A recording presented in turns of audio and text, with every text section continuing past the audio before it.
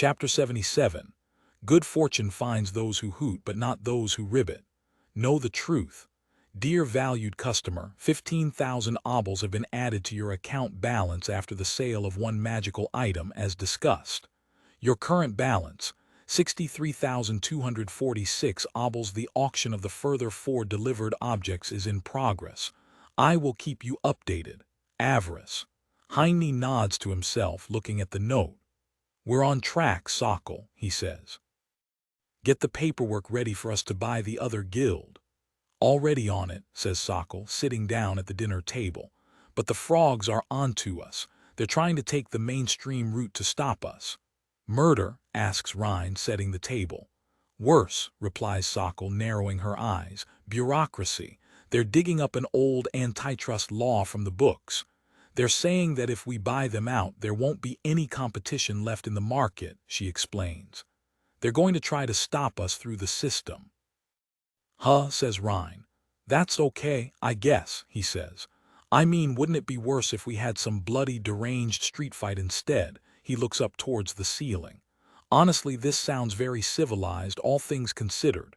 Sokol leans back, her elbow hanging over the back of the bench as she points at him with a listless finger.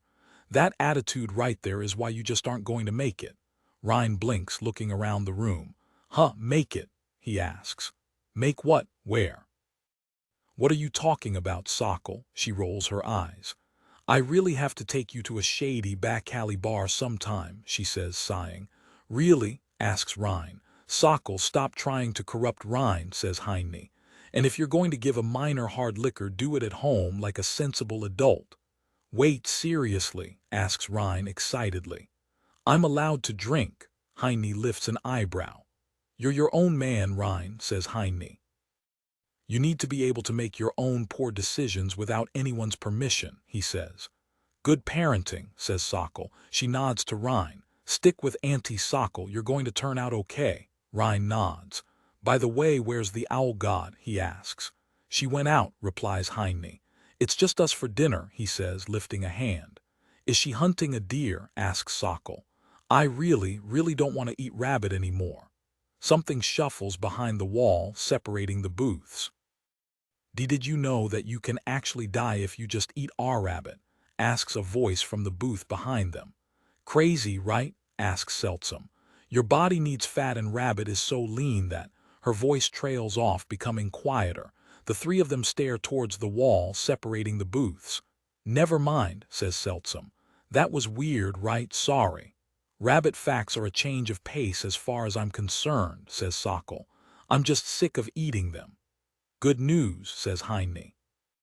Today's dinner isn't rabbit, it's leftover bread and soup. Sokol sighs, looking at the pot. Should I bother asking what kind of soup it is? She asks. Heine stares for a moment, considering his options. Chicken, lies the man, it's chicken soup. Oh, huh, says Sokol, pleasantly surprised. Wait, chicken or chicken? She asks suspiciously. Yes, replies Heine, sitting down. What's wrong with chicken, Sokol? Asks Rhine. Don't you like it? He asks, grabbing the ladle and filling a bowl. Heine and Sokol exchange a look. Heine shakes his head. Sokol nods. It's fine, I guess, she says, sighing again. Better than rabbit. Rhine leans around, holding the bowl out to behind the booth without looking. Thank you, says Seltsam. Heine does consider that this might be his chance to finally catch the girl and to see what she looks like. She's sitting in the booth by herself, and there's nowhere to escape if he just jumps up right now and takes a peek. Rhine fills another bowl up and sets it down in front of him. But that would be a very frog-like thing to do. Heine stares down at his soup. Watching his noodles float around the chicken, he can't help but think about tadpoles and minnows, which doesn't really help his appetite. This is what he gets for listening to that frog by the pond. Anything? Asks Heine. Obscura shakes her head. Obscura peeped with her many eyes, but she saw no shadow of the woman who waits. He nods. Thanks for trying, says Heine. I'll get Sokol and the Thieves' Guild involved, he says, rubbing his chin as he thinks. Claydit is still missing, not having shown up for work again today. It could be that she's just sick, but he would at least expect her to check in and let them know if that were the case. Maybe it's just unfounded paranoia. But Heine doesn't want to just sit by while one of his people is missing. What if this is something the frogs are up to? What if they found out she had sold them out? Heine looks around the room. He hasn't seen Eilig either since that night upstairs. "Have you seen Eilig?" asks Heine. Obscura shakes her head. "Eilig is scared of you," he says. "Why?" Obscura hoots softly. "Many fear Obscura's sharp grip," she says, showing him her hands. "Hi tilde ni tilde ni tilde knows this well." Heine shakes his head. "Eilig was afraid that you'd hurt her if she told me the truth about you," he says, looking at her. "Why?" Obscura tilts her head, floating into the air. "Does her Heine think that nurturing Obscura would hurt her nest friends?" she asks, puffing out her chest. "Insulting," she hoots. "Cruel Heine," Heine sighs, lifting a hand.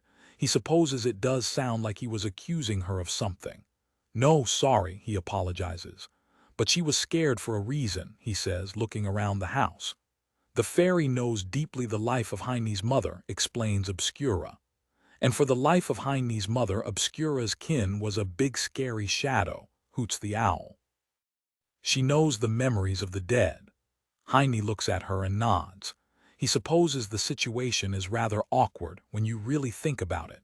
His mother had essentially ran away from her home, living in a far-off place where she knew nobody, in order to keep him safe from the very being he ended up engaged to of his own free will and a bit of happenstance. Life sure is funny. He supposes that for Eilig, a close friend of his mother who knows this whole story, this is certainly a delicate situation. In essence, he's not only killed his mother, but he made her largest, most life-changing decision fully null and void too. Heine sighs. It's all very complicated. Heine stands in the forge. The Order of Pikes is well on its way to being finished, if only just within the deadline, but it looks like they're going to make it. He looks over towards Rhine, who is busy at work smelting the metals down into sterling silver. He's able to do this by himself now. Rhine's arms are covered in bruises and scuffs. It seems that Sokol has been teaching him how to fight. Heine had figured the boy would be sensitive around violence, but he seems to be in good spirits, if not even excited. Perhaps the context matters. He returns his focus to his work. "You can take tomorrow off, Rhine," says Heine. "You need a day to rest too." "It's okay. We need to get started with the axes next," says Rhine, looking over to the note pinned on the wall. Heine shrugs. He had assumed that Rhine would give that answer. He really seems to value his work here. "How's the dungeon going?" asks Heine. "Great," says Rhine, wiping his forehead. "I tried out my new staff on floor 8 and it poisoned everything there at once," he beams. "I felt super strong." Heine nods, thinking for a moment. "Why floor 8? What about floors 1 to 7? He asks, looking over his shoulder. "Oh, Sokol made me kill the monsters there with my hands," says Rhine, looking down at his palms. Heine lifts an eyebrow, wanting to question this, but then he decides against it. He's likely just being overprotective. Sokol knows what she's doing. "It was rough." "Keep up the good work," says Heine. "Just make sure to rest now and then too." "I will," says Rhine, although Heine isn't sure how true that is really. "Dear valued customer, 15,000 obols have been added to your account balance after the sale of one magical item as discussed. Your current balance, 78,246 obols. The auction of the further 3 delivered objects is in progress. I will keep you updated. Avarice." Heine hands Sokol back the slip of paper. It looks like another skull has been sold. "I got some contractors interested in building the vault," she says. "What do you have in mind exactly?" Heine shakes his head. "This is your field. I'll leave the details and planning up to you, Sokol," says Heine. "Just make sure it's secure and well hidden. That's all I want." "Secret bookshelf wall hidden or blood ritual sacrifice to open the door hidden?" asks Sokol. "Follow your heart," says Heine, lifting an eyebrow. "Will do," says Sokol. "I'll get everything started then." He nods. "Any news on Claydit or Eilig?" Sokol shakes her head. "Nothing yet. Eilig can't leave the house, so we just need a wizard from the academy to tell us if she's still in here," she says. "I'll get one." As for Claydit, I stretched some feelers out. Just gotta wait and see, Heine sighs. I'd be lost without you, Sokol, says the man, looking around the restaurant. It's fairly busy today, and Obscura is running around, hooting up a storm as she tries to get to everybody in a timely manner. Yeah, replies the elf, her ears twitching. She points at him. That's going to come back to haunt you one day, by the way.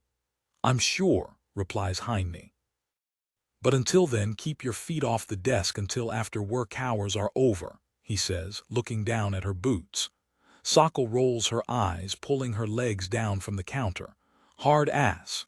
Somebody has to keep you people in check, says Heine, walking off to get back to work. It is late at night.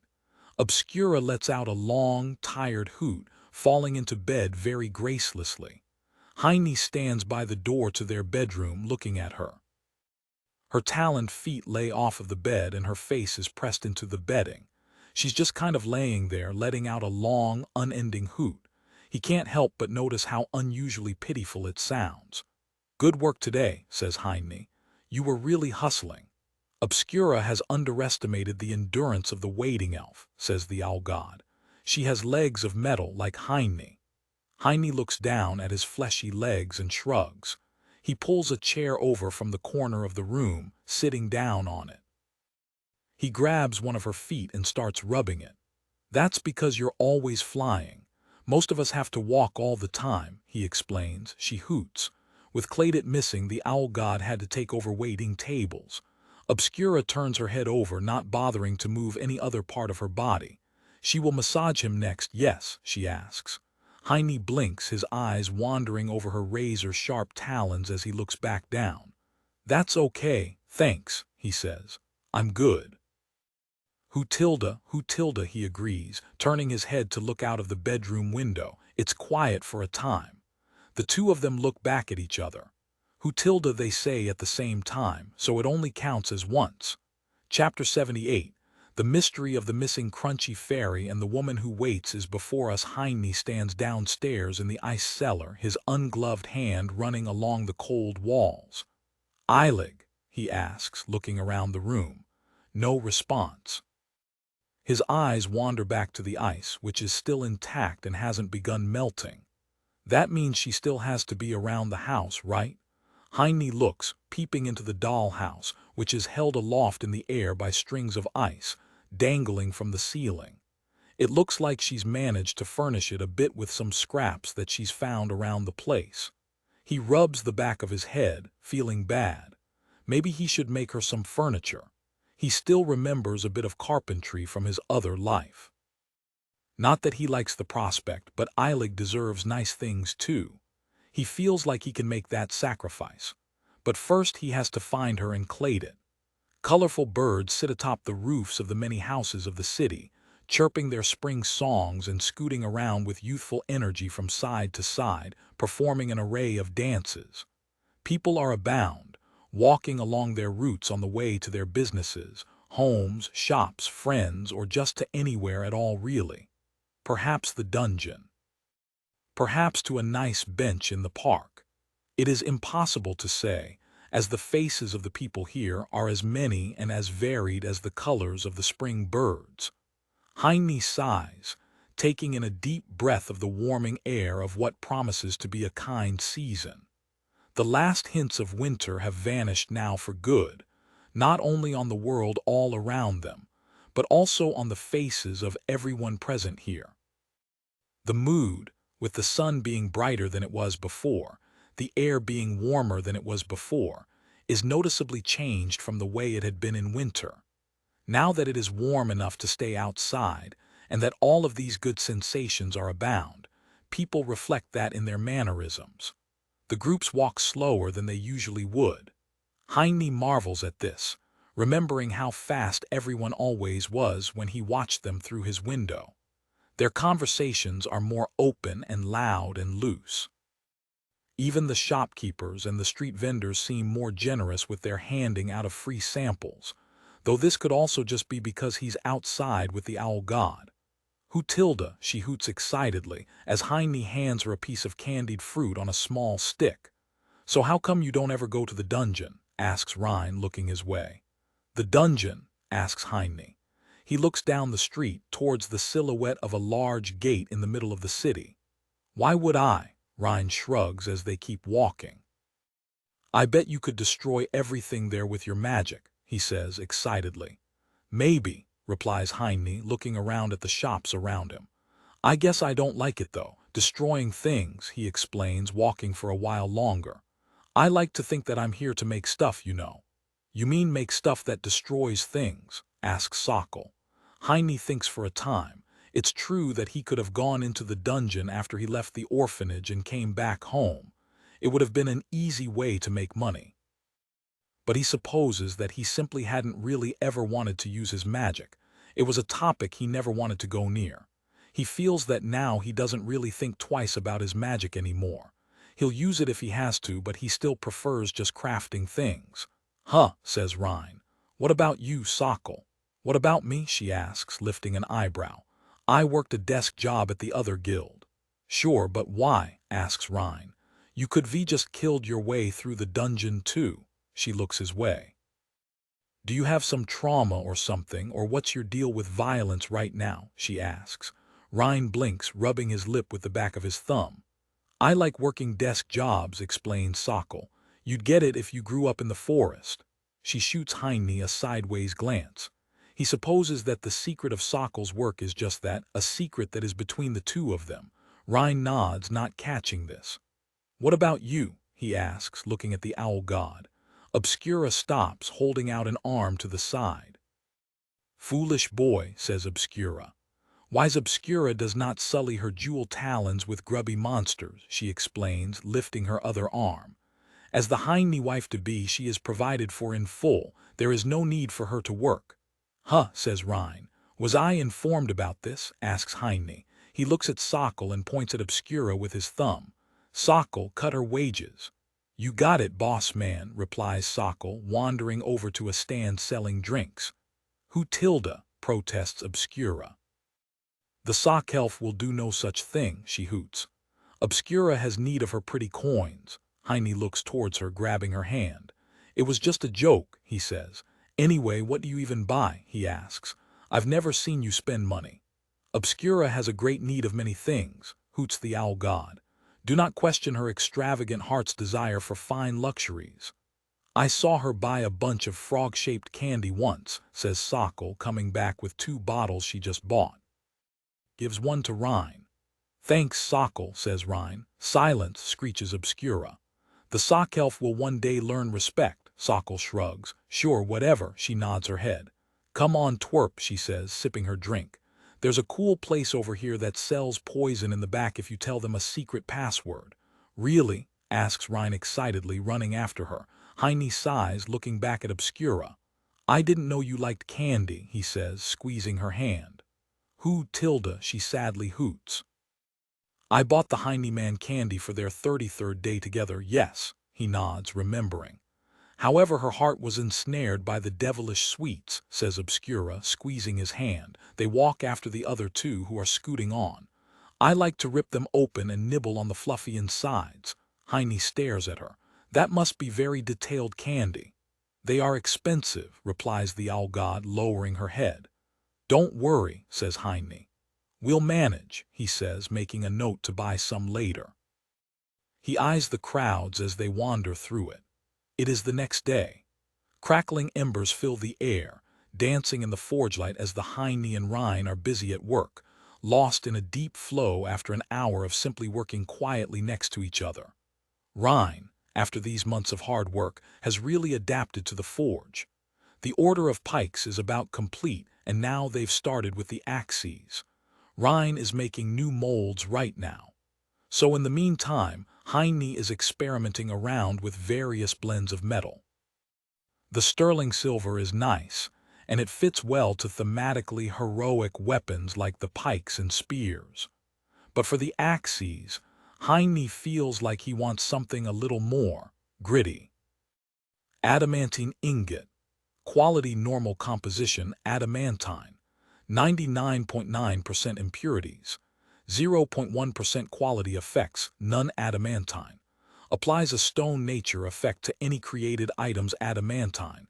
sometimes referred to as simply adamant, is a rare and incredibly hard metal with magical properties relating to the elements stone and nature. Weight: 5.0 kg. Value: 5,000 obols. They're getting into wild territory here, he realizes. The price of these ingots doesn't even shock him anymore. Here he is, making normal axes out of them for random foot soldiers. Some might call this a waste, but they would be wrong. Hell, if anyone needs an incredibly powerful, expensive axe, isn't it the grunts at the front lines of the fight? "Hey," says a voice, interrupting. Heine looks towards the door where Sokol is standing, holding a piece of paper. "I got something." "On Eilig and Claydon?" asks Heine, rubbing his sweaty forehead off on his shoulder. "Maybe, take a look," she replies, walking over and handing him the paper note. Heine narrows his eyes, trying to decipher what he's looking at. "Tubers with gravy," he asks. "Chicken soup, a new knife." "Sokol, why are you showing me another grocery list again?" she tusks, rolling her eyes. "It's not a grocery list, it's our kitchen's inventory." Heine stares at her. "Sokol." "Yeah, why are you showing me our kitchen's inventory?" asks, looking back down at the paper. "The owl god must really be with you for your personality," says Sokol, pointing at the amounts listed. "It can't be anything else." "Don't push your luck," replies Heine, following her finger. "How come Sokol never has to sweep when she says things like that?" asks Rhine from the side. Sokol shoots a sharp glare his way. Rhine straightens up and gets back to his work. "Because I expect more from you than I do from her, Rhine," says Heine, trying to get one in back. "Look," she says, exasperated. "I compared the amount of restocking the kitchen paid for to the number of meals we've sold," says the elf. "Take away a couple things here and there for mistakes, dropped items and all of that, and we're still lower than the amount of food we should have listed here," she explains. "Despite being 2 people less, we're using the same amount of food." Heine raises an eyebrow. "Sokol, don't you think this is a reach?" he asks.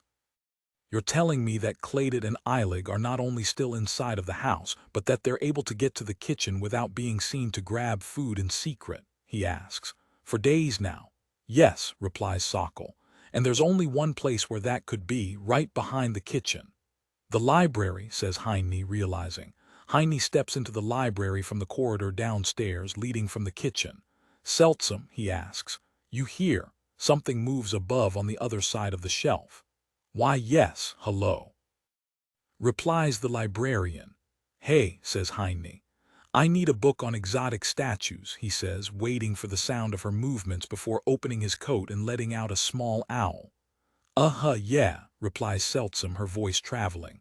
"Hold on, I know where the door upstairs opens, he can hear it." "Seltsam," calls Rhine from above. "Hello, Otilda," he calls.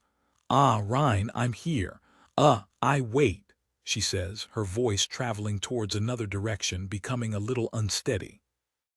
The lower door to the receptionist's desk opens. "Selty," calls Sokol. "You in?" the librarian yelps, shuffling away into a different direction. Hutilda hoots a voice from behind a few shelves.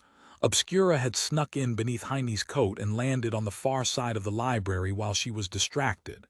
"Aya," yelps Seltsam, and Heine can hear her scampering away. Wait," she calls, rounding the corner.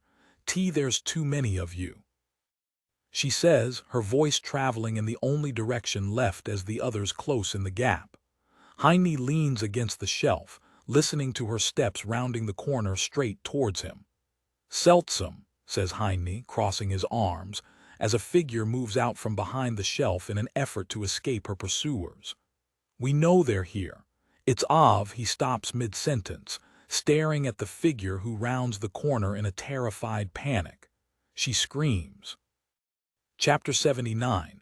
People who like to read books are weird, and we would be wise to avoid them.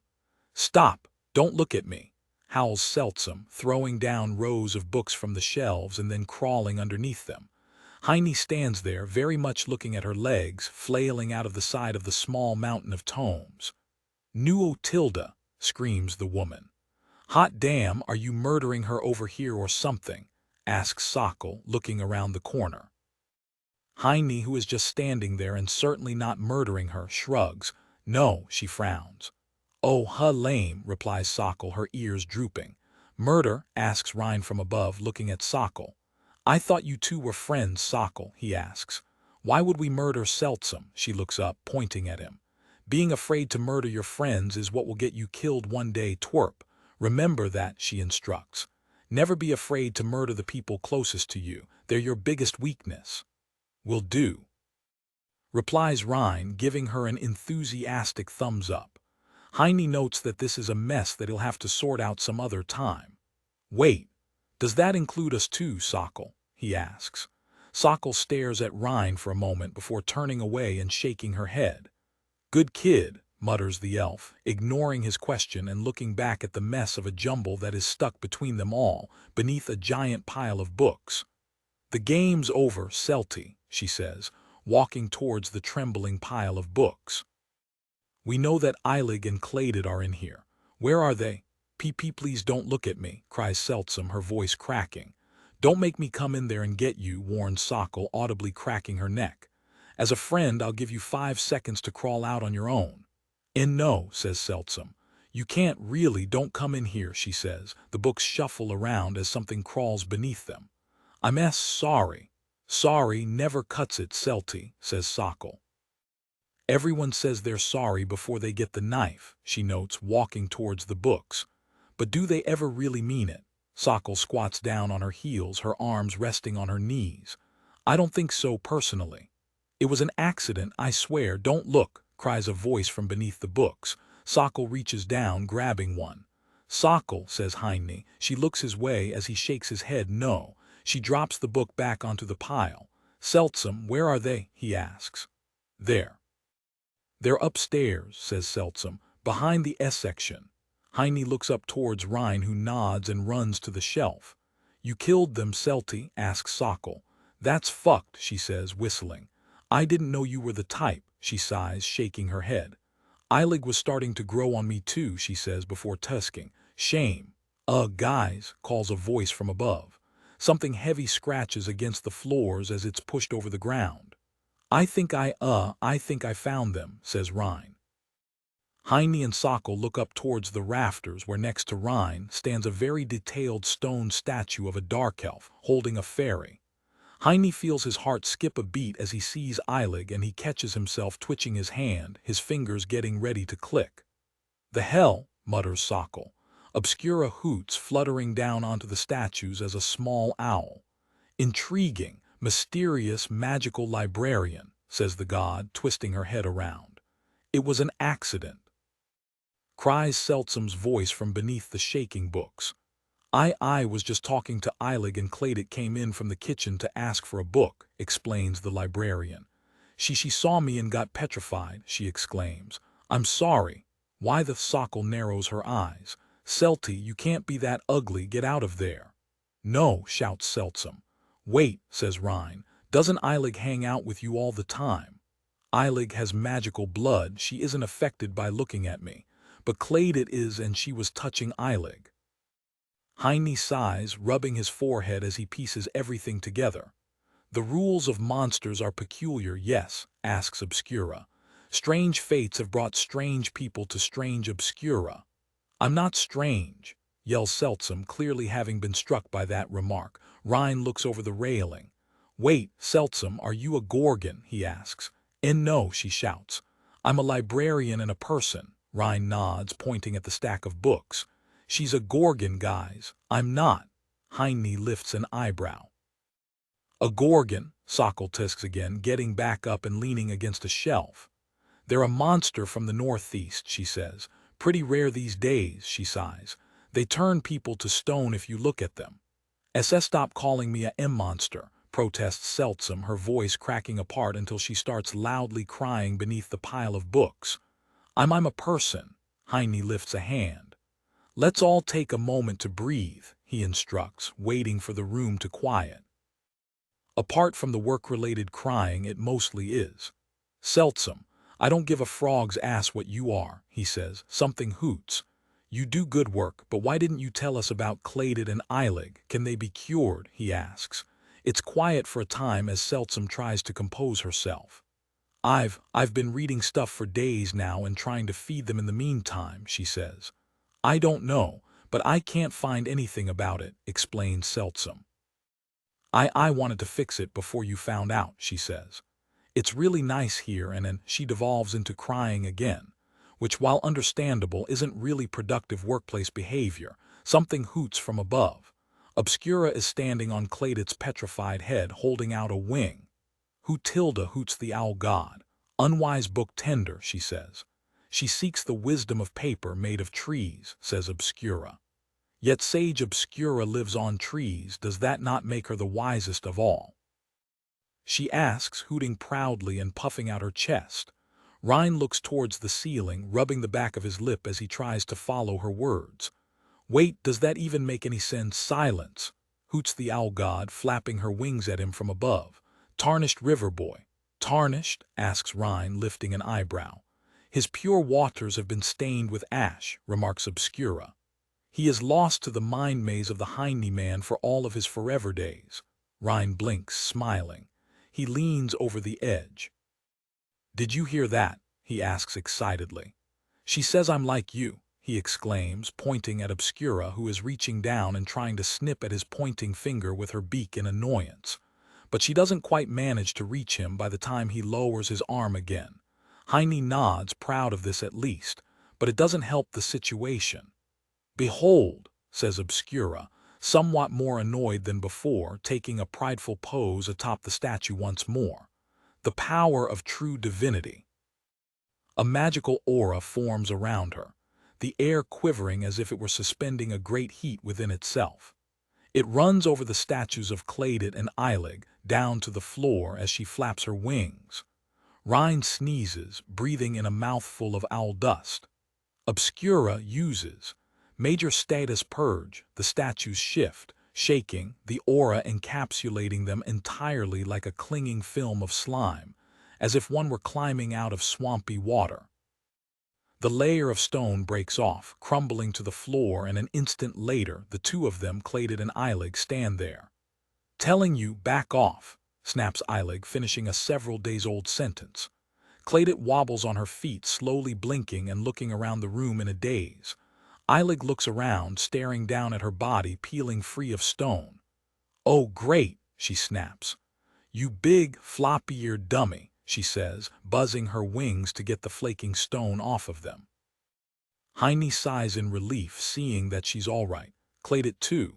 He takes in a deep breath and exhales, calming himself back down. It seems that everything is fine after all, barring the continued ugly crying.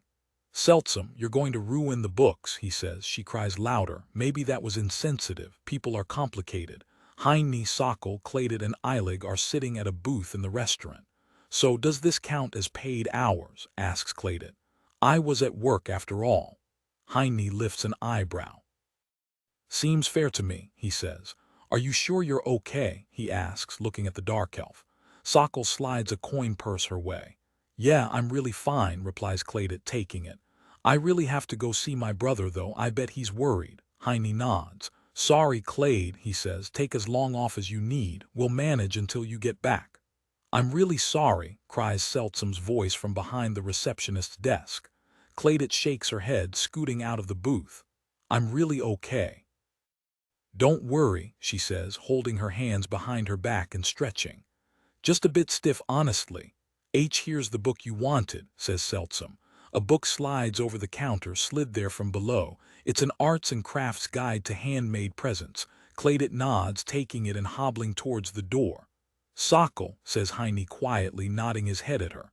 Sokol rolls her eyes and gets up, walking over to her. Come on, Clady, she says, wrapping an arm around her. I'll walk you home. The two of them leave. Hiney sighs, looking at Eilig. She looks his way.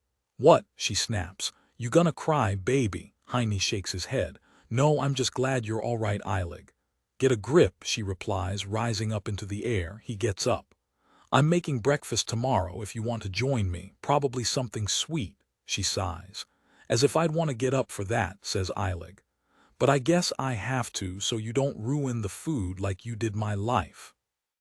She flies off towards the counter, landing on it and looking over the edge down at the person hiding beneath it. "Come on," she says to Seltsam. "Let's go look for cookbooks together." "Are really?" "Yeah," says Eilig. "These people aren't good enough for us. Let's go." "Oh, okay," says Seltsam. Somehow the door opens to the library and then the two of them vanish to the other side. A gigantic owl sits in the doorway to their bedroom, blocking it off. Heine stands there, ready to sleep. He tilts his head, looking at her. "Didn't know you had that kind of magic," he notes, referencing the status spell she used in the library this morning. She nods. "Obscura's precious high tilde ni tilde has toiled for many hard days to grant her power," she affirms. "Now many, many hands hold Obscura's sharp talons. Her power grows like a very big tree," she hisses greedily. Heine leans to the side, trying to find a way past her. "What is this?" he asks. "Come on." "Let's go to bed," he says, trying to squeeze an arm through between her fluffy body and the door frame. "Who tilde hoots Obscura? If the Heine man wishes to pass, he must solve Obscura's deadly riddles." "Riddles?" asks Heine. "What is the most beautiful creature in the world?" she asks. Heine raises an eyebrow. "Are you sure that this is a riddle?" She puffs out her chest, blocking him. "Okay, you," replies Heine. "Who tilde?" she hoots. "Wise Heine, he has learned much." Next. "Who is the most powerful creature in the world?" "I'll get you a book on riddles from the library tomorrow, okay?" She clicks her beak in annoyance, leaning down towards him. He rolls his eyes, willing to play along, at least for one more. "You, obviously." "Who tilde? Very good." Heine is unwise, but yet he knows many truths, she hoots, pleased. "Who is?" A door opens down the hallway. "Excuse me?" asks a tired man, rubbing his face. The faces of his annoyed party members, all sharing the one small room, peek out with him. "Can you keep it down, please?" he asks. "Trying to sleep here." Heine lifts a hand. "Sorry. Good night, folks." They close the door and he looks back at Obscura, who continues to click her beak in annoyance but now looking down the hallway. "Come on," says Heine, pushing her inside. "You can tell me that last one in bed," he says, pressing against her fluff and moving her inside of the room, closing the door behind them. Chapter 80. The Adventurers' Guild must be defrogified for the good of the population. Heine leisurely strolls down the street, his eyes rising up towards the night sky. The air is warm and fresh, carrying with it a light dew that feels nice on the skin of his face. Many lights glow with orange hues, shining out of the many windows that he walks past. Heine recalls nights when he had wandered down this very street, avoiding looking into the glowing spaces for fear of what he might see there. Warmth, comfort, happiness, people who have found, if not a purpose, at the very least, a place to call home in earnest words. This was something that he hadn't had back then. He just had a house. But now that he has this too, he notices that his eyes no longer stare at the street. Instead, they stare around through the glass of many homes. Flowers fill the windows, as do silhouettes moving on the far side of them. He is the only one outside right now on the street. People in this neighborhood had long since gotten used to staying inside after dark, because of the threat of danger and thieves in this poor neighborhood. The joke is that this had gotten so severe that not even the thieves went out anymore, because there was simply nobody to rob. So in essence, the problem solved itself and nobody even really knows about it, except for the lone night owls who only dare to wander the streets in these hours. Heine lets out a breath of relief. Life is good these days. He stops, having arrived at his destination. His eyes wander up to the sign hanging above the door, proudly displaying the title of Adventurers' Guild. "Damn," mutters Heine beneath his breath, realizing they had never hung up a sign like this outside of their structure. He makes a mental note to tell Sokol to get it done first thing. The Signmakers' Guild is going to charge a fortune for it, though. Damned criminals. He sighs, shaking his head and opening the door to step inside of a familiar building that he hadn't been inside for months now. The ambience is as loud and rambunctious as always. Voices crash against him, together with the sour smells of liquor, the moment he steps inside. People are drinking and celebrating in a way that they never do at their guild. He supposes that they attract the quiet types who hate it here because it's too loud. He supposes the owl god doesn't really inspire a party atmosphere. Heine is unsure if that is a problem or not. His introverted side says he enjoys the quiet nights, even if it means less business. Alcohol sales are good money, though. The party slows down as he steps inside. Several people turn to look his way. Frogs. He can smell them from here. Others are just normal people who are simply unaware of the frog owl situation entirely and are simply confused why half of the party suddenly fell tensely silent. "Hey," says Heine, walking inside past the counter. Anura, the frog priestess, is sitting behind it, looking rather overworked. He looks over his shoulder towards her, stopping as he passes. "Is she here?" Anura blinks and shakes her head, watching him as he takes the first chair from a man and then leans it back, sitting down and kicking up his legs onto a table. Twiddling his thumbs, he simply stares up towards the ceiling. The people around him seem to still be a little confused and dazed at his presence here. "Oh, don't mind me," says Heine, looking at the man whose chair he stole. He slides the half-empty mug across the table towards him. "Keep drinking. It's quiet." "You," screeches a harpyish voice. Heine knew this moment would come. He turns his head, looking at the figure who had been alerted. A well-dressed, very out-of-place woman stands atop the spiral staircase that leads to the upper, inner balcony. Her hands grip the railing with such intensity that her fingers, already pale, become as white as a skeleton's from the pressure. "Ma'am," nods Heine, staring up at the gestalt. "Rhine's mother. She looks a little haggard, but as prim and proper as last time he saw her." "Hope those scars healed up nicely," he says. "Would be a shame if you had any," he says, rubbing his scarred face as if lost in thought. The woman lets out a furious howl, lifting an arm. A serpent of raging water builds itself around it, lashing out as if she could barely control it. "You disgusting mess of a creature," she screams, lifting her arm to cast her spell. Heine lifts an eyebrow, not budging. "Get him." The crowd shifts. "Stop," yells a voice from the side. "Anura." She frog hops over the counter, quickly walking towards him, her hands up. "No fighting in the guild," she warns, looking around the room with a stern expression. "Or do you want to disappoint her?" she asks, presumably talking about Nekia, the big frog. The people in the room look at each other, still as angry and tense, but most of them seem to loosen their shoulders at least. The others are still confused. "He stole my son, Anura," yells Rhine's mother. Heine lifts a finger. "Actually, ma'am, I kidnapped him," says Heine, lifting a single leg up higher. "It's all in the legs, you know, kidnapping." A hand lowers itself onto his shoulder. "You really should go," says Anura, leaning down towards him. "This is very owl-like behavior," she says. "If you're trying to provoke us into a fight, we're better than that," she says, lifting her gaze to the woman upstairs who someone has gone up to hold back from charging down. "But we will call the guards. Please leave," she warns. "Yeah, about that," says Heine. He lifts a hand. "Wait for it," she leans down. "Listen," she whispers.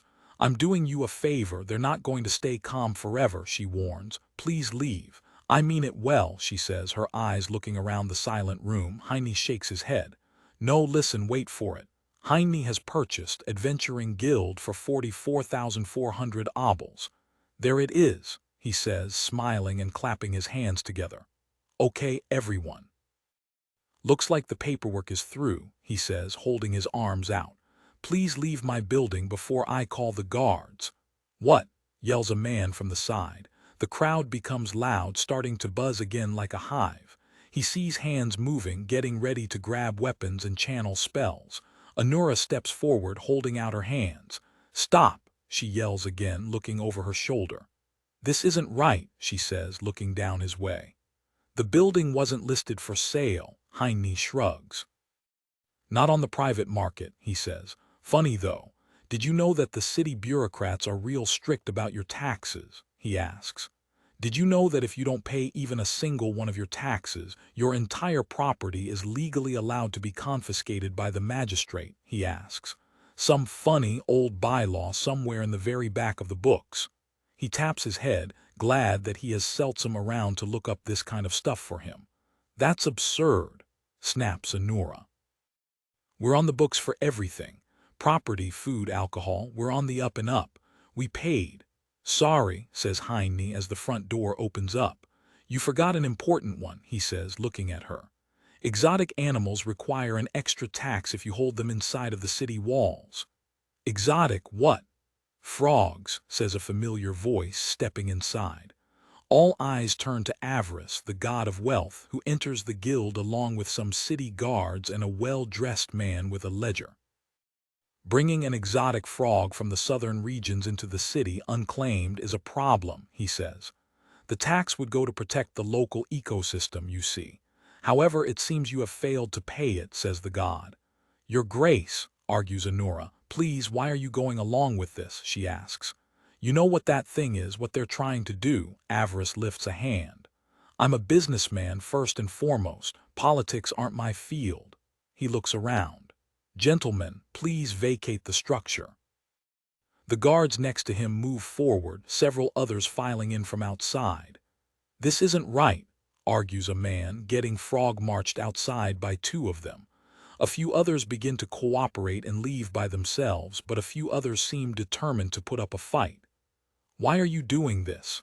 Asks Anura, this time asking him and not Avarice. Heine looks at her. Tell her thank you for saving me back then, says Heine. And tell her that next time she wants to talk to me to send a letter instead. You're not a bad person, says Anura. Think about what you're doing, about where this is going to go. A guard grabs her shoulder, pulling her back. Another comes to help pull her outside. It's not too late, ribbit. Sorry, says Heine, shaking his head. He taps against his skull. Love makes you do dumb things, you know, he asks as she's dragged away. If you want a job, I got one for you, though, he calls after her. Heine nods. This went well. He feels good about this. The man looks over his shoulder up the rafters towards where Rhine's mother is. There is a fury in her eyes that is decently familiar to Heine. The well-worn grooves next to her eyes sink deeply back down towards her skull, highlighting her features, which are most froggy. Started channeling. Serpentine flow, a hand grabs her arm from behind, having come in through the back stairwell of the guild. Serpentine flow has been interrupted by Rhine.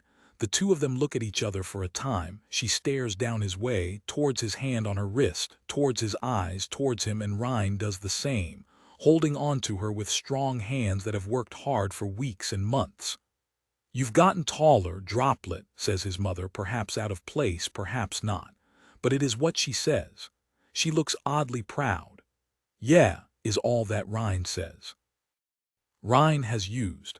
High-pressure burst, he lets go of her, just as a concentrated blast of water shoots out of his hand, sending the woman flying over the railing and down straight all the way across the room. She lands, violently crashing down between several tables. Some guards move over to carry her away while she's still dazed. Not bad, says Heine, giving Rhine a thumbs up. I raised that boy, says Sokol. He hadn't even noticed her sitting down next to him.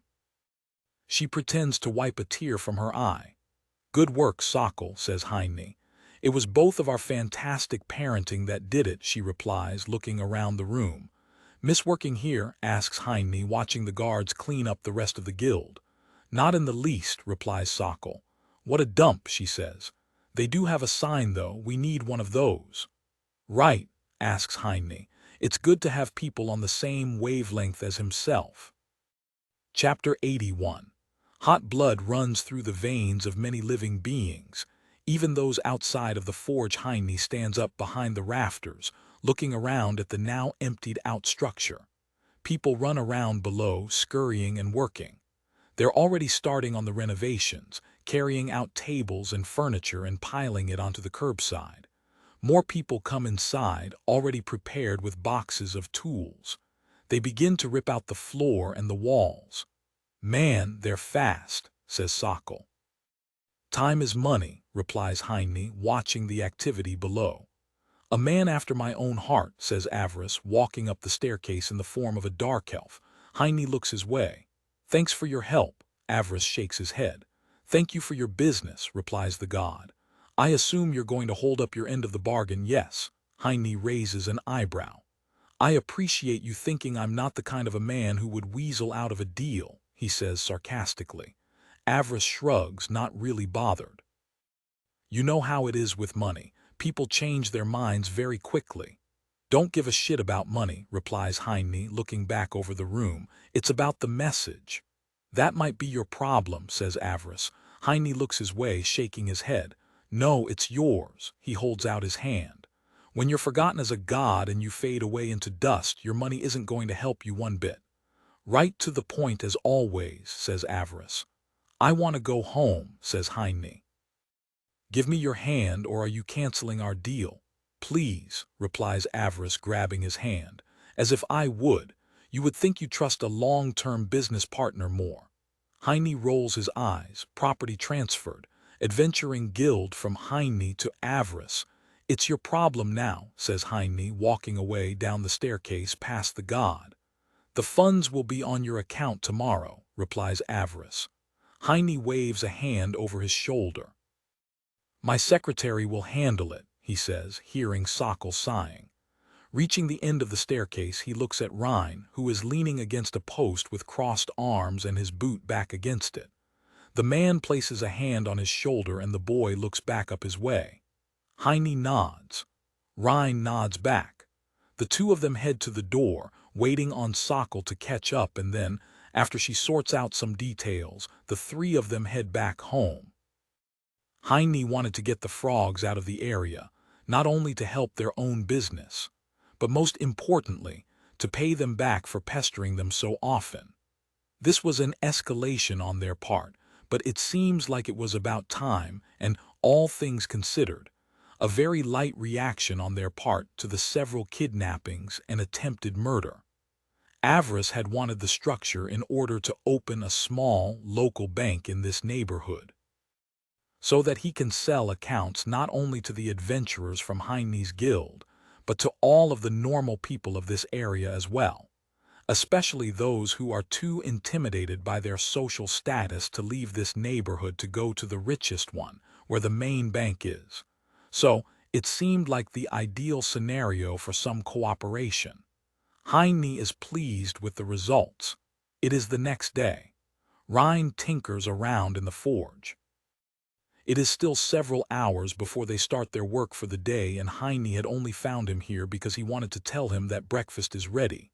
You coming? Asks Heine. Rhine looks over from his work, shaking his head. I'm gonna skip breakfast today, he says. I want to finish this, he explains, looking back down. Okay, but you better not pass out on me later, says Heine. We have a full day. I'll be fine, replies Rhine. Heine nods, waiting a moment before then going back. Rhine has been working on various ideas for a gift that he can present the owl god as tribute in exchange for something. At this point, Heine assumes that she had meant it as a joke, but Rhine seems to have taken it to heart nonetheless, and has been trying to make various bits and bobs, sketches and designs and trinkets for various ideas that he thinks she would like. But all of them have been failures until now, and the project keeps starting over from scratch. Just us today, says Heine, sitting back down at the table. Obscura clicks with her mouth, leaning down to adjust the berries on her pancakes with the tips of her talons around. The river boy's waters run rampant, she says. He will crash asunder. Rhine's been working his butt off, says Sokol, leaning back. Not something you'd know much about, she notes. Who Tilda? Protests Obscura, hissing angrily as she looks up from her breakfast. When Obscura becomes all-powerful, the sock elf will fall to her sad, bony knees in reverence. Sokol yawns. Get along, you two, says Heine. Come on, let's have a nice breakfast, he says, grabbing his knife and some butter. Saw he learned a new spell, says Heine, referring to Rhine's magic last night at the Adventurers Guild. Was that you? He asks. Sokol shakes her head, pouring herself something to drink. I told you. Something challenging in life is important to grow and to get rid of extra energy, she explains. I just stand back and let him run around the dungeon like a feral. It all sorts itself out. Heine nods, understanding. He's got a lot of pent-up stuff, says Sokol. Not the kind of energy you can get rid of with just work. Keep it up, Sokol, says Heine. But give him a day off sometime too. She rolls her eyes. I'm sure the frogs will be on board with waiting to murder us if we tell them Rhine needs another day to relax first. Obscura clicks angrily with her mouth. We're not going to hear from them for a while, says Heine. What makes you so sure, she asks. We just shook the hive. We didn't shake it, we tore it down and threw it into the river, replies Heine. But I think we got our message across. Sokol frowns. I don't share your optimism. They have one shot left, says Heine. The kidnapping, the attack on the house. The big frog, he says. Obscura hisses again. That's 3 tries, explains Heine. They only have one shot left to get us and they can't afford to blow it. They'll be planning for a few months. Sokol crosses her arms. You weirdos sure take this number stuff seriously, she says. Are you telling me that if they fail their 4th try they're just going to stop forever, that's it? Yup. That doesn't make any sense, replies Sokol. Obscura laughs a smug laugh. Poor foolish Sokelf, she says. Fear not. Wise Obscura is here to fill the gaping void that her thoughts leave her. I said no arguing at the table, warns Heine. Who, anyway, we have time, he says. So let's take it easy and focus on us for now. Heine grabs the kettle and pours tea into his cup. We have enough to do as is. Sir, are you sure that this is the right box? Asks the man from the military, pulling out an adamantine axe. He looks back at his order sheet. We were expecting steel-grade weapons. You want M or not? Asks Heine. He rests a hand on the box. This is the right one. We can't pay you more than what's written as the list price. Don't care, says Heine. That's enough. Happy to support the effort, he says, sliding the box an inch forward. The soldier looks at his companion, who just shrugs. He looks back towards Heine. Okay, thank you for your support. The money will be on your account as soon as we get these in. He sets down his sheet on top of the box and the two of them start carrying them out through the door that Rhine is holding open. There goes my raise, says Sokol, playing with a pen. Walked right out of the front door. What do you even spend your money on, Sokol? Asks Rhine. I mean, you bought those drinks once and that desk for your room, but I've never seen you buy anything else. Just because you have money doesn't mean you need to spend it, twerp, says Sokol. Having money saved up means you have freedom. Huh, she leans back on the back legs of her chair. Anytime you want to leave, anytime you want to go do something, you can, she says, waving the pen around. Need to escape a city fast, having money saved will let you do that, explains Sokol. Want to stay but need somebody else to leave. Money will let you do that too. Stop teaching Rhine about assassination economics, says Heine. Don't worry, Rhine. Auntie Sokol is going to take you far in life, says Sokol, pointing at Rhine with the pen, entirely ignoring Heine. Thanks, Sokol, beams Rhine. A door opens up behind Sokol. Hey, can you people please be quiet, snaps Eilig. Some of us are trying to read here. The 3 of them look over towards her. You can read, asks Sokol. She narrows her eyes. Put on your clothes, Eilig. It's work time. Eilig has started channeling. Fairies chime, channeling time. 3 seconds, I'll kill you first. Snaps Eilig. They're just clothes, Eilig, says Heine. The fairy ducks out of the way as a pen flies straight towards her. It misses, flying through the crack, and from the sound of it, sticks into the wood of a bookshelf on the other side. Channeling interrupted. They're a symbol of my spirit being crushed by you forcing your oppressive human lifestyles on me, she yells. Fairies don't wear clothes, Sokol sighs, getting up and cracking her neck. Behave, all of you, says Heine, pointing at them as he walks off. Everyone sure is ready for a scuffle lately. It must be the spring air, he considers, turning his head towards the front door as the others walk inside to begin the workday. It's probably nothing worth worrying about. Chapter 82. The double-layered vision of pretty flowers and poison Heine stands in the forge, leaning back and watching Rhine work. Fire crackles noisily in the room, the air letting out a quiet, constant roar as heat presses out of the furnace next to them. Ryan rubs his face free of sweat, exhaling for a moment before returning to his work. Now, with spring having come, the temperatures have risen considerably in contrast with the freezing winter. This makes working in the forge, which was previously almost pleasant, a real chore. Heine assumes it's going to take a little while, but they'll eventually adjust to the shift in temperatures, at least until the summer comes and it all starts over again. Ryan is currently making a new mold in order for them to be able to start mass-producing some rather odd weapons today. "I didn't think a ballista would be very useful in a big forest," says Ryan. "I wonder what they even want with these." Heine shrugs, looking at the schematic for the munitions for the device. A ballista is essentially a massive crossbow, the size of a dinner table on wheels. It's only their job to make the arrows, thankfully. Making the actual wooden device itself is someone else's problem. "I suppose they'll build a tower and set it on top of it," guesses Heine. "Maybe for fortifying areas." Ryan shakes his head. "Ballistae aren't the best defensive weapons for the forest. They're really great at long-range accuracy, which isn't that available in the thick woods down there." He rubs the back of his lip. "You need 2 to 3 people to man it the whole time, and they'd probably be better off if you just gave them all normal crossbows." "I guess there are bigger things down there than just elves," replies Heine. "It makes sense. A good team will probably shoot 2 arrows a minute," he explains, looking at the schematic. "If you got something down there like big drakes or some golems, that'll be a lot more useful than some small crossbows." I guess," says Ryan, looking up towards the ceiling for a moment before then returning to his work. Sokkel's foot taps against the floorboards as she works. The restaurant is lively today and full to the brim, with people pressing themselves into the booths in groups of 6 or even up to 8, for those collections of socialite ascetics who would gladly sacrifice comfort for community. They've hired some musicians, some bards to come in and set up shop in the back of the restaurant. It turns out that musicians are both cheap to hire and also desperate for work. For whatever reason, barring the rare, lucky gem among their lot, they just aren't really that valued in society.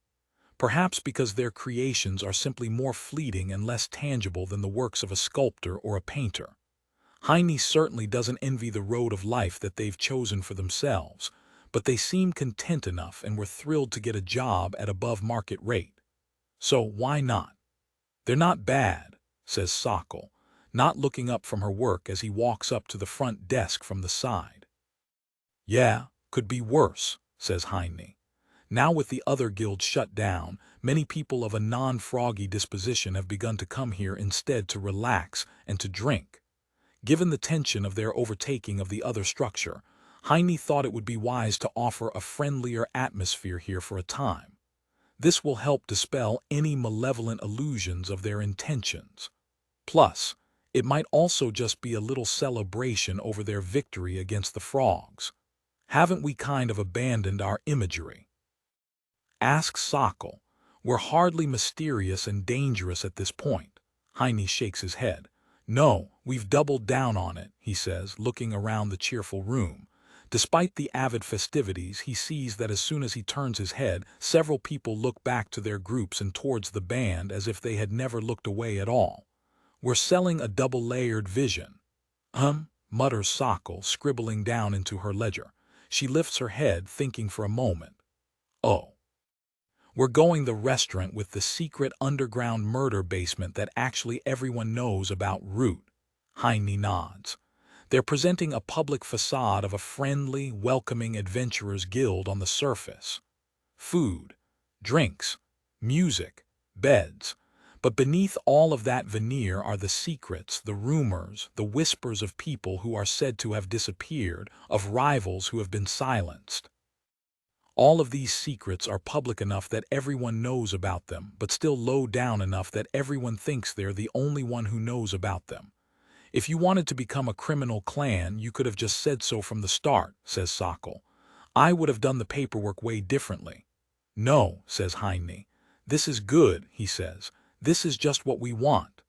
If you say so, replies the elf. I do, says Heine, turning his head towards the side. The quest board is brim full of different notes and requests. Looks like things are heating up. His eyes wander over the requests. People are asking for all sorts of odd monsters to be killed out and around the city. Goblins near the farmlands, slimes by the rivers and waterways. He lifts an eyebrow looking at one note in particular. Harpies. That's what you get for sleeping with twitchy bird women, says Sockle dryly, not looking up from her work. Sockle, have some class. Her pen scratches over the paper. I know what I said, I stand by it. Heine sighs. A tree, yes, asks Obscura. No, replies Heine, shaking his head. She clicks with her mouth in annoyance, spinning her head in a forward circle. We aren't going to put a tree in the bedroom. The owl god points at the empty corner of their bedroom. Obscura thinks it would bring life to the nest, she says. Heine blinks. Oh, he says, realizing. You want it as a decoration. He shakes his head. I thought you wanted to sleep in it, he says. She does, says Obscura. But gracious Obscura will forfeit the opportunity in order to stay down here with her Heine man, she thinks, tapping the side of her waist with a talon as she stares at him. Unless, maybe the two of them will get a very big tree, yes, she offers. Then there will be 3 and they can fit on the tree together as 2, which will lead to 1. Heine lifts his head, looking at the ceiling of the roof. We don't really have the head space, he says, pointing up towards the ceilings that are, while high, certainly not high enough for a very big tree. Hutilda, hoots the owl god. Very well. Then she will simply accept the fate that she has been given, says Obscura. But there must be more plants, yes, she asks. The house is very brown. It is like a sad tree in winter, she notes, walking towards him. But now the spring is here, explains Obscura. So the house too must become green like the forest. Heine tilts his head, holding onto her hand which is against his chest. Sure. I mean, I guess we can afford more house plants, he says, shrugging and looking around the room. Maybe it is all a little bare and pragmatic as far as a home goes. A few extra fresh touches wouldn't go amiss, and maybe it will play into exactly what he was talking about with Sockle before. Besides, his mother always kept this place as green as a meadow. Maybe now's the time to get that tradition restored. He nods. Okay, let's go find a gardener or a herbalist or whoever, he says, walking out of the room and pulling her along. Honestly, I don't even know. Hutilda, hoots Obscura excitedly. Then they shall hunt the flower master together, she says, closing the door to their bedroom behind them as they leave. Colorful flowers, an assortment of cohabitant spring flowers of various varieties, planted together in a single container. Weight, 1.1 kg value. 39 obols. Heine walks back inside of the guild. The band has finished for the day and business is winding down now as the late afternoon, pre-evening lull kicks in. He looks around the guild and then sets the vase in his hands down on the side of the front desk. Here. Maybe these will fix your sour attitude, says Heine, adjusting the vase. Wow, thanks, replies Sockle sarcastically, rolling her eyes. Oh, hey. She leans forward, poking at one flower in the mix. These are poisonous if you get a bunch of them. Heine rotates the vase the other way, turning it so that different flowers look her way. Spoil sport. You know me, says Heine, looking over his shoulder as something loudly thuds down outside against the pavement. The two of them turn to look at the massive owl landing there with crates of flowers in her talons in the middle of the street. It is full of curious and terrified onlookers. We went shopping, explains Heine. Thought the place could use a little livening up. God, your bachelor days are really already over, huh? Asks Sockle. Sad you never even had a chance. Heine blinks. The door to the library pops open and Eilig looks out through it. That's what I said too, she snaps. He's been suckered in like a dope. I didn't get suckered, says Heine, turning back to the door as Obscura walks inside. I got engaged. Yeah, exactly. Dummy, barks Eilig before glaring at Obscura and slamming the library door shut. Clothes, Eilig, shouts Sokol, cupping her hand by her mouth. The door is frozen over in response. Sokol sighs, shaking her head. Heine goes to the door to help Obscura carry the rest of the flowers inside and to start decorating various nooks and crannies of the house with them. But he does so because it's what he wants to do. Chapter 83. Cold demeanors fills the warm forge. Pretty, crunchy fairies should tread more carefully. Heine flips through the book that Seltsam had found for him at his request. Pages flutter as he quickly swipes through them one after the other with his fingers, damp with sweat. With each turn, a new distortion of an image is revealed, depictions of monsters and ghouls and animals of various state and origins. Some are more in the grisly state of being, and others are more calm and peaceful in their appearances. "What are we looking for?" asks Rhine. "Inspiration," replies Heine, flipping another page as he goes through the H section of the book. A page here seems to be missing, as if someone had torn it out. Oh well, these are old books that are often read by adventurers after all. It's not surprising that there is some wear and tear to be seen on them. "I'm looking for ideas for a weapon." He thinks for a moment, considering where all of the fighting is taking place. "What elements are people probably not prepared for in the South, Rhine?" he asks. Rhine blinks, rubbing his lip with the back of his thumb as he thinks. "I guess all of the normal stuff is covered in a war zone, so fire, nature." He thinks for a moment longer. "I'm gonna say ice." "Ice?" asks Heine, looking his way. Rhine nods. "Yeah, ice casters are pretty rare, so the military never likes to use them on the front," explains Rhine. "They mostly do logistics stuff like freezing over rivers and lakes so they can be crossed by supply deliveries, or making ice to stop food from spoiling on long marches." Heine thinks for a while, looking around the forge. "Ice, it's an interesting idea, but how to incorporate this into a weapon? An enchanted sword or an axe is doable, but it's a little unexciting." "Why not make a throwing weapon?" asks a voice from the side. The two of them turn to look at Sokol, who is standing in the door to the forge, leaning against the frame.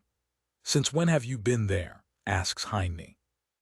He hadn't even noticed her coming inside. "Long enough to see that you two aren't working," replies Sokol. "This is work, Sokol," argues Rhine. "Ideation is a very important process of the design stage of product development." Sokol lifts an eyebrow.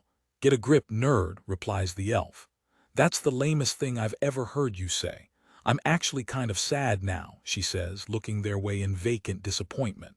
Rhine narrows his eyes, pointing at her. "You like to read old financial ledgers." He protests. "How am I the nerd, nerd?" "Because you're below my level," replies Sokol, leaning in. "I can pull it off," she explains, wiping a strand of hair out of her face. "I bet you got bullied a lot in school." Rhine frowns. "Sokol, did you just come here to tease Rhine because we're working right now?" says Heine.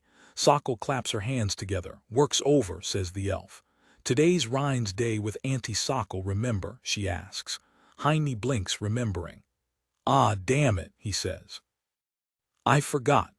"Tough cookies," replies Sokol, gesturing for Rhine to come over. "Come on, twerp, we're going to murder things until you start growing chest hair." Rhine looks his way. Heine sighs and nods, waving him off with an idle hand. "Did you really just ask him for permission?" asks Sokol. "Gods," she sighs, shaking her head.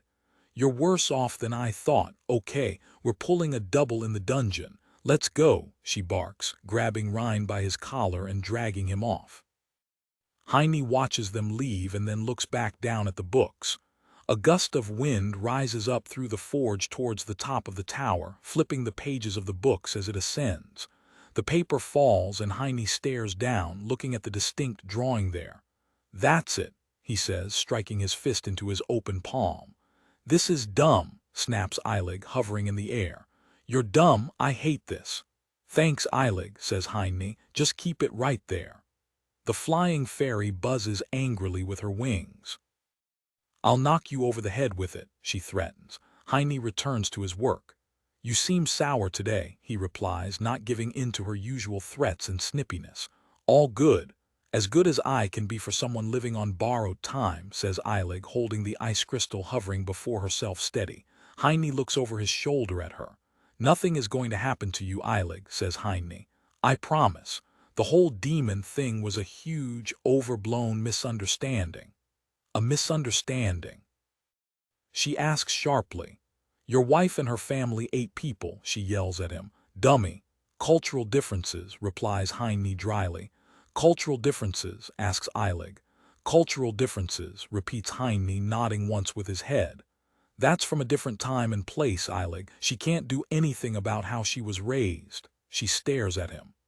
I know that I considered dropping you on your head a few times, but I never actually did it, she says. I guess you're just this dumb as is, says the fairy. You're getting married to an exotic, baby-eating demon. She spent her entire life trying to keep you away from it, snaps Eilig, referring to his mother. And you're just shitting all over that. I hate you. Obscura isn't in it, replies Heine. She's a she and she's going to be my wife, he says, not skipping a beat. You're my only family left, Eilig. I need you to accept this. Please try to, at least. The room is quiet, apart from the clinking of metal as Heine fiddles around with some bolts and metal plates to piece a small stand together. He looks over his shoulder again after a minute, but Eilig is just hovering there quietly and doesn't say anything. He returns to his work. Okay, says Heine. Set it down slowly. Yeah, replies the fairy. Don't tell me what to do, she snaps, lowering the massive ice crystal she's created onto the stand that Heine has made. Perfect, says Heine, looking at the construction. It's in essence simply just a metal stand with a big chunk of magical ice on top of itself. He looks at it, recalling his days as a carpenter, and then lifts his hands. Carving ice is sort of like woodworking, right? Heine shrugs. It's probably close enough. Heine used carpentry, shave material, it's done. Not the weapon he wants to make, but rather the thing that he needs to make the weapon that he wants to make. Heine stands back, admiring the construction made entirely out of carved ice. It's a series of carved, polished discs in an elongated, narrowing cone shape. I still think this is stupid, says Eilig. That's why you get paid an employee's salary and not management money like I do, replies Heine. He winces as something small smacks his ear. Watch your mouth, or I'll ground you like the brat you are, she warns. Don't forget which one of us is older. It's not like I ever leave the house anyways, replies Heine, shrugging. Conical concave ice crystal condenser, quality normal composition ice. 100% quality effects none, a series of interlocking conical lenses made entirely out of magical ice. Made by Weaponsmith Heine, chosen of the Owl God. Made by Eilig, the fairy. Weight 1543 kg. Value 0 obols. The two of them look at the device for a while. There. Can I go now? Asks Eilig. This is a waste of my time. I still need you for the next step, Eilig, says Heine, rubbing the tip of his ear. Besides, without you it'll melt. She rolls her eyes. Then why didn't you just make this heap of junk in the ice cellar, she asks. Am I just supposed to live here forever now? She gestures around the forge. Actually, that's a good point. Heine was so wrapped up in the idea that he really didn't think it all the way through. Damn. This is why it's important for him to have Rhine here. We'll move it later, he says. Tough it out with me a little longer, okay? She sighs. Fine, but you owe me for this. Noted, affirms Heine, returning to his work on the actual item now that the primary tool for the next step is completed. Eilig stares at him, her arms presumably crossed as she hovers there in silence. Heine holds his hands out over the newly crafted item excitedly, presenting it to her, but she doesn't seem thrilled. It's just a skull again, she sighs. You already made a skull before, it's not interesting twice.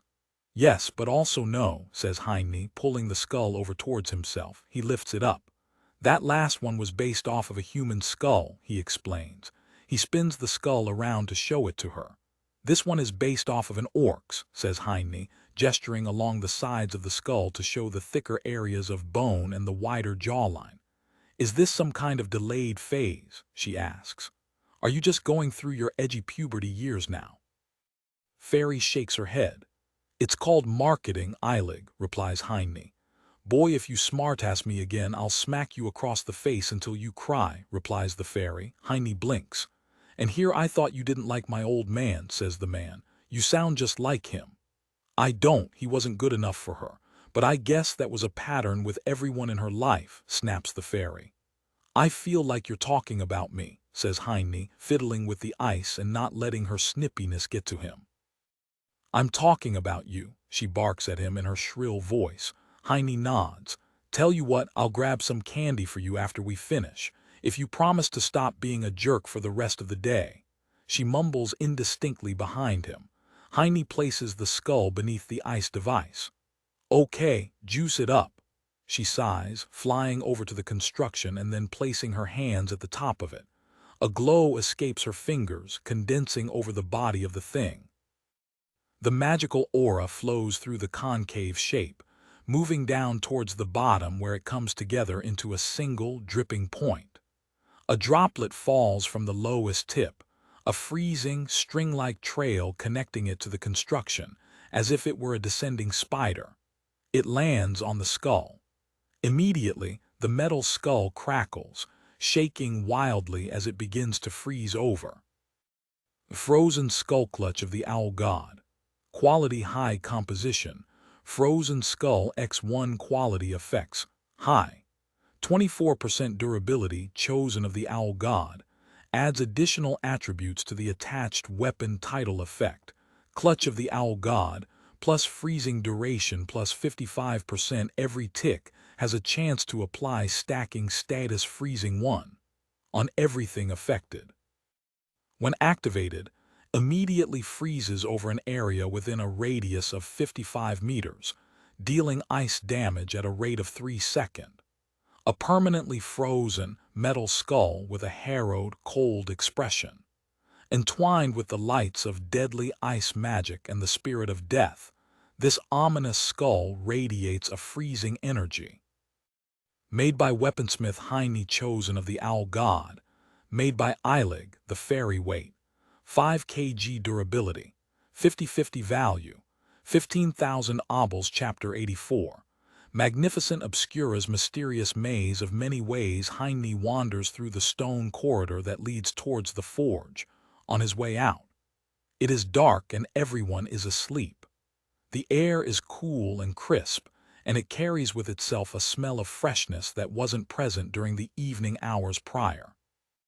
The house is lightless and he stands there, staring up towards the looming yellow eyes that watch him from above, from the shadows, with a curious gaze. There in the darkness, no physical body is visible. There are only eyes.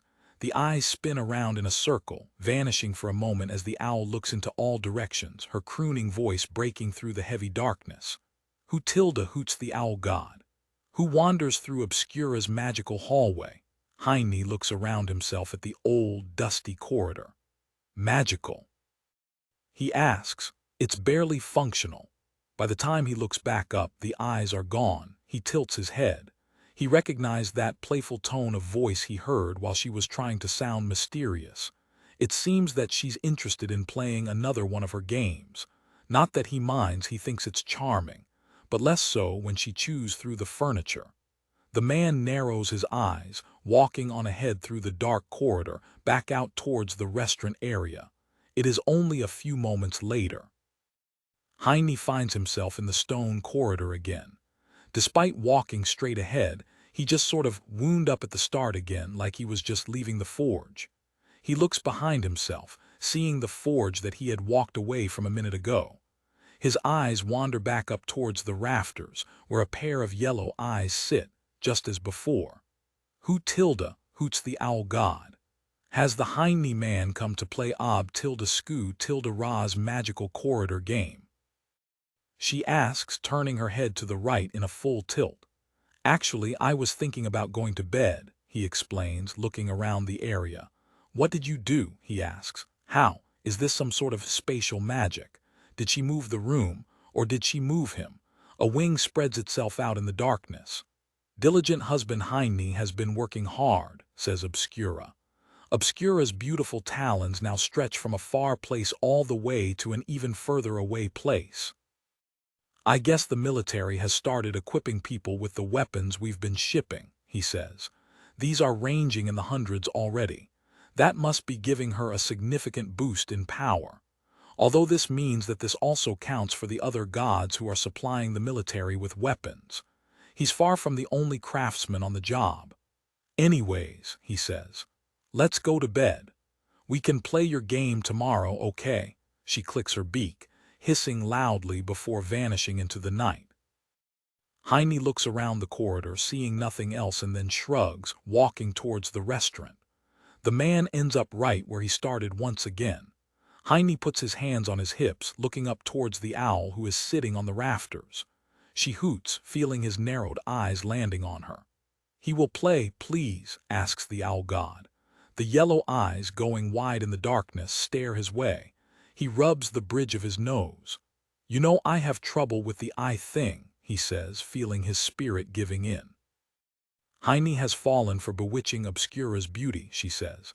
It cannot be helped, irresistible, magnificent, mysterious ob tilde sku tilde ra. Fine, he sighs. But we're going to bed after this, and don't forget that it's time to change the sheets tonight too, so we still need to do that also. Fool, hoots the owl god, leaning down towards him. While the Heine man was lurking in the shadows of the home, magnanimous Obscura already skinned the bed. Oh, thanks, he says. And I wasn't lurking, I was working. Work is over, game now, yes, Heine nods. Okay, let's hear it, what's the game? He looks around himself. I doubt it's a labyrinth this time, says Heine, looking at the perfectly straight corridor. She clicks her beak excitedly, letting out a breathing, hissing noise at the same time. The rules are simple, yes, she says. The Heine man must find his beloved in the big house. What, hide and seek? He asks, almost let down. I mean, sure. But that seems kind of easy. I know this place like the back of my hand. Then we shall see, yes, she asks. How the Heine husbandman will fare with backwards hands, she hoots, vanishing into the darkness. Heine blinks, looking down at his hands, which are still perfectly normal. That must have just been another one of her weird ways of saying something. Oh well. He shrugs, walking down the corridor. It can't be that hard to find her. Knowing her, she's probably upstairs in their room. Or if she's feeling really clever today, she'll be in the library, inside the shelf behind the books. Heine yawns. The house is upside down. Heine has finally reached the end of the stone corridor after his third try and now finds himself in the restaurant. The only problem is that he's on the ceiling. The hanging lanterns are disrupting the floor before himself, and all of the tables are up above his head. Thankfully, nothing seems to be falling down. How the hell, he mutters, walking around in confusion. The problem with the ceiling of the restaurant is that it's a high ceiling with rafters in the midway. This means he only has a narrow walking space along the rafters. If he falls, he'll land on the ceiling of the room. Grabbing one of the lanterns that is pointing straight upward, he gives it a slight push and it wobbles, moving exactly as he would expect it to under normal circumstances with a slight swinging motion. Except it's upside down. Or is he the thing that's upside down? He isn't sure. Her magic must have really gotten powerful if she's able to influence their home so significantly. His eyes wander around the room, looking at it from a perspective he certainly never has had before. How the hell am I supposed to get around here? He asks the room, looking at the door frame to the kitchen, which is fairly high up. He receives no answer, but his eyes wander down the length of the room towards the front desk, which seems more reachable if he grabs hold of the poles attached to its corners. From there, he could feasibly hoist himself up onto it and then try to get into the library. Maybe that will be easier to navigate. The shelves in there are fairly climbable as far as household objects go. Carefully, he balances his way along the rafters and goes through with his plan. Heine pulls open the door to the library. Seltsam, I'm coming in, he says, standing on the top of the door frame. A rustling comes from behind the shelves. Ha-wah, ah. Oh, she yawns, and he can hear a ruffling of bedding material. You're up late. Don't mind me, says Heine, stepping inside. I'm just looking for an owl. I'll be in and out in a minute. Huh, she asks as he looks around. The problem with the library is the high roof, but the upside is that he can just walk along the bottom of the inner balcony inside of the room. That at least makes it easy to get around. Oh, I don't think the owl god is in here, she says. I would have heard her, I think. Heine thinks for a moment, nodding. Seltsam is hyper-aware of her surroundings. If she says the owl god isn't here, then he thinks he can take that statement as is. Thanks, he says, walking around the balcony to get to the door to the upstairs corridor. Are you upside down? Don't worry about it, Seltsam, says Heine. It was my own poor life choices that brought me here. Huh, Heine grabs the rim of the inner balcony, pulling himself up around it. This part is going to be a bit tricky because he has to get to the door to the upstairs corridor, which is opposite of him now. He might be able to swing himself around and fall through, but he won't be able to do that while it's still closed, and opening it while falling is out of the question. Can you open this door for me? I'm in my pajamas, she replies. So, asks Heine, looking back towards the shelves. Wait, let me get changed, she says. He rolls his eyes. First of all, I'm already engaged, says Heine, lifting an eyebrow. Second of all, I'd get petrified if I tried to look, and thirdly, he's quiet for a moment. Thirdly, she asks. I don't have a third point, says Heine. Wait, number work hours are over, so wear whatever you want. He nods, satisfied that he found a third argument. I'm closing my eyes. Just tell me when it's open and I can look. Hold on, she says, and he can hear an awkward shuffling. A moment later, he can feel a tentative presence moving past him, awkwardly shuffling along like a wary fox, sniffing out if it is safe to leave its cover. She walks up over the balcony above him, and then he hears the door opening up and her shuffling away again. Okay, it's open. You can look, she says a moment later, back down below the shelves. Thanks, says Heine, grabbing the edge of the balcony and then dangling down. Swinging his legs, he gathers some momentum and then throws himself forward, latching onto the door frame and pulling himself in. Good night. Good night, she replies as he shuts the door and looks around himself. Heine hopes that Obscura isn't hiding in the ice cellar. That would be a real problem at this point. The talon dagger taps against his leg as he moves. He doubts it, though. She and Eilig don't really get along. He sighs, trying to finagle his way down along the ceiling of the hallway towards the nearby bedroom door. Awkwardly jumping to reach the handle, he grabs it and swings it open before climbing inside of their upside-down bedroom. Well, no, apparently he himself is upside down. The house seems to be normal. It doesn't look like she's here, though. Heine makes his way down the hallway to the attic. He assumes she's not going to be in one of the rented rooms. That feels like it's out of bounds. Opening the door just as awkwardly, he steps inside and falls towards the ceiling, hoping that it will support his weight and he won't fly off through it. He looks around the attic. She isn't here. He turns his head to look at the last door remaining, the one to the small bedroom. Finding a way to go towards it, he grabs the door that likes to get stuck and pulls it open, looking inside. She isn't here. Damn it. Heine sighs, rubbing his face. What if she really is in the ice cellar? He's going to have to go all the way back down, and then he stops mid-thought, realizing where she is. Heine turns his tired head around, realizing that he has to go all the way back again to where he started. Heine finds himself in the stone corridor leading towards the forge. He plants his arms on his hips, looking at the owl who sits before himself, in the exact same spot she was at before she flipped him around, up on the rafters in the corridor. She never left. She was hiding here the whole time. Hutilda, she hoots, spinning her head around. He has found her. Very cute, says Heine, bending down and picking the owl up. You knew I'd run through the entire house, didn't you? She nibbles on his finger as he looks around, trying to figure how he's going to get back upright. His darling Obscura waited here patiently, but she did enjoy the tease. I bet. Come on, let's go to bed, says Heine, walking off along the ceiling, carrying the owl with him beneath his arm as he goes. Chapter 85. The talons of Obscura are sharp and the secrets of the owl god are many, so what's with all of the skulls?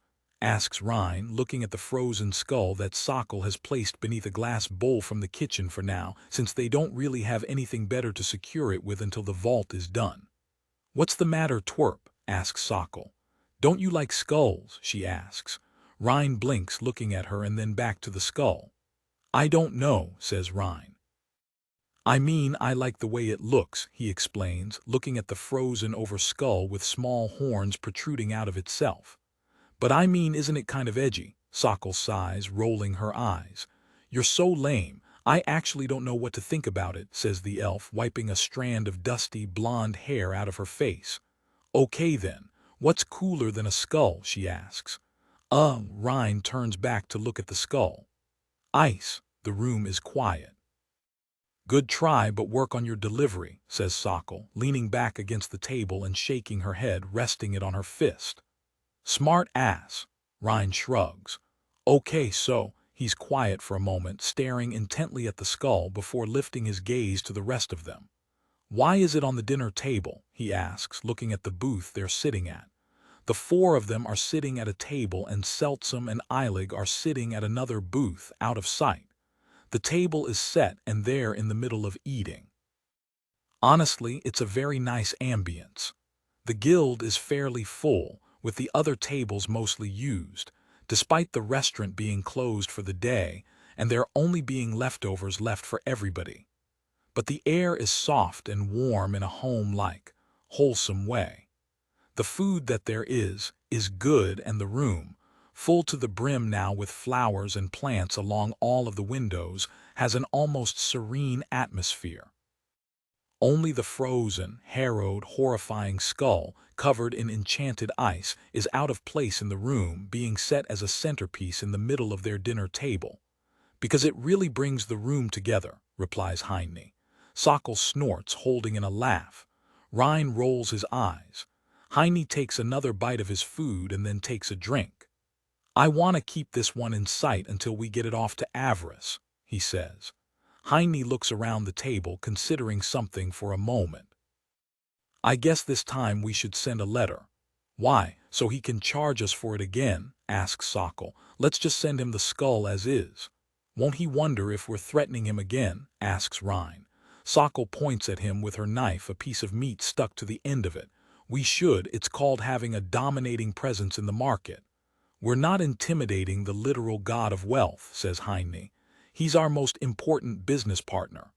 Exactly, says Sokol. All the more reason to set some clear business terms.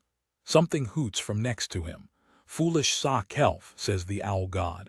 Obscura had hoped that staying in her presence would cause her to feel a touch of her incredible wisdom, hoots Obscura.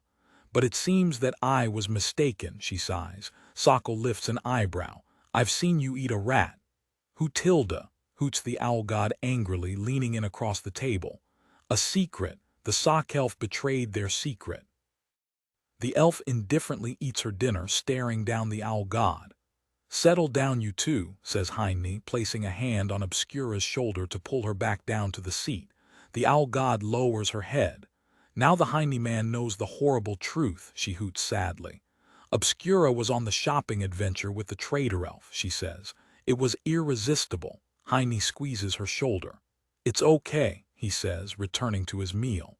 We all have moments of weakness. He looks over at Sokol. Sokol, no betraying other employees. Not in the contract, she replies, her mouth still full. Heine takes his turn to roll his eyes. Rhine, eat your dinner, he says.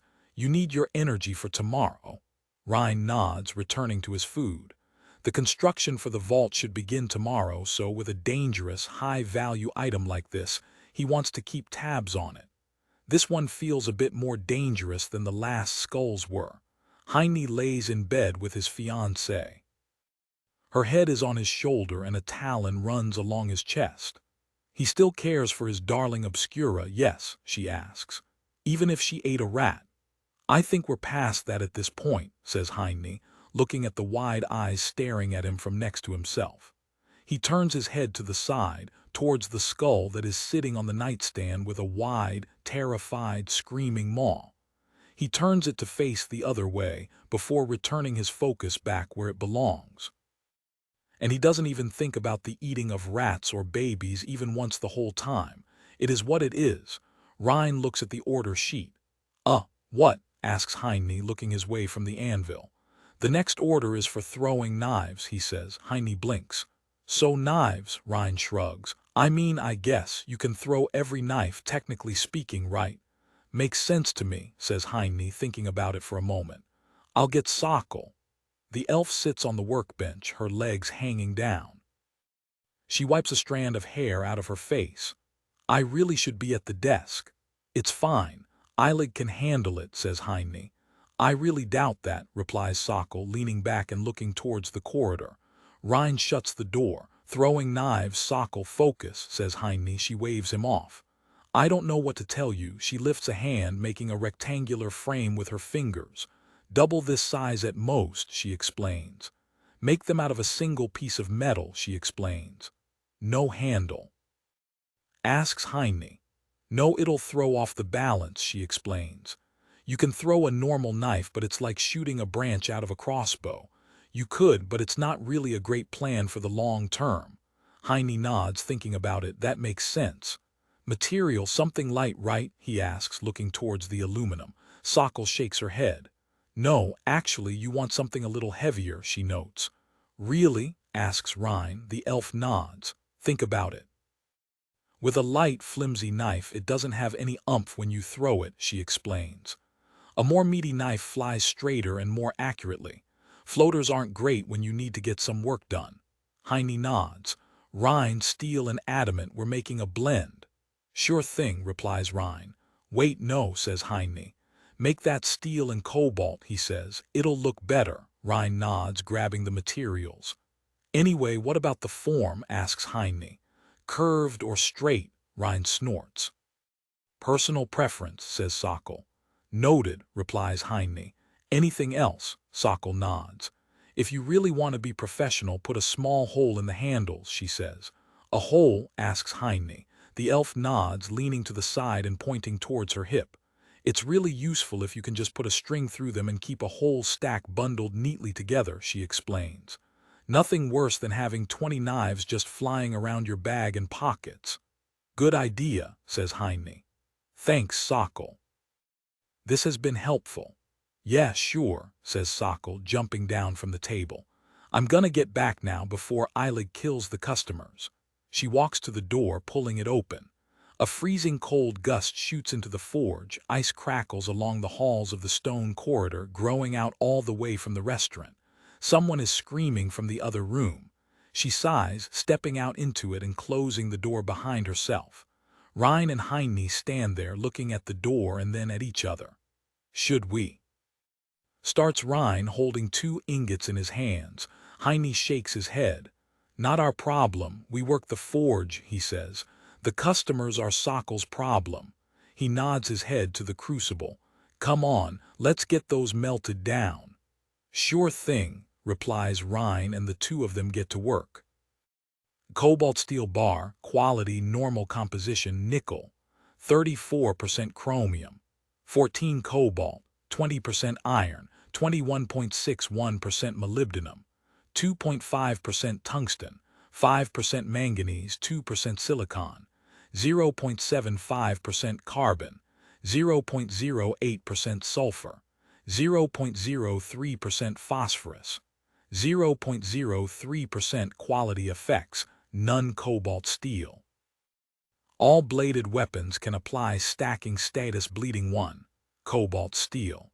All weapons gain +1 dark damage. Cobalt steel is a dark blend of steel and cobalt.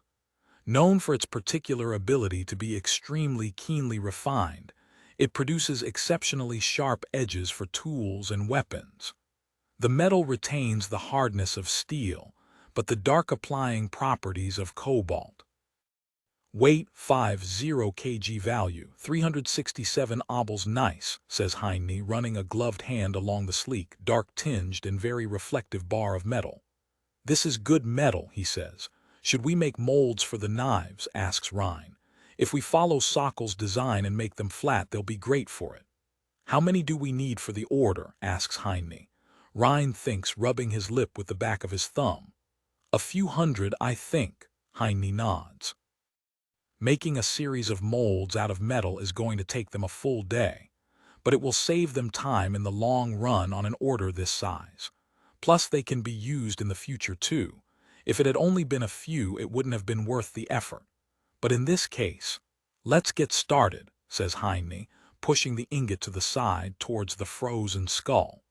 By the time the day comes to an end, the molds are ready.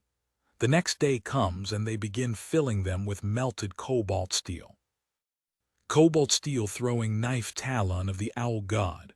Quality high composition. Cobalt steel throwing knife excel, normal. Leather wrap black cloth wrap black cord quality effects high.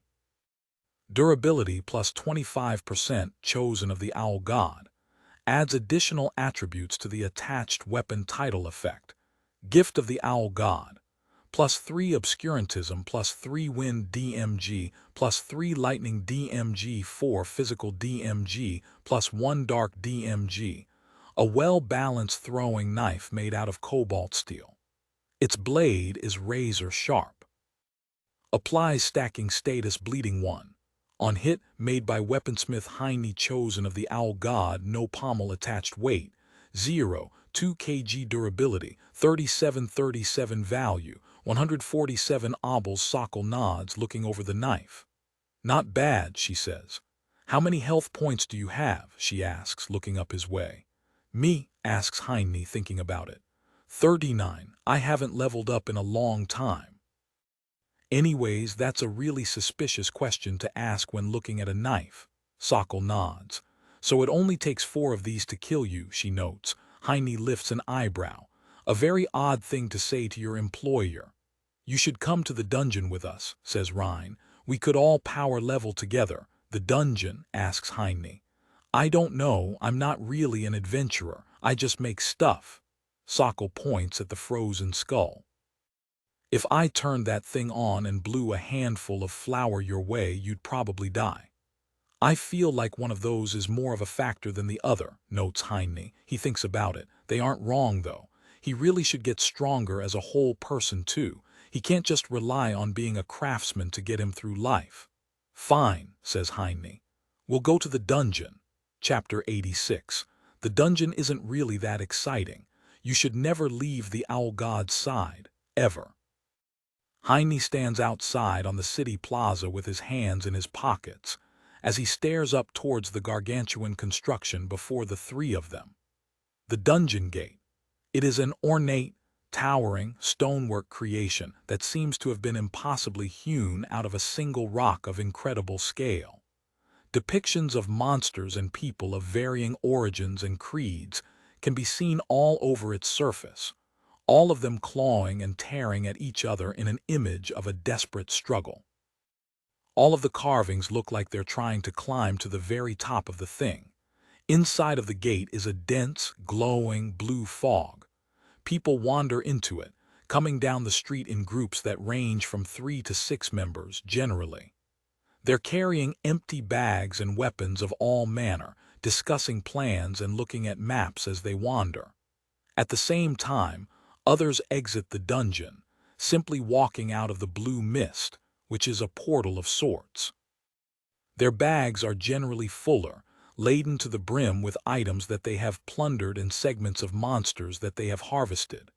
Most of the city's materials for just about everything are extracted from the dungeon. You've really never been? Asks Sokkel. Heine shakes his head, watching the stream of adventurers walk past them as they stand in the middle of the vibrant market plaza surrounding the dungeon.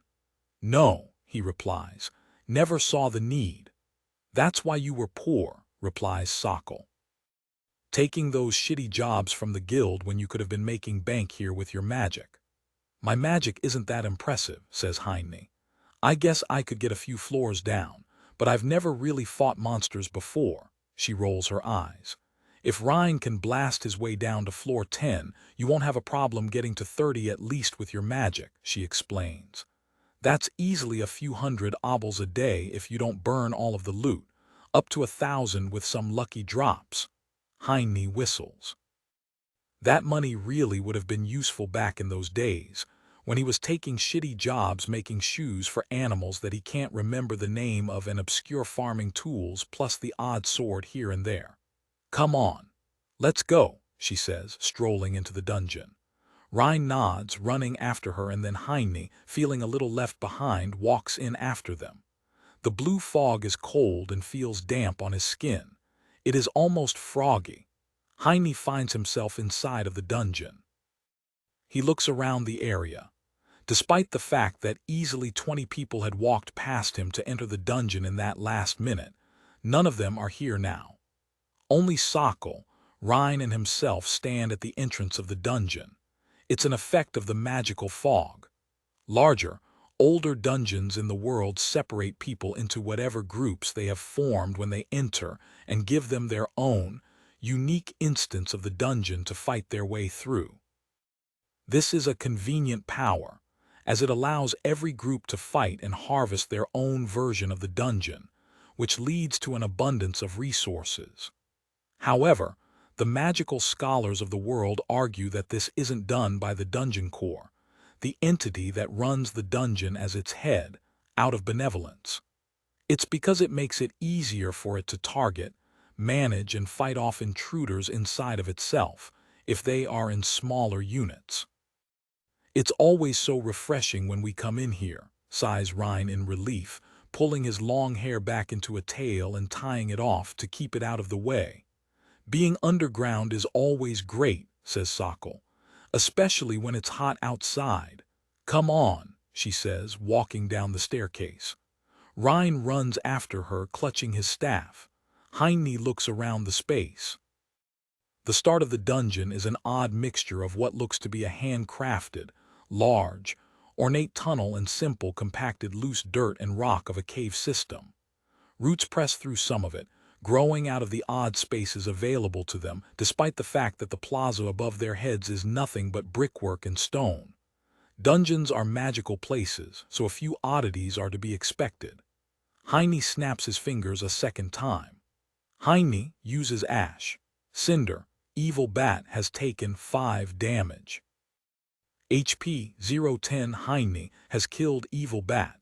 The giant bat that was flying above their heads spirals down towards the ground, its body full of glowing embers. Gained +3 exp, he says, looking around the room before his eyes wander back down towards the dead monster. Is this it? He asks, almost let down as the small bat disintegrates down on the stones. I was expecting something more dramatic. We're on floor 2, sighs Sokol, rolling her eyes. The real trouble starts deeper down, but we'll just go a few floors today since I have to babysit 2 children instead of just 1. You're pretty bold for someone with a termination clause in her contract, says Heine, walking along towards the next staircase, which heads deeper into the dungeon. Your problem is that I'm too valuable to replace, she replies, waving her hand over her shoulder to dismiss him. So you've already lost no matter what. There's a boss monster on floor 10, says Rhine excitedly. It's a big slime. What? Asks Heine. A giant slime, repeats Rhine. It's like a normal slime, you know, he wiggles with his hands. Those goo monsters that eat everything they touch, except this one is really big. Heine blinks, looking around the area. I really expected something more dramatic. Don't provoke the dungeon, lightweight, warns Sokol. If you piss it off, it'll go out of its way to make our lives hell. Heine looks around the dungeon. It's a very large area for being underground beneath the city. How has no basement or cellar ever dug into this? He shrugs. A mystery of life. Heine stands back with his hands on his hips as Rhine lifts his staff. Rhine used Cascade Poison. An uncontrollable surge of wild water shoots out from Rhine's staff, cascading and flooding the room below them with a wash that is unusually tepid and murky for Rhine's magic.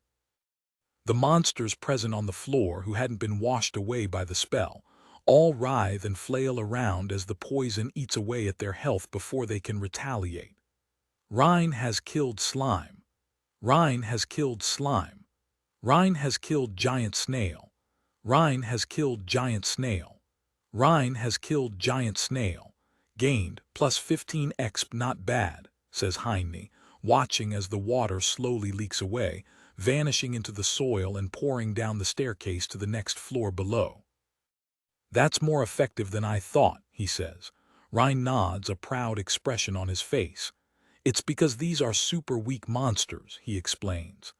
But the poison effect stacks if they don't die right away, and since poison does a percentage of health points instead of a solid number, it can get really strong on a bigger enemy, he says, clearly enthusiastic about it. Probably, asks Heine. Rhine nods, looking at Sokol. I haven't killed the boss on floor 10 yet. Oh, how come? Asks Heine. Sokol plants a finger on Rhine's forehead. He isn't ready yet.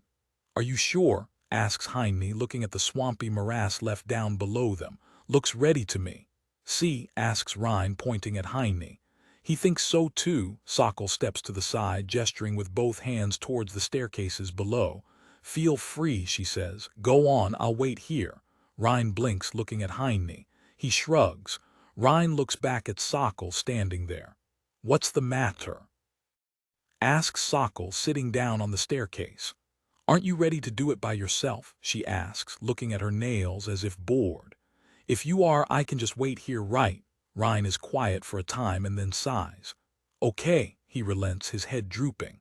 I'll keep grinding these floors out until I get stronger. Sokol nods, pleased enough, and she gets up, dusting herself off.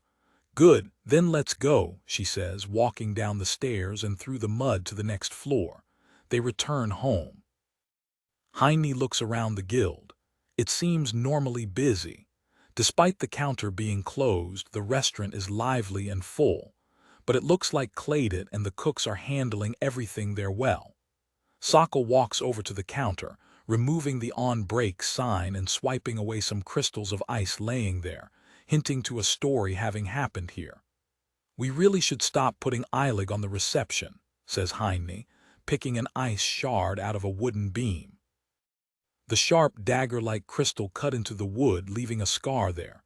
Sokol shakes her head.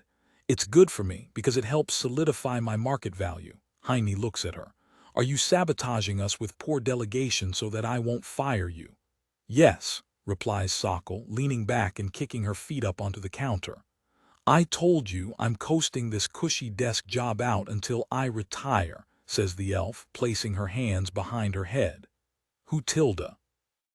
Hoots an excited voice, a familiar face hovering down in front of his face, upside down. Hey, says Heine, sharing a greeting kiss with Obscura. We just got back. Busy Obscura has seen, she says, looking over her shoulder. Many people have come to offer her tribute, yet she needs her Heine man most, says the owl, grabbing his hand and pulling him along towards a crowd. The baker man wishes to sell more bread, but Obscura's baskets are full, she says. She lowers her voice, leaning in towards him.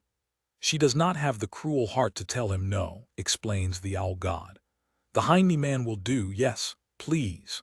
Heine can't help but hold back a laugh at this discrepancy, given the revelations of her past he had learned about a while ago. But people, gods, and demons too apparently are complicated. Heine looks back, seeing Rhine sitting on a chair next to Sokol. Rhine looks at her and then leans back, kicking his feet up too, copying her posture.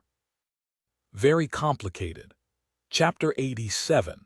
The rainy mood makes one think froggy thoughts. Soft rain falls from the sky, striking against the roofs of the hundreds of houses around them with supple, percussive impacts.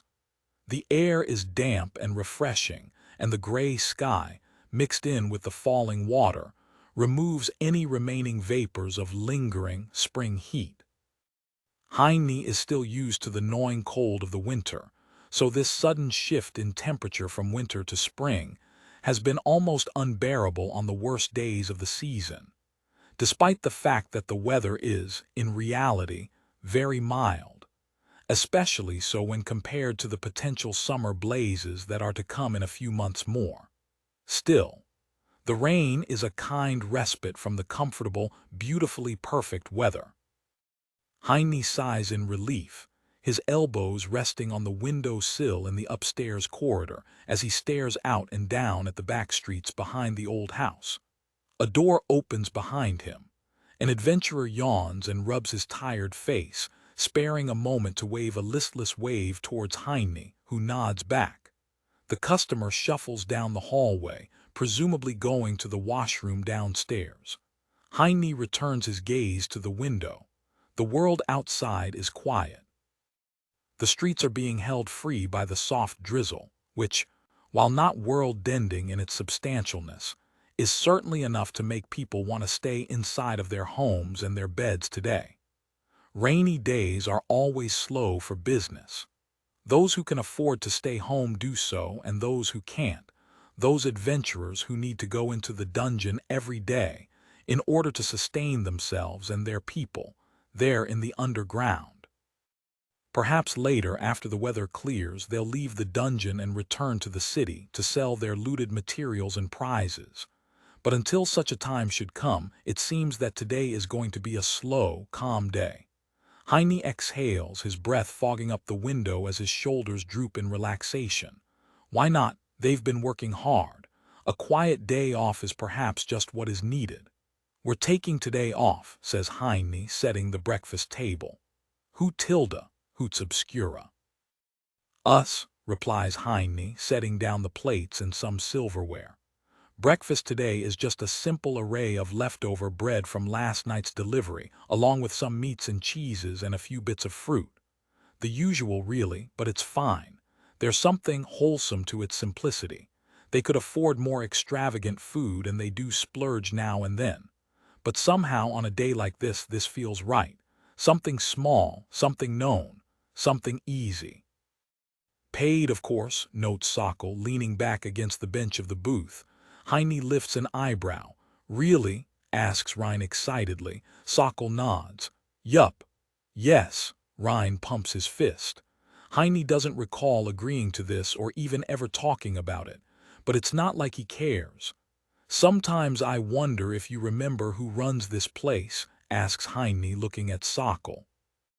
The elf, still leaned back, lazily lifts a finger and simply points past him, towards the owl god who hoots, clearly pleased at Sokol's unusual reverence. Heine rolls his eyes but decides not to get into it. He sometimes wonders if Sokol isn't going out of her way to provoke him. Is she testing him? Honestly, he doesn't know if she is, or if she's gotten bolder since being allowed to sleep a full 8 hours every night. She was nicer when she was sleep-deprived. But at least she and Rhine get along great. That's something, right? "Do not fear," says Obscura, placing a taloned hand on his arm. "Obscura is mighty, but the Heine man will always hold power over her heart." "Gross," says Rhine. "Ow," he flinches, rubbing the sore spot on his chest that Sokol had just elbowed with her bony elbow. "It's called romance, twerp," says Sokol. "You'd know about it if you weren't such a lost cause." She shakes her head, grabbing a canister of water and pouring herself a glass. "Says you batirs," snaps Eilig. She lifts her hands, and an instant later Sokol's glass of water freezes over. The elf looks at it, narrowing her eyes before turning to the fairy. "You get less attention than I do, and people can't even see me." Rhine snorts and then promptly gets elbowed again. "Ow! Settle down, everyone," says Heine, shaking his head and taking a seat. "Let's have a nice breakfast, okay?" Sokol and Eilig presumably glare at each other. But then both of them relent and breakfast begins. The rain lazily trickles on, splashing down the large windows. Heine stands in the forge, tinkering with some random bits and bobs. He isn't really working, he's just playing around with some ideas for something on the side. Rhine is here too, sitting hunched over the workbench as he continues to draw up and think of ideas for his tribute for the owl god. The one she had requested of him, in exchange for him being able to wish for something. "You really don't have to overthink it," says Heine, looking over from the side towards Rhine. The boy lifts his head, looking his way. "She's happy with just about anything," he explains, returning his gaze to the metal he's fiddling around with. You could just make her a bunch of clay frogs to break and to throw around the room and she'd be thrilled. He can hear the sound of Rhine scribbling as the boy returns to his own work, and the two of them continue on in silence for a time. I want it to be good, says Rhine. Heine doesn't look away from his own project. I know I could just do something easy. But then Rhine goes quiet again, and the room is full only with the sounds of a lightly crackling fire and the drizzling rain, striking against the open windows of the forge tower. And I know she'd hold up her end of the bargain, he adds in between. But then I wouldn't feel like I earned it, you know, he asks. I guess it sounds dumb when I say it out loud. Heine shakes his head. You're a good man, Rhine, he says. You're gonna be all right. He doesn't ask what exactly Rhine's wish is, let alone why it's so important to him that he would work this hard on it. But he doesn't need to ask. It isn't his business. Clayed it, says Heine, walking out into the restaurant. We're closed today. Go home. Go visit your brother. The dark elf looks his way, looking around the restaurant. Oh, she turns to look back at the door, her wet hair sticking to her face. Sorry you walked all this way in the rain, says Heine. The day's still being paid, don't worry. Can I stay here till the rain stops, she asks. Heine nods. Of course, he says. Grab some food from the kitchen and a book from the library. She nods, wiping off her wet face, and then walks over to Sokol, starting a conversation about the weather and life in general. The frogs had once paid the dark elf to send a macabre message to them here, but after that they had simply left her alone. There was never a follow-up. There was never any threats of any sort or any shady business. It was a simple, honest, if not grim, transaction. Heine hates to say it. The frogs play rough, but they don't play dirty too often. They don't seem to try and get outsiders involved in any violence. He has to give them that. The man turns his head, looking at a spot on the floor where the frog god Nekia had been pacing in frantic panic during the end of their time together in the other reality. She wasn't a bad person, relatively speaking. If one gets past the repeated ordered kidnappings and break-ins and brainwashing stuff, then she was really pretty all right. She was just a normal person, a little messed up by the world, and he honestly feels bad for her. If what he had seen in the vision of his past that Obscura showed him a while ago was true, then Nekia had saved him as a child. She lost her leg and her fingers because of her efforts to do so, and that is what led to the death of the old owl god and the feud that now still persists to this day. So where does this leave him? He doesn't really know. She seems to have a strange infatuation with him. Perhaps because she saved him when he was a child, and so she feels connected to him by their past the same way that Obscura does. Or perhaps because he really is the only person around who has lived 3 lives and is thereby capable of living a 4th. Although that ship has sailed, as he's now on his 5th life. Huh, says Heine to himself, realizing that the numbers line up once again. It's funny how the universe works out like that sometimes. His eyes wander to the window that the rain still drizzles against.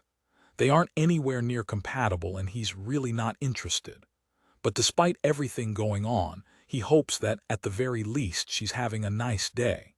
He's involved in this feud between gods, but it isn't personal to him as long as they can live their lives in peace. But perhaps that is simply him being too optimistic. Heine knows that the frogs, that Nekia, the big frog, haven't given up just yet. Somewhere out there, they're watching the same rain that he's watching and perhaps even thinking similar thoughts to what he's thinking. The frogs had never tried to kill him, barring Benny, who was a straggler. They had only wanted to get him out of the picture, perhaps even for his own well-being. Heine can't help but wonder if they themselves really aren't the bad guys here. He turns to look at the frozen, grim skull of a screaming face, encased in glass behind Sokol's desk. Nah, it's probably fine. The rain is just making him moody and overly imaginative. It'll be gone by tomorrow. Chapter 88. The Owl Knight. Heine takes a step back, holding her hands in his, and she follows his movements. Soft moonlight shines in through the vaporous midnight air as they sway in a well-practiced dance. He holds his gaze low, looking at her, and she returns the same to him as they move through the open room together by themselves. "We've gotten better at this," says Heine, looking at the owl god. "Who tilde?" hoots Obscura. Graceful Obscura does not even need to fly any more to aid her foolish Heine. He lifts an eyebrow. "The way I recall it, you started the whole hovering thing after you stepped on my foot," he notes. "Right through my boots," he says, looking down at her taloned, harpyish feet as they move. "Sharp," she hoots. "My Heine has big feet," she says. "It was not Obscura's fault." Heine shrugs. "You're one to talk," he says. "Aren't your feet even bigger than mine?" he asks. Her foot splays out into two long segments on the front with a talon each and one towards the back. "Rude Heine," she hoots angrily, pulling a hand free and trying to walk away. He pulls her back, his hand still on her wrist, and grabs her. The two of them look at each other and then laugh, and then they resume the dance. There isn't any music or anything that fancy. It's just the two of them, the moonlight and the croaking of the old bones of the house, which sways with them in the wind, a silent partner to their night. "How's the whole worshipper thing been going?" he asks. "I've been so busy with the forge and life, I've barely been able to keep up." She hoots, pressing her head against his chest sideways and holding it there as they waltz in silence for a time. "It has been busy," she says, breaking the gentle quiet. "Many chirping voices beg for my attention," explains the owl god. "The baker lady seeks favor, and then comes a swordman to present her with trophies of the hunt." She shakes her head. "At the same time, children come to ogle her incredible beauty and to fill her ears with their little squeaks," says Obscura.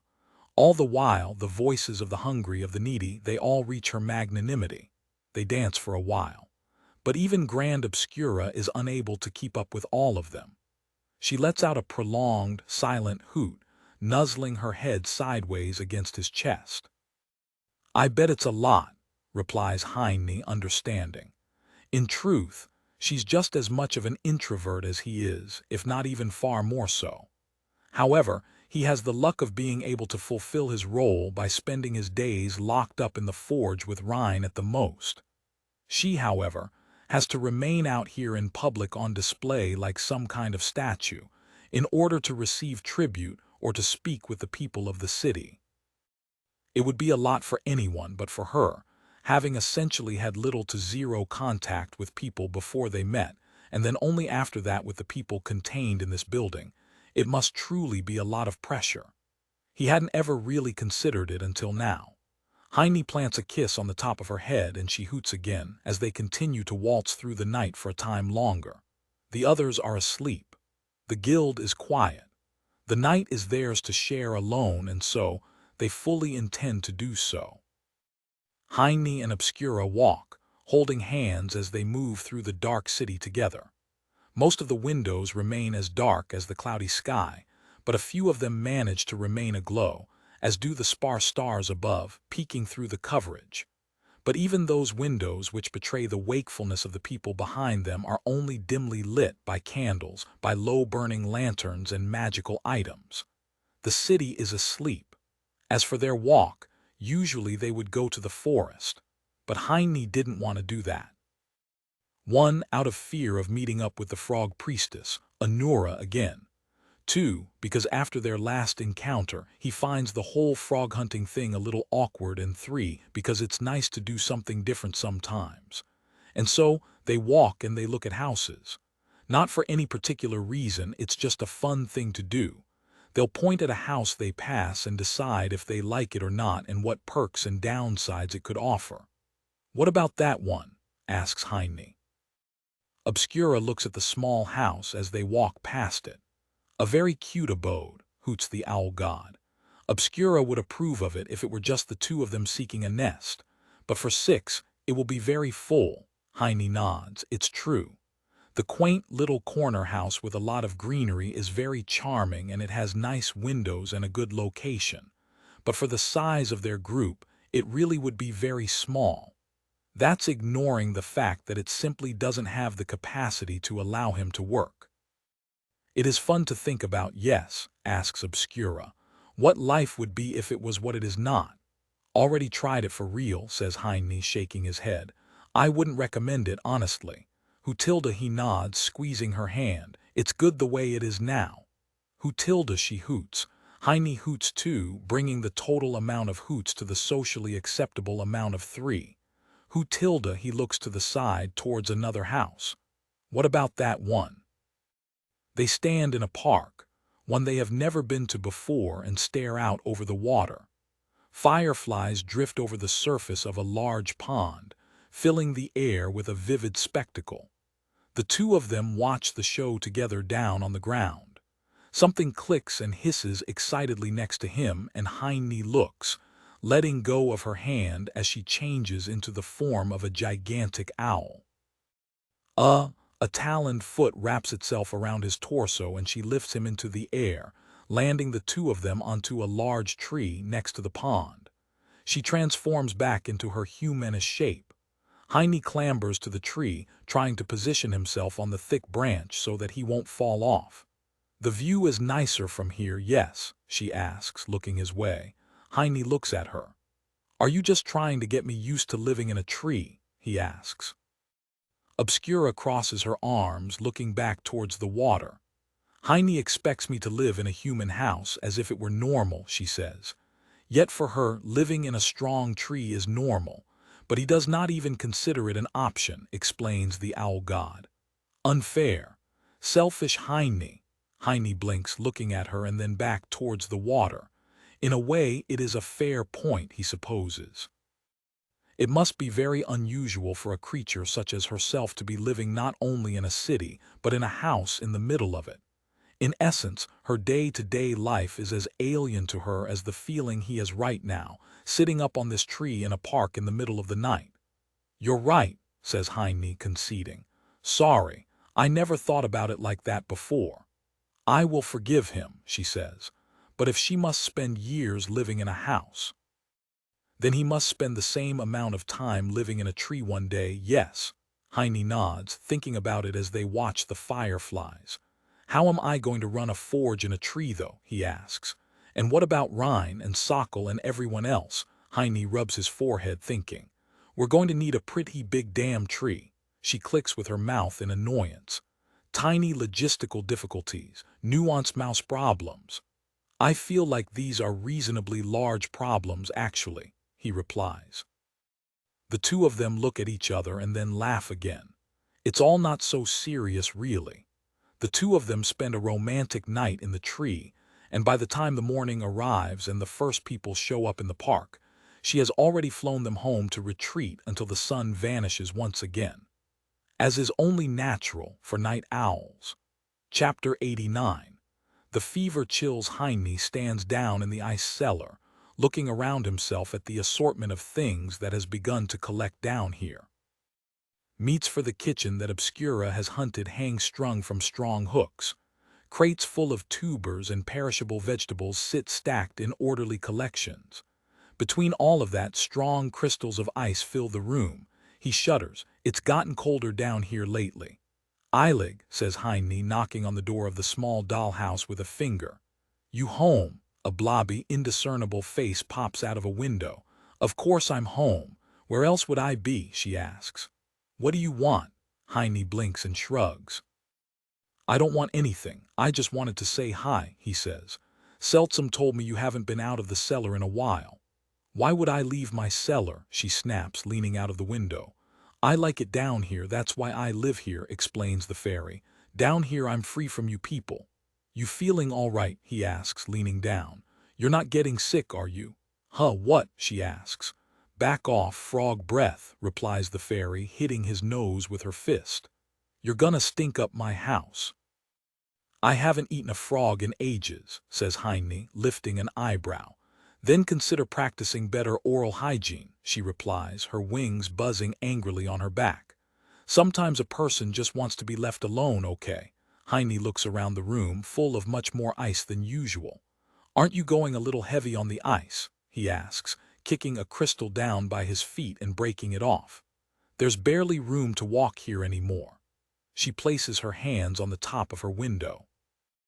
Maybe that's the idea, she barks and then slams it shut, disappearing inside again. Heine shrugs, looking around the basement, full of ice, before heading back upstairs. It is a day later. Heine climbs down the ladder to the ice cellar, letting out a surprised hiss as something pokes his leg before he can climb down. The man turns around, looking down at the ground below him. The entire floor of the cellar is covered in razor-sharp, jagged spikes of ice that point up towards the ceiling, which is starting to frost over. This place looks like some wild cave at the peak of a frigid mountain, more than a cellar in his own home. Carefully, Heine makes his way down, breaking the crystals from the side with his boots before working his way slowly towards the house, attached to the ceiling by a spire of ice.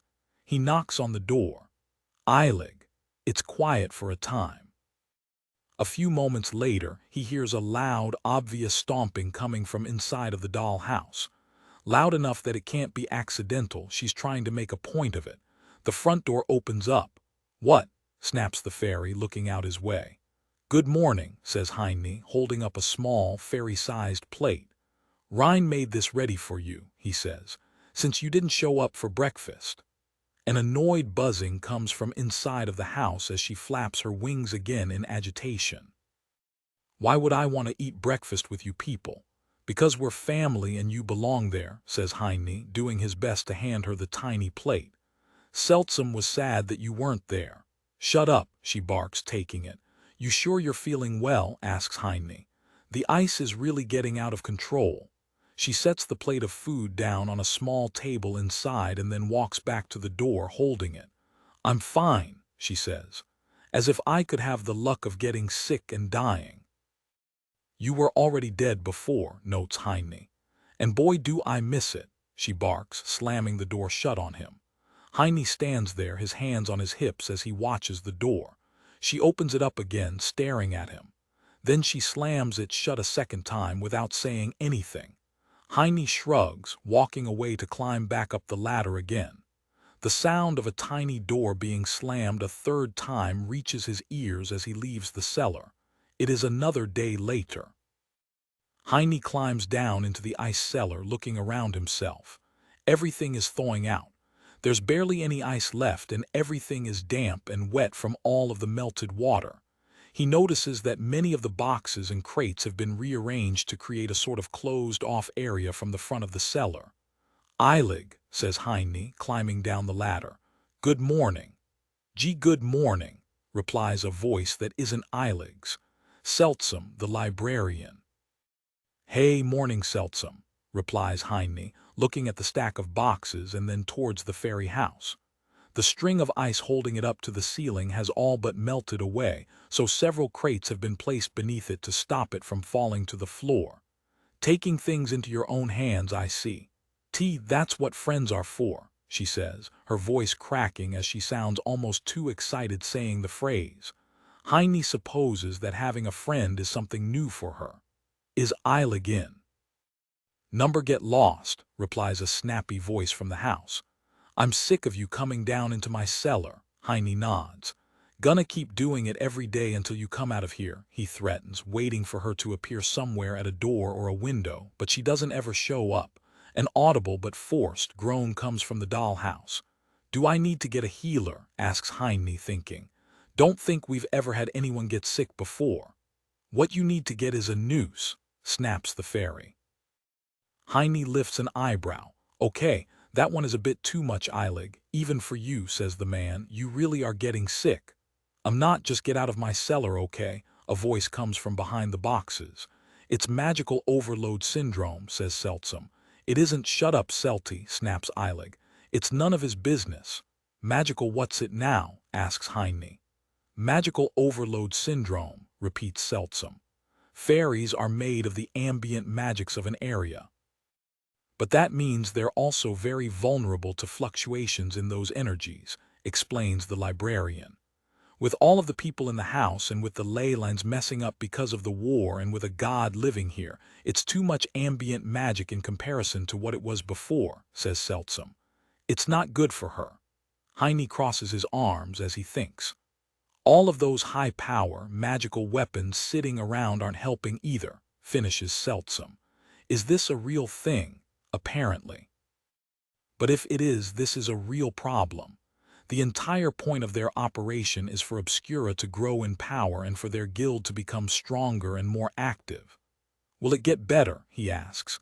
It will once you get lost, barks the fairy. I think so, says Seltsam. But it's going to take a while for her body to adjust, explains the librarian. But I only know what I read. I'm not a healer or anything. He sighs in relief. That's good, he says. What can we do to help? He asks. How about being quiet? Asks Eilig. Well, starts Seltsam, thinking for a moment. I heard there's a vault being made in the house. So maybe have the workers insulate the cellar against magic currents a bit more too, she says. And in the meantime, keep any high-power magical things away from her. And also things that have been around magical things a lot too, Heine nods. This makes sense. The room is quiet. That means you, says Seltsam meekly. You're around the owl god the most, so you have her magical residue on you, she explains. It's very bad for Eilig right now. Heine's eyes open wide and he looks down at himself as he realizes. He was worried about Eilig, but he's actually just been making things worse by coming down here every day and dragging the magical residue that sticks to him down into the cellar. The man takes a few steps back. Sorry, Eilig, he says. I had no idea. I told you 100 to get away from me, she snaps. But you're such a selfish asshole that you always just ignore what I want. He rubs the back of his head, running his fingers through his hair. Sorry, I thought you were just being cranky because you're sick, he explains. I really didn't know I was making it worse. He heads towards the ladder. Let me know if there's anything I can do to help, he says. Seltsam, I'm leaving her up to you. Whatever you need, tell Sokol. I'll tell her to arrange it. Heine climbs up the ladder, leaving the ice cellar and closing the trapdoor behind himself. He looks at the cooks, arriving for the day. The cellar's closed off today, he says. Sorry, just run a light kitchen with whatever you can buy at the market today. Lutz and Light look at each other and shrug. Okay, replies the orc. But we're opening soon. We should hurry to buy some ingredients then. Heine nods, walking through the kitchen. Okay. One of you come with me to the market, he says, and then gets ready to leave the house. Forging might be the most important part of their operation in consideration of all of the contexts of their lives, but people and health management really is something that he has been neglecting in a way. Perhaps this is a project to tackle next. Chapter 90. One must wonder so. What do you think? Asks Sokol. Heine looks at her and then looks around the corridor behind the kitchen, the one that connects to the library. About what? Asks Heine. Sokol had told him to meet her here. The elf nods, pleased. Exactly. What? Asks Heine. Sokol, what are you talking about? He looks around the corridor. Behind him is the kitchen, which is closed for today because it is already late. To his right is the library. To the immediate left is a simple cupboard, used to store various house things that nobody ever really needs, but also aren't worth throwing away because they might be needed one day. Sokol steps to the side, pulling open the cupboard. The inside is in its usual state of disarray. There are some old coats stacked up on the bottom of the shelf because the hangers they were hanging from had broken, but nobody has had the will to bother getting new ones. There is a placeable mop handle in the back, leaned against the corner. There are some towels on the lower shelf, all just kind of thrown in. They had fallen out once from the top, where they were neatly folded, but then whoever they fell on had just stuffed them hastily back into the bottom shelf instead. Apart from that are some other odds and ends. A feather duster, a bucket, and just stuff. There's just all kinds of random stuff here. Did you breathe in some weird vapors from some old ledger? Asks Heine. Some of that old ink isn't even available on the market anymore because people got poisoned by it, he notes. Sokol rolls her eyes, closing the door to the cupboard again. First of all, that ink was poisoned on purpose. Heine blinks, watching as she opens the door again. Secondly, no, I did not breathe in any old fumes because I haven't had a chance to look at my books today. She closes the door again. And thirdly, starts Sokol, pulling the door open a third time. Heine waits. Finding a third thing is always hard in these situations. He knows the plight well. Shut up, Heine sighs, shaking his head. You used to be a really nice person, Sokol, he says. You've gotten pretty froggy lately, you know, Sokol tusks, pulling the door to the cupboard fully open. She's just trying to build a distance to us before her inevitable betrayal, says a voice from behind them. Ryan leans around the corner from the kitchen with an owl-shaped cookie in his mouth, obscuring his smug grin. He gives them a thumbs up. So that she can sell us out without doubts when the time comes, he says with his mouth full. Some mechanism on the back wall clicks. Shut your yap, twerp, warns Sokol. People disappear in the dungeon pretty often these days, you know, Ryan shrugs, unimpressed. I'm just saying that you're being a jerk because you think being around us is making you soft, says Ryan, wiping a strand of blue hair out of his face. Look at the sad state of my life, I'd almost say you're right, replies Sokol, looking back towards the cupboard. She holds her hands out towards it. Ta-da, says the elf unenthusiastically. The back wall of the cupboard has moved away, revealing a hole down behind it. One secret vault as ordered, Heine blinks. Sokol, when did this get built? He asks. I never even saw any workers. Sokol shakes her head. Wouldn't be a good secret room if you did, would it? Asks the elf.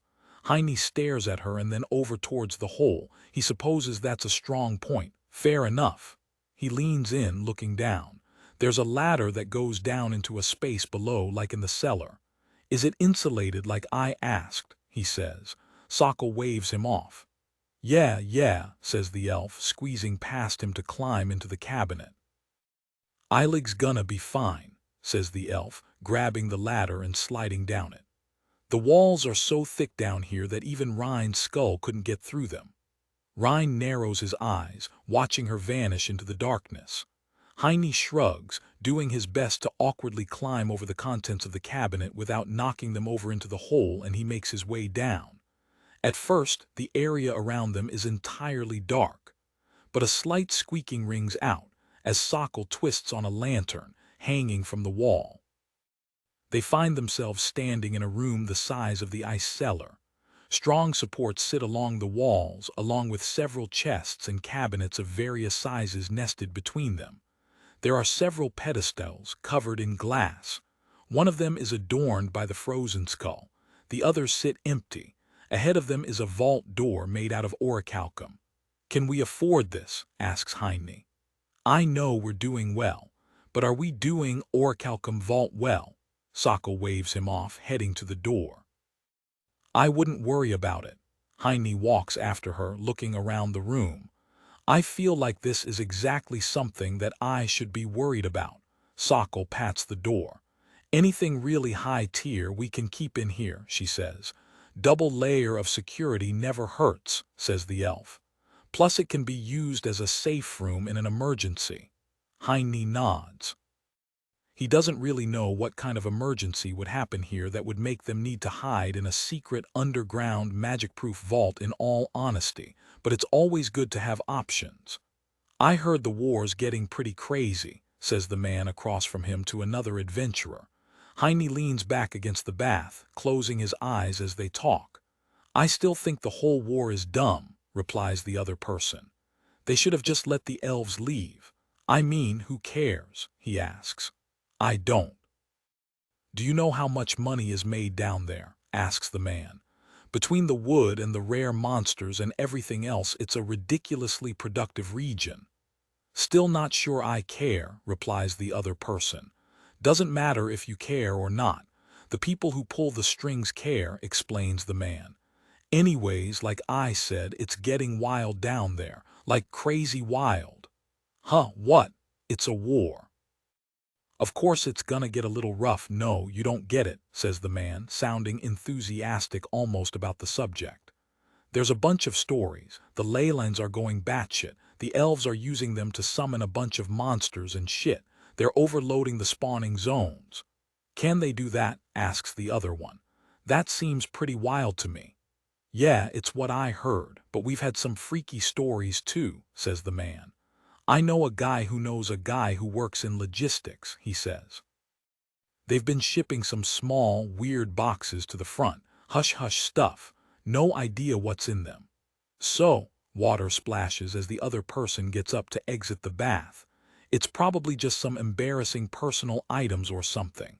I bet the military has thousands of weird boxes flying around.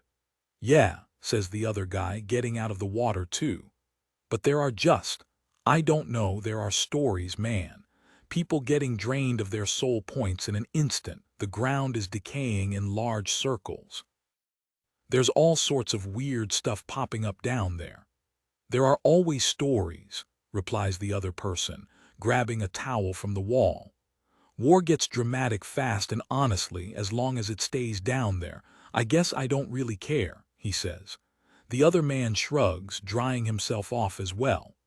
Heine stares back at the empty bath across from himself, thinking. It sounds like his first skulls have arrived there in the south and are being put to work. If these rumors are true, people are being harmed and hurt and killed with his creations right now, right this very instant.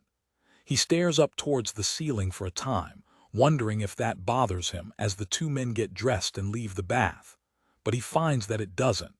Heine slides down lower into the water, resting his head against the basin and closing his eyes as he exhales.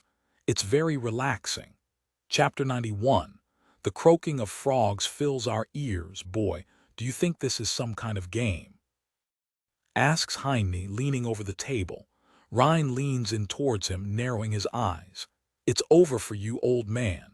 He looks down at the game board, pushing his piece forward to corner Heine's. Heine narrows his eyes, grabbing the dice and rolling them. They clatter across the board, coming to a noisy stop between the two of them. Rhine lets out a distraught cry. Heine smugly picks his piece up and pushes Rhine's back again before moving away. Nice try. Obscura hoots next to him. The currents of rivers often turn wild, says the owl god, picking up the dice. But sneaky elves remain ever the same. She moves her piece after Sokkel's. Hey, says Rhine, noticing that Sokkel had secretly been moving her figure towards the goal by herself while Rhine was fighting the two of them off. The two of them had been in a sort of pact to work together. But it seems that now that the goal is near, this pact has been dissolved. Nothing personal, says Sokkel, grabbing the other dice to roll against Obscura, who has chased her into a fight. It's just business. Wow, says Rhine. I can't believe I trusted you, Sokkel. Rookie mistake, says the elf, rolling her dice. Excuse me, asks a voice from the side. Heine turns his head to look at an adventurer. Sorry, we locked ourselves out of our room, says the woman, awkwardly rubbing the back of her head. Heine blinks, looking at Sokkel. Do we have a spare key? Sure, says Sokkel. But did you lose the other one or something? She asks. Actually, says the woman, her companion lifts a finger. It's still in the door on the other side. Sokkel's ears twitch. How did you manage to do that? On accident, replies the woman, laughing meekly. She pokes her fingers together. There isn't a fee for this, is there? We'll have to take the lock off and build it back in, says Sokkel, shrugging. She looks towards Heine. Heine gets up. I'll handle it, he says. He hands Obscura his dice. You cover for me, okay? Obscura nods. Obscura will devour the elf and the river boy, says the owl god. Just beat them in the game, says Heine. If you eat them, we'll need to find new employees. Hutilda, he walks towards the stairs with the adventurers, who look at each other somewhat awkwardly. Don't worry, says Heine. Just a joke. She doesn't actually eat people, he says. Gotta watch the marketing. Heine wanders out at night by himself, heading towards the big now small forest on the outskirts of the city. He knows that things are weird these days, but there's some things that he's been hoping to amicably discuss. The man enters into the forest, staring up at a familiar tree where he had met someone important. The once barren branches, destitute in the house of winter, now thrive and full and flush with greenery. He grabs the brim of his wizard's hat, adjusting it down lower as he wanders his way out, towards the pond in the middle of the witching hour. Soft rays of gentle moonlight drift down through the canopy, dancing atop the waters of the full pond. Fat fireflies float, hovering suspended between the moonglow and the still water. The ones who fly too high illuminate the space with a heart-warm shine. The ones who fly too low get eaten by frogs. Such is life. Heine looks around the area. Sitting on the log is the frog priestess, Anura. Hearing his approach, she turns her head to look at him and then simply turns back towards the water. "I don't want to talk to you," says the frog priestess. Heine looks at her and then nods, understanding. He turns towards the water, simply watching it in silence for a time. It's only fair for her to be mad at him. She had made a real serious effort to extend a friendly hand his way several times, and he, in turn, had gone through great effort to ruin her life for having done so. "I'm sorry," says Heine. "I didn't know it was your home." He looks back towards the water. "The sad part is that you probably believe that," replies Anura. Frogs croak in the water, singing a moon song. Heine crosses his arms, leaning back against a tree. During the eviction of the other adventurers' guild, Avarice's lackeys had collected several rooms' worth of private possessions and packed them into moving boxes to return them to their owners. One of these, an entire room's worth, was hers. He supposes that, if he had really stopped to think about it, that he would have known it was obvious that the other guild wasn't just a business. Like their own, it was a place that people lived. Even back then, back before all of this had started and he was just a single bachelor, going to that guild to pick random orders from their quest board, even then, Anura had been there. He recalls seeing her several times. The truth is that he had gotten so caught up in this owl frog game that he hadn't really stopped to think about what it meant. "She says you were nice to her," croaks Anura, likely referring to the big frog. "It is not my place to say that she is mistaken." She says no more, but the implication is obvious. Anura holds her hand out to the water, letting a frog climb up onto it.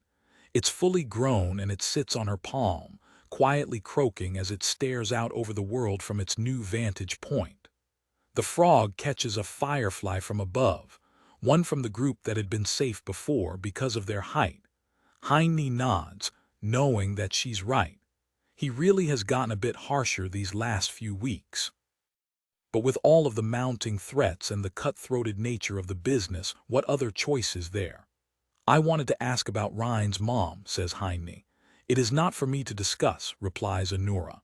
"I know," says Heine. "I don't want to gossip. I just want to know if the frog god is so great, then why is she one of her upper lackeys?" "It is not for me to discuss," repeats Anura, looking at the frog in her hand. "Please," says Heine. "Ryan's a good kid. Have you ever seen the way she treated him?" "So why?" he asks. "She beat her son to the point of trauma. You people tried to kidnap me 3 times and somehow I still feel like I'm being the bad guy here," he asks. "You people don't make any sense." Anura sets the frog down, letting it hop away. It vanishes into the water. "The elf, Sokol, she's a violent killer, you know." "I know," and asks Heine. "The owl is a demon, you know?" asks the frog priestess. Heine shrugs, holding his hands out to his sides. "That's a load. You've murdered people." "Burnt them alive." Heine nods. "Sure did. What's your point?" Anura tilts her head, staring at him in confusion for a time. Her throat moves as she breathes, almost pushing in and out like that of a frog's. Her damp black hair catches the moonlight, its wetness hinting that she had been swimming in the pond with the frogs before. "You don't even see it anymore, do you?" she asks, shaking her head. "After everything I just listed, how is one flawed person the worst thing here?" Heine doesn't really have a response for that. She's not wrong. It's just that, well, of course he's killed people. That's sort of his whole story to begin with. As for Sokol, of course she has dirty hands. She's a trained killer after all, it's her job. As for the whole demon thing, it might just be a bit overblown as far as he can tell. "Weaponsmith Heine, chosen of the owl god," says Anura. You're a fool and I don't quite understand why anyone likes you. I agree on both counts, replies Heine, shrugging. Do you have the habit of threes, she asks. Sure do, says Heine. We were playing a game today and I got annoyed every time my dice was on any other number. Do you find yourself picking up any other tendencies of the owl, she asks. Heine nods. Sure, honestly all of us are rubbing off on each other, he says. But not as much as she does on you, yes, asks Anura. Heine nods. It's true. Of course they're all rubbing off on each other. They live together. They work together. They eat and play and thrive together. It's only normal. But there's certainly a magical influence that Obscura plays over all of them that is impossible to deny. The rule of threes is the most noticeable of these. Just the other day, Eilig slammed her house door for no reason, other than to have it be done 3 times. Then why, Weaponsmith Heine, would you not see that this applies to her murderous, demonic instincts as well? Asks the frog priestess, rising to her feet. The owl is a demon and that is rubbing off on you and on everyone you claim to care about. She looks over her shoulder. Think about that when you lay in your full home and real bed tonight. Anura stares at him for a time and then wanders off into the forest, leaving him standing there by himself, barring some frogs and some fireflies. He lowers his gaze to the water, thinking. He has become more callous and indifferent to the problems of the world lately. Just the talk about the war yesterday in the bath is proof enough of that. Sokol has become more cutthroat and rude, her old ways being amplified far over her kind, somewhat sleepy and also oddly energetic at the same time demeanor. Rhine has become far more challenging against him. Eilig, a creature born of a separate magical energy, has been becoming ill, and all of these things coincide with the rise of the owl god's power. Chapter 92. Of elves and candy and the frozen fairy. Heine wobbles the new ladder, checking if it's sturdy. I don't know about this, says Rhine. It's fine, replies Heine. Made it myself after all. Rhine nods. Sure, but you're, not a carpenter. Heine shrugs. If I had made it out of metal, would that be better? The boy thinks for a moment, looking up towards the open windows of the forge tower. I guess actually, yeah. Heine rolls his eyes. I spent a whole lifetime becoming a carpenter, boy, explains the man. I think I know how to make a ladder. That wasn't real, replies Rhine, tilting his head. Heine dusts his hands, satisfied that the new ladder is stable and sturdy. It was, he replies. Just because something is bad doesn't mean we can just pretend it didn't happen, explains Heine. Rhine nods. So, you're climbing up it first, right? Heine sighs and places a foot onto the lowest rung of the new ladder. You're starting to sound like Sokol, says Heine. I think you're spending too much time with her, says Heine, climbing up the ladder. It's giving you elf brain. What's wrong with elves, asks Rhine. Heine stands there on the ladder for a moment, thinking. Nothing. There isn't actually anything wrong with elves, so why does he keep saying stuff like that? Because he learned it from his father. Heine looks back down towards Rhine and shrugs. You're right, says Heine. There isn't. But don't lose your sense of adventure, Rhine, says Heine, climbing up the ladder. We're still talking about climbing up a ladder here, right? It's a metaphor, boy, replies Heine, climbing up towards the open window. He looks down below himself, pleased. The ladder hasn't wobbled once and he certainly hasn't fallen off of it. Even if it is made out of wood, it'll fulfill its purpose just fine and Sokol will get off his ass about health and safety issues. Huh. Rhine stares at him and then shrugs, dropping the issue. I killed the boss on floor 10 of the dungeon by myself, by the way. Heine looks down towards him, making his way back down the ladder. Did you now? He asks. Good job, praises Heine. He's never fought a boss monster before, and so he certainly has no idea what that's supposed to be like. It's just a monster, but bigger, right? But it's certainly something to be proud of. Rhine being able to fight is only a good thing in this world they live in. He supposes that he'll have to stay on the ball too. I guess that means I'm stronger than you now, right? Asks Rhine. Heine slides down the ladder, his boots thudding against the stones of the floor. Boy, I can lift you over my head and shake you out like an old sock. Not for long, says Rhine. He points to his head, which is higher than it used to be, and then flexes an arm, which is certainly wider than it used to be. I'm coming for you, Heine nods. I'll be ready, he replies, feeling oddly proud of Rhine. He nods his head to the furnace. Come on, let's light her up for the day. Rhine nods, running over to the pile of charcoal to get the furnace fueled up. If what Anura, the frog priestess, had suggested to him yesterday is true, that Obscura's nature as a demon is rubbing off on them all as well, then there is certainly an aspect of this noticeable in Rhine's behavior. He's become far more dominant and assertive. But then again, he's also just been growing as a man. He's in that season of life where Heine would have been surprised if exactly this didn't start happening soon anyway. So it's hard to say what's true exactly.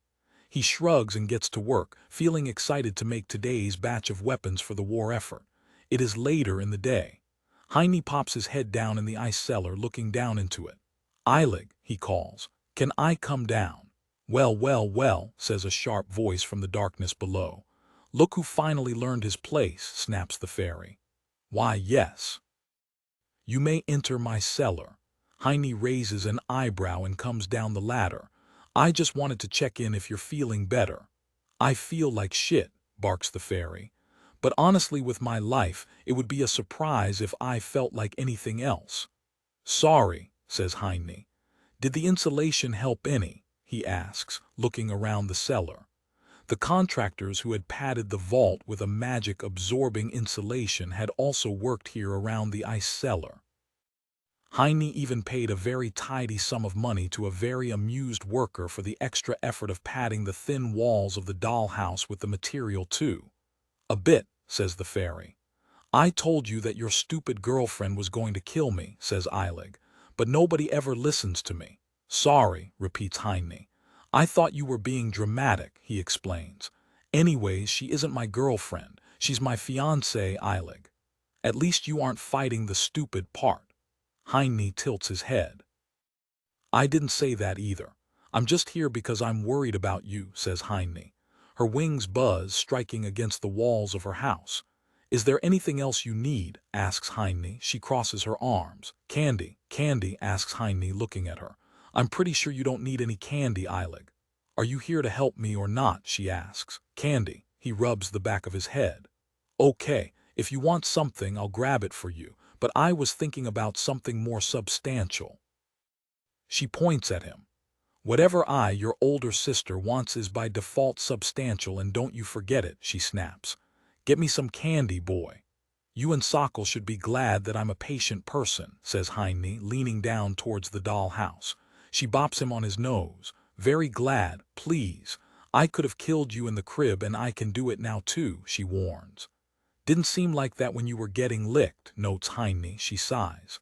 I often have regrets about letting you live. I bet, replies Heine, leaning back upright.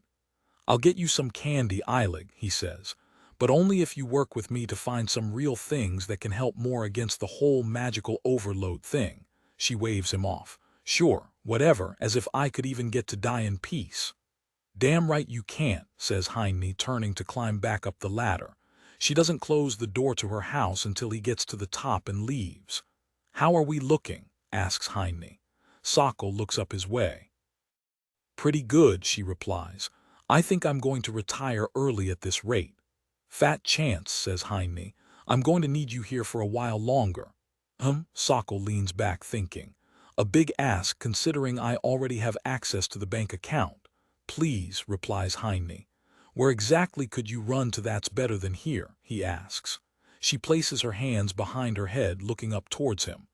I wouldn't run. I'd buy a carriage and a driver, obviously.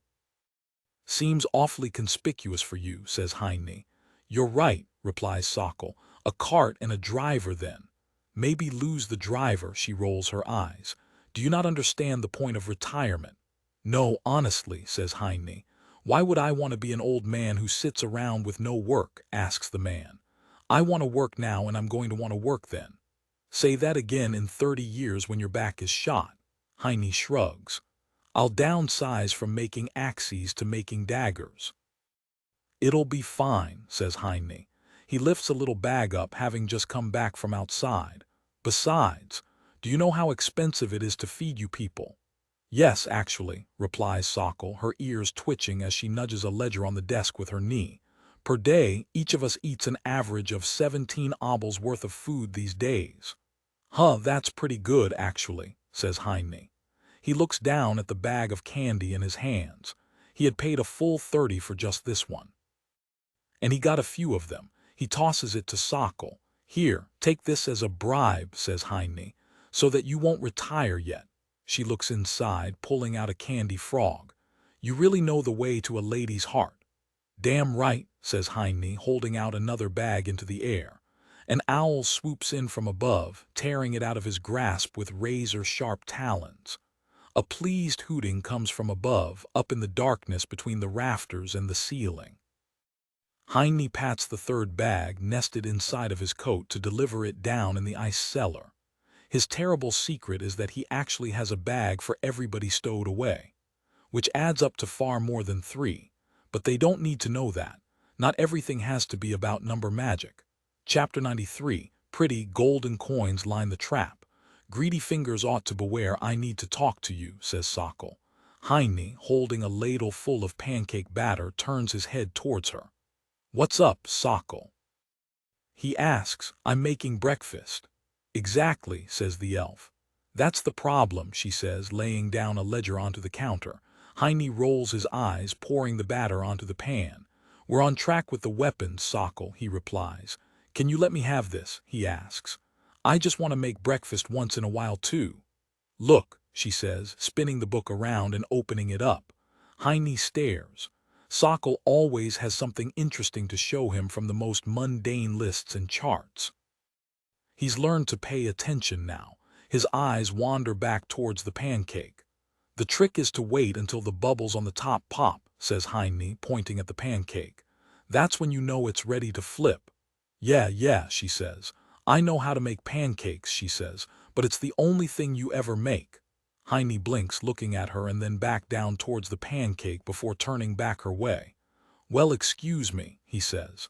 I never learned to cook anything else, okay? He asks.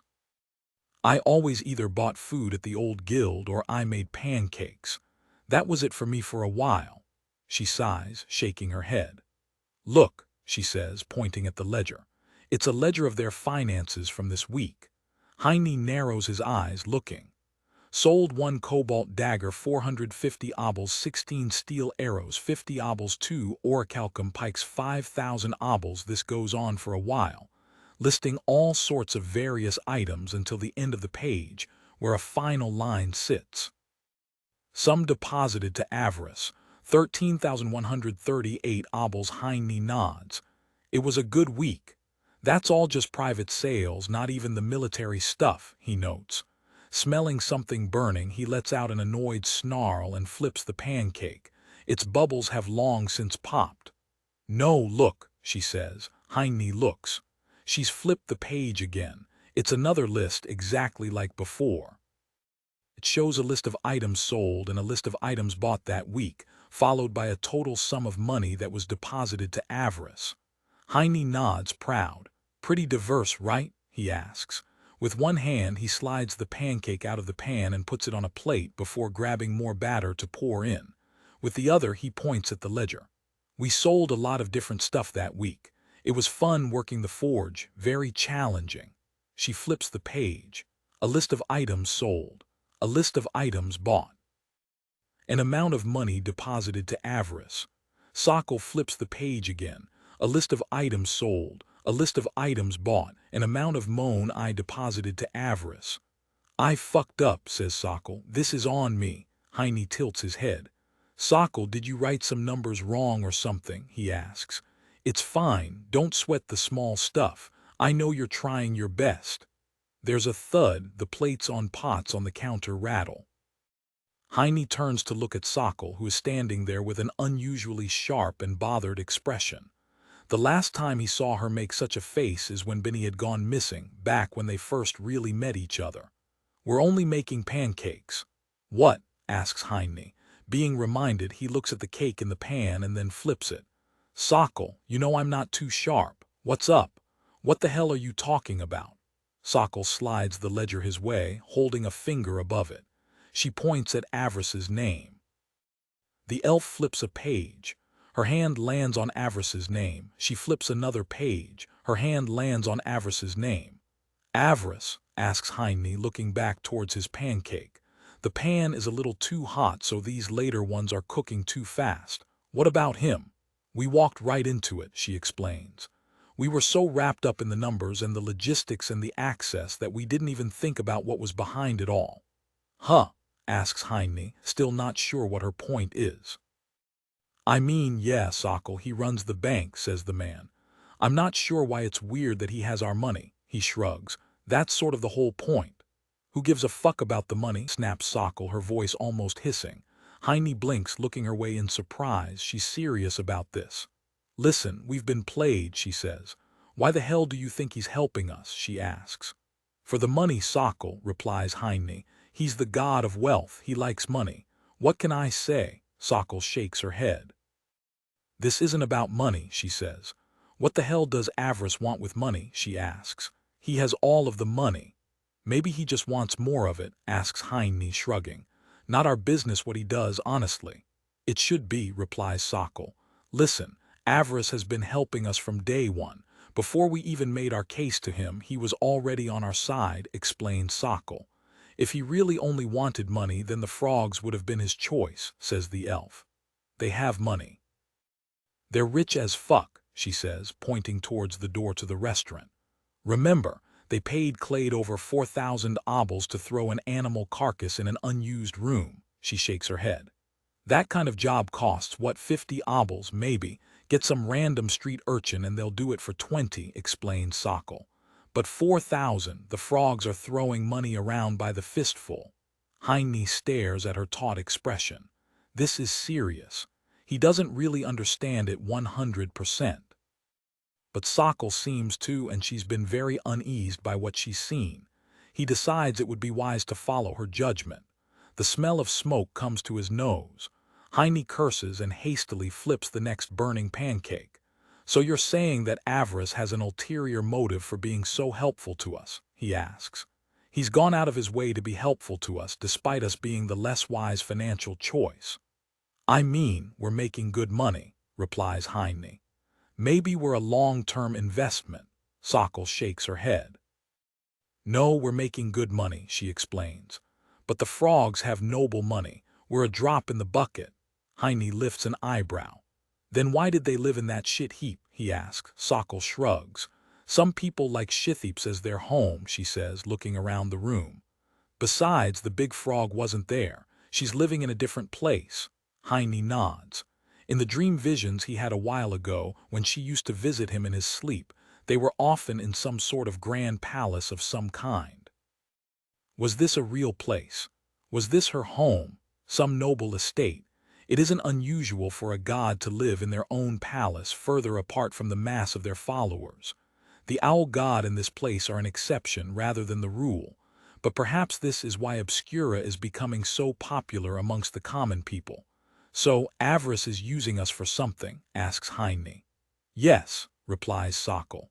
She looks back down towards the ledger. I don't know what his game is, but we need to watch out, she warns. Heine flips his pancake, this time before it burns. He thinks for a time. Avris is an extremely useful connection. In fact, he's been their most useful connection.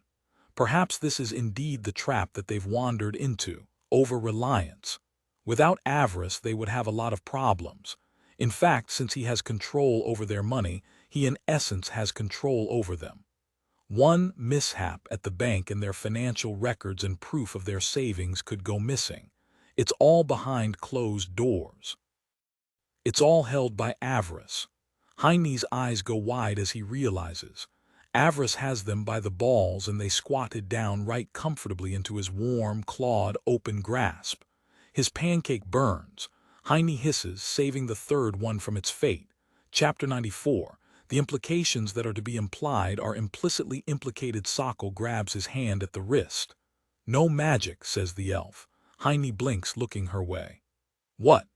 No magic, she repeats, shaking her head and pushing his arm back down. Kill it without your freaky spells. They're not freaky, replies Heine. It's just ash magic. Just, says Sokol, rolling her eyes. You hear that Rhine, she asks, looking towards the boy who is down in the dungeon with them. It's just ash magic. I heard, notes Rhine. Actually, ash magic is super rare. It's estimated that only 1 out of every. Sokol lifts a hand, shushing him. Okay, nerd, I just wanted your agreement, not a lecture. She nods her head to the monster. A mush, a giant mushroom monster guarding floor 1 of the dungeon. It's respawned, having come back from the dead since the last time he was here. You can't just rely on your magic, she says. What if you need to kill something and you're dry? Heine sighs. He knows that she's right, but he's just never been much of a fighter. Still, he has size and strength on the creature by a good margin. He slips off his leather gloves, throwing them to the ground. Can I use a rock? I bit mine, says Rhine excitedly. No rocks, says Sokol, using just what your god gave you. Fine, says Heine, stepping onto the floor and towards the creature. The large mushroom with a wide orange cap narrows its eyes, glaring up his way. It reaches to the height of his thighs. Come on then. Nyatilda, yells the chubby monster. It slowly begins to hop towards him with all the menace it can offer, which isn't a lot in all honesty. Heine wonders if there's a mushroom god. The man lifts his fist. He'll have to ask Seltsam about that. Oh sure, replies Seltsam.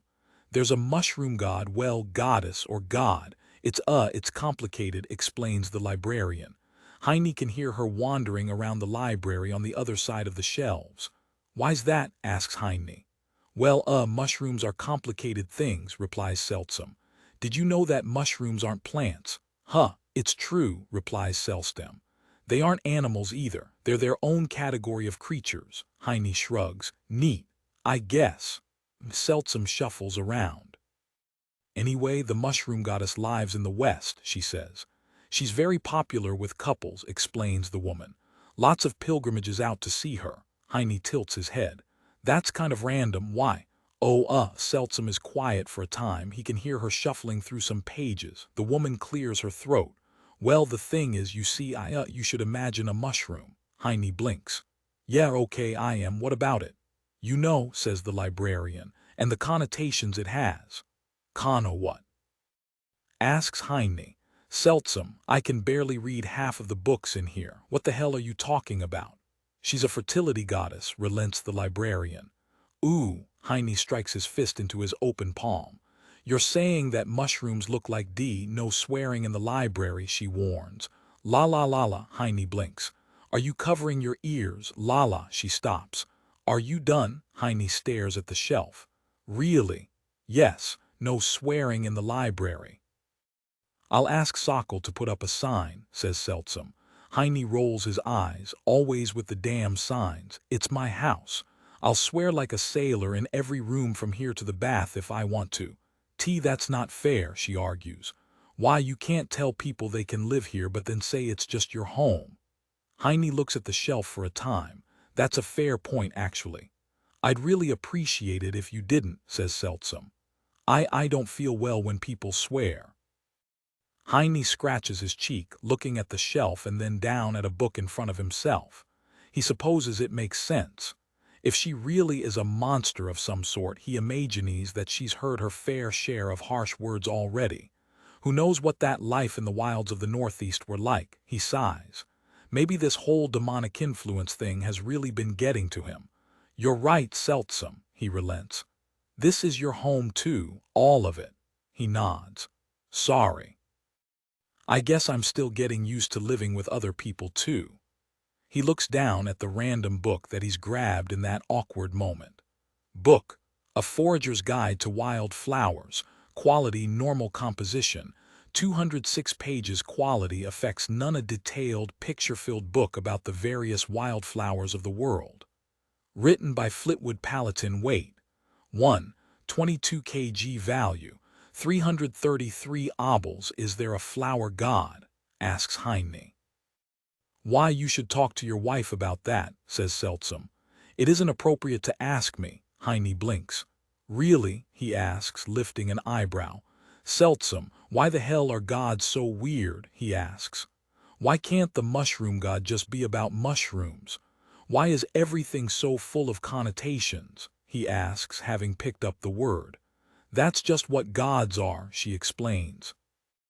They get their power from the magic they collect from their followers, but that magic always takes some of its source with it, says Seltsam.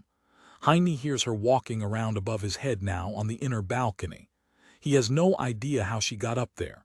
Did you climb up the shelf? He asks. She clears her throat. Anyway, they have those connotations because we have them, she says. We see a mushroom and we think it looks like, well, you know, says the librarian. Then when that magic leaves us and goes to the mushroom god, it takes some of that spice with it. Really? Asks Heine. Yup, she says. You are what you eat, haha. Interesting. He sets the book back into the shelf. Thanks, this was surprisingly helpful, says Heine. I'll tell Sokol to make that sign for you. Hey, says Heine, looking at Obscura. Do you know a flower god? The owl, sitting on the sill of their bedroom window, snaps her heady sharply around to look at him. Who Tilda? She hoots.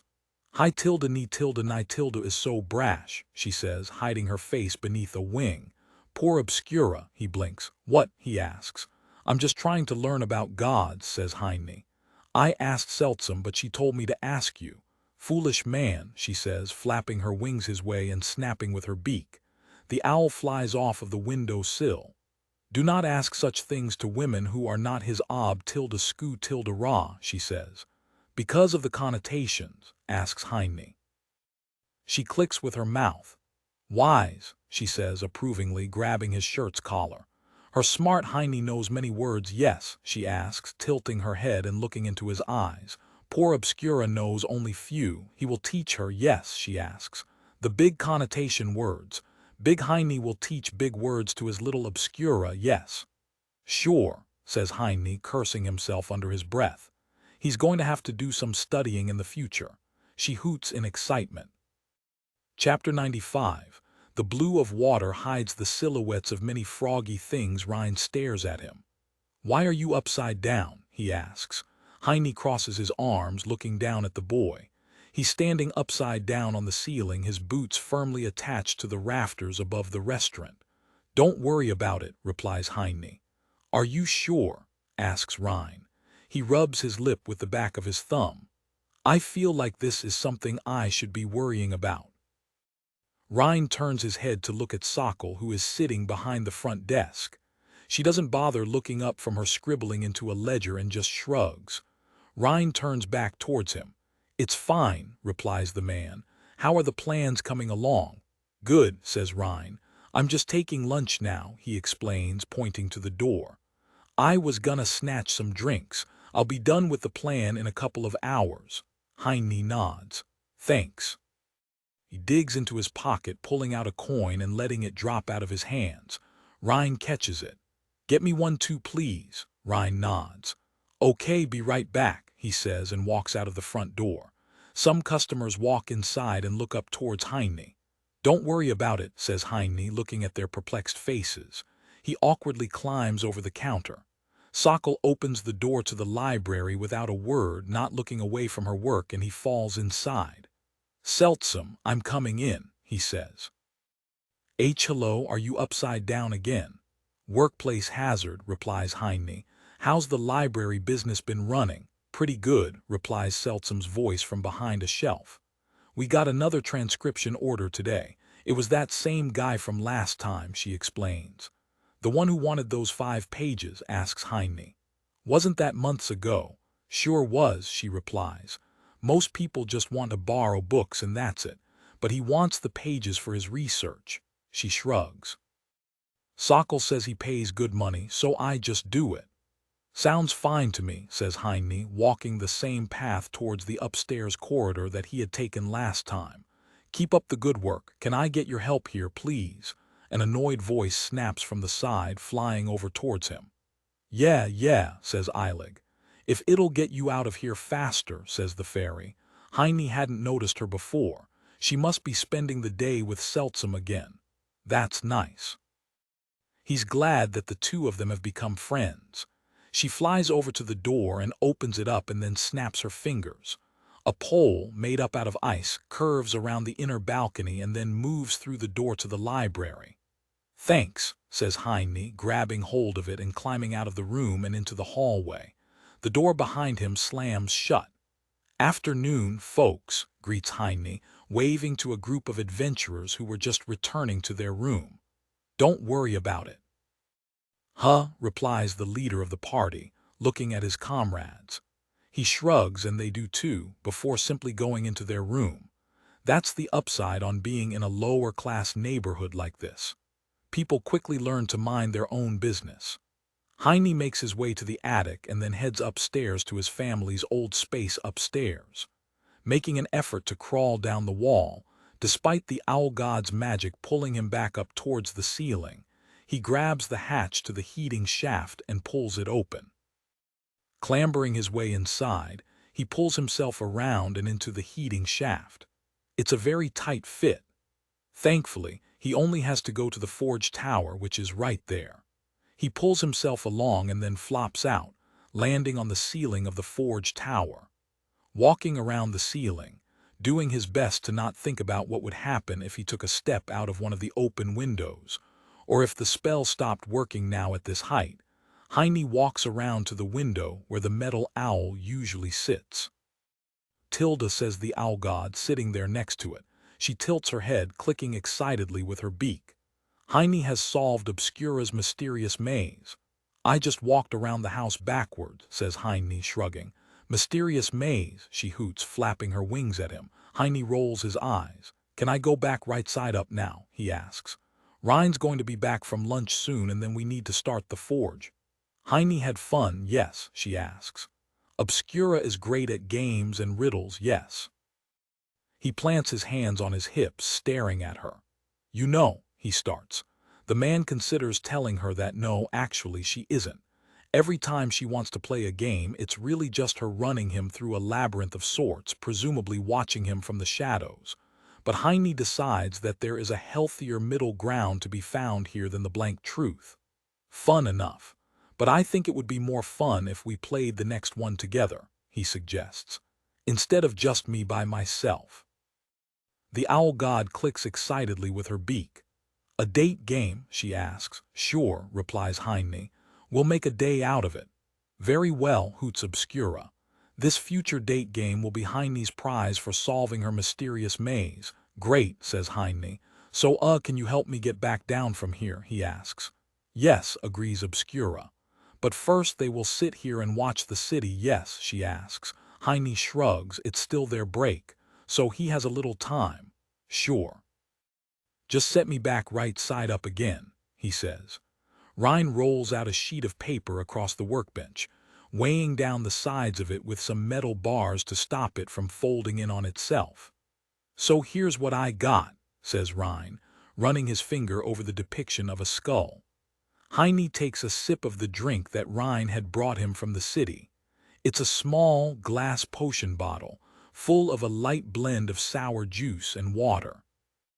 It's the newest trend in the city that some adventurers had come up with, after not knowing what to do with all of their empty glass potion bottles. The fabricator's sketch is a grim picture, depicting a mourning face with eyes that stare up towards them and a howling maw that shows an image of loss. "We'll make the skull out of the same cobalt chromium blend we used for my staff," says Ryan. "For the poison water elemental bonus," he says. Ryan points at a second drawing on the side, a depiction of the view of the skull from halfway inside of it. "We'll fuel the water magic with a sapphire, which is going to be expensive as hell though." Heine shakes his head, looking at the drawing of a gem nested inside of the skull's cranium. "We can afford it," explains the man. "At this point it's more about the artistry than the money." Ryan nods. "I'll tell Sokol to put in the order. I bet she can get one pretty quickly." Heine nods. He's sure about that too, though the sourcing of the gemstone might be somewhat unethical. Then again, they're talking about making massively destructive, murderous weapons here as if they were Sunday art projects, so perhaps that's not worth worrying about. Go tell her, says Heine. I'll light up the furnace. We can get the skull ready now, he says. Rhine nods, heading back out to the front desk.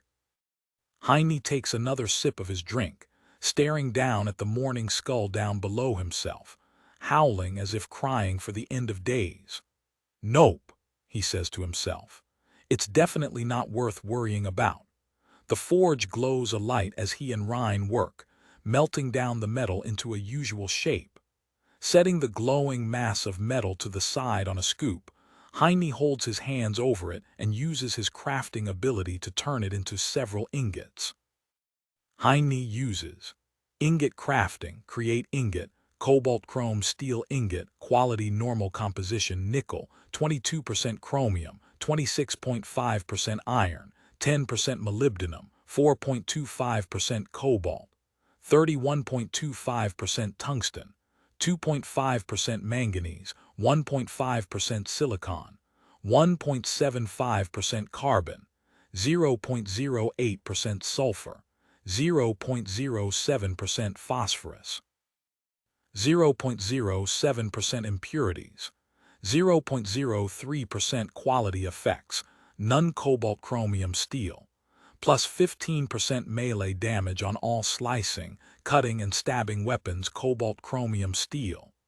Bioaffinity, water, nature, poison. An extremely unusual blend of cobalt chromium and grade 333 steel. Cobalt chrome steel is an excellent metal for cutting tools as well as for metal implements meant for bodily contact, given its bioinert properties.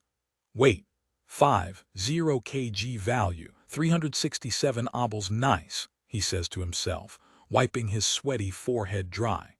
Rhine is working on the mold for the skull on the side.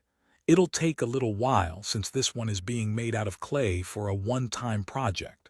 The next day is here. Heine nods to Rhine as he stands there, a hammer in his hands. Heine nods. Rhine swings the hammer and cracks open the clay mold that they had poured molten metal into yesterday. A glint of green, swampy, shining metal lets itself be seen.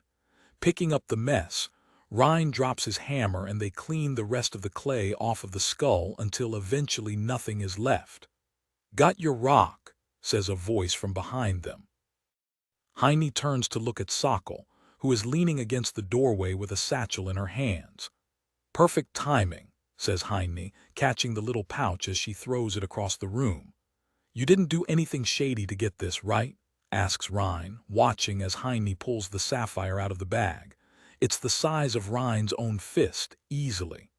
Sapphire quality, extravagant quality affects none, an extremely well-refined and large sapphire. It glows with radiant, magical energies. Effect carries a high-level magical effect of the element of water. Weight, 0.18 kg. I wouldn't worry about it, replies Sokol, waving him off as she returns down the corridor. Heine nods, fiddling the sapphire in through the skull's hollow eye socket into a small hole they had accounted for on its inside. Rhine takes some glue and dabs it in through the other eye. The two of them step back, watching as the skull glows alight. Drowning skull clutch of the owl god. Quality, extravagant composition. Drowning skull X1 quality effects extravagant. Plus 50% durability, whisper of the owl god. Adds additional attributes to the attached weapon title effect. Clutch of the owl god. All poison is of type dark cobalt chrome steel. All water is afflicted with poison effect. Slowly absorbs water from all sources around itself at a passive rate. When activated, uses the collected water to fill the lungs of anyone who looks at this skull within clear line of sight, applying status, drowning a skull, formed into the face of a sorrowful man who is forever drowning in a lightless ocean of terror. It feels oddly damp to the touch. Made by Weaponsmith Heine, chosen of the owl god. Made by Rhine, the river wizard follower of the owl god. Weight, 5 kg. Durability, 65 value, 25,000 obols. Heine smacks his dry lips, noticing the skull taking the moisture right out of his body. Is this bad? Asks Rhine, clearing his drying throat. Heine takes a rag and throws it over the skull, covering it up and thereby disabling the magic effect. I wouldn't worry about it, says the man. Come on. Let's get this to the vault. Chapter 96. There is a secret that we have forgotten. It hides in the night. Dusty particulate floats through the air as Hine stands upstairs by himself in the attic, looking around the old room. He had spent his childhood here, sometimes just hiding away from the busy, loud world below, and then other times just because it was where his family was. This space has always been comfortable and safe. The sensation of secure coziness is only aided by the ceilings that are lower than he remembers them being, as well as the walls, which are closer in than he recalls. His mother, a woman who wasn't his biological mother, and his father, a man who wasn't his biological father, had spent their days living together here with a child that wasn't either of theirs, raising it, feeding it, teaching it, until it killed them one day. Heine rubs his forehead. To this day, he still doesn't really understand what had happened back then on that day in his childhood. Did he just grow into his magic suddenly, and it had gone awry at the worst place and time possible? Ash magic is one of the more powerful sorts. Mistakes are easy to make. Or did something else happen? Something that provoked him to act like he had seen in the memory of a life he had spent with the frog god Nikia. Perhaps it was something else entirely. The problem is that all of these theories and ideas come together with the age-distorted memories of his childhood and the revelations of his current life, and it results in it all just being a mess. His memory of that day is a mess. His memory of the days before it and after it are just a mess. He knows he killed his parents, but he doesn't know why. He knows that he was raised in an orphanage after that before returning here, but he doesn't really remember all too much about that phase. It was just quiet, wasn't it? Heine's eyes wander around the room. He doesn't really know why he's up here. It's just, he felt a need to look. It's the middle of the night and the others are asleep or downstairs, and he simply feels the need to look. So he looks. Heine looks at the door handle to the bedroom upstairs, which needs to be jiggled, and he thinks about his first life. He was a child then. He pulls the door open and looks inside at the empty, dark room. In his second life, he was alone, an orphan. The man exhales, looking down and letting his breath run over the fabric of his half-unbuttoned shirt. It smells like owl. In his third life, he had belonged to the owl god. In his fourth, the frog god. Now, Heine finds himself in his fifth life, aphoristically speaking, as the husband-to-be of the five-letter creature. He has gone through an incredible process of transformation over this past half-year, far more than is possible for most in such a short time span. Sometimes he just wanders off by himself to think about it. Maybe that's why he's up here. However, despite all of these things having happened to him, all of these lives and experiences and new lessons learned, he still does not know the most fundamental answer to the puzzle of his life. Why? Why did life once stop? It's not that he minds at this point. He considers himself happy and productive. He has a full home and people he cares about and a person he understands to be in love with.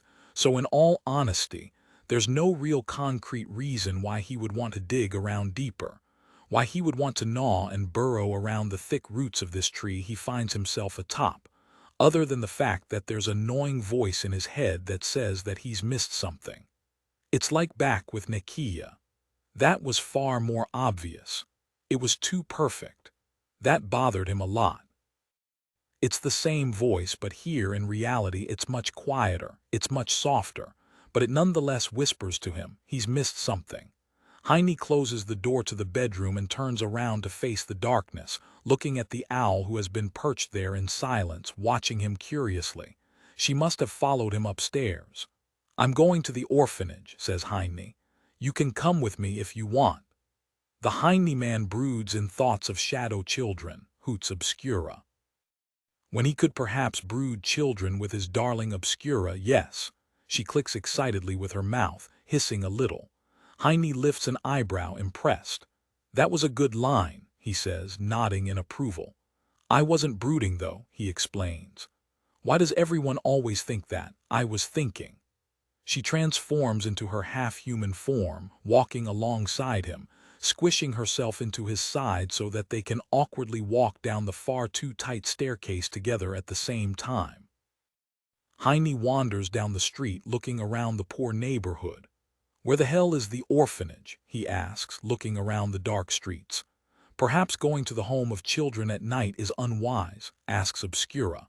Should they not return in the daylight when they will not be feared to be on the hunt? Heine shakes his head. I don't care about the kids. I just want to see the damn place, he says, and then stops, rubbing his head. That sounded worse than I meant it. Sorry, she hoots. Heine shakes his head and keeps walking. The streets are dark and the moonlight, while full, does little to mark out the silhouette of the building he has in his mind's eye. He walks for a time, following old Rhodes in turns. Obscura flies at his side, hovering in her half-human gestalt as they wander the night. But no matter to where in the neighborhood they wander, Heine just can't seem to find it. Sure, he hasn't been there in a while, but it wasn't that long ago. This whole new story of his life happened only briefly after he came back home from the orphanage. That means he last left it. What, 8 months ago? Ish. Surely he can find a building that is in his own neighborhood that he spent a majority of his life staying at. Right. Heine stops, standing in the middle of a dark street, and he looks around the shadowy world around himself. It's quiet. All of the people of the city are asleep in their homes and beds. Even the thieves are resting and warm. Only 2 people stand out in the crossroads, lantern light engulfing him as he looks down the many roads, all of which lead to nowhere significant. I don't understand, says Heine. I mean, it has to be here. He rubs his forehead, closing his eyes to think. He spent over half of his childhood there. Even in the vision of the world presented to him by the frog god Nikia, the orphanage had been a feature of his other life. But even there, he never saw it. It was only ever spoken of. Heine opens his eyes, confused as he looks around the world. A taloned hand places itself on his shoulder and another gently grabs his. You have the eyes of a lost deer, says Obscura, lost in the woods of the bitey things. This may be true at the moment. Heine stares around himself, perhaps looking very much like a wayward doe in the forest. Did they close it? He asks, trying to make sense of it. Listen, he says, looking back towards Obscura. It has to be here. A whole place like that can't just vanish, he says, unsure of himself. It is true, says Obscura. But she does not see it, and neither does Heine. A mystery, she yawns, stretching herself out next to him. Can they return to the nest? She asks, rubbing her tired eyes. Heine looks around the area one last time. He isn't sure exactly what particular closure he could have found there. Maybe he wanted to ask if the caretakers knew anything about his past. Or maybe he wanted to see if there was anyone he grew up with who he could talk to now. He's never run into anyone from there in the guild or anywhere else in the city. In fact, he doesn't even remember what a single person, adult or child, there had looked like. All he has of that place, of that duration of his life that must have gone on for years, is the fuzzy memory of having been there. That's it. No details, no faces, no smells and sounds and events of particular note. It's just it. Yeah, says Heine. I just don't understand, he explains. She pulls on his hand. We will look together again tomorrow, yes, she asks. In the morning they will ask the sock elf and the library creature and the river boy, who are all clever and wise, yes, she suggests. Heine rubs his tired eyes, thinking. Maybe she's right. It's late and he's dragged her out into a terrible neighborhood in the middle of the night because he wants to skulk around an orphanage at midnight.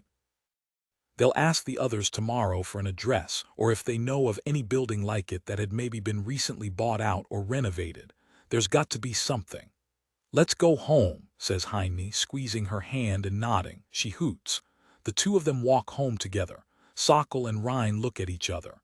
It is the next day, early in the morning, and Heine had found them by the front counter, getting ready for a dungeon excursion.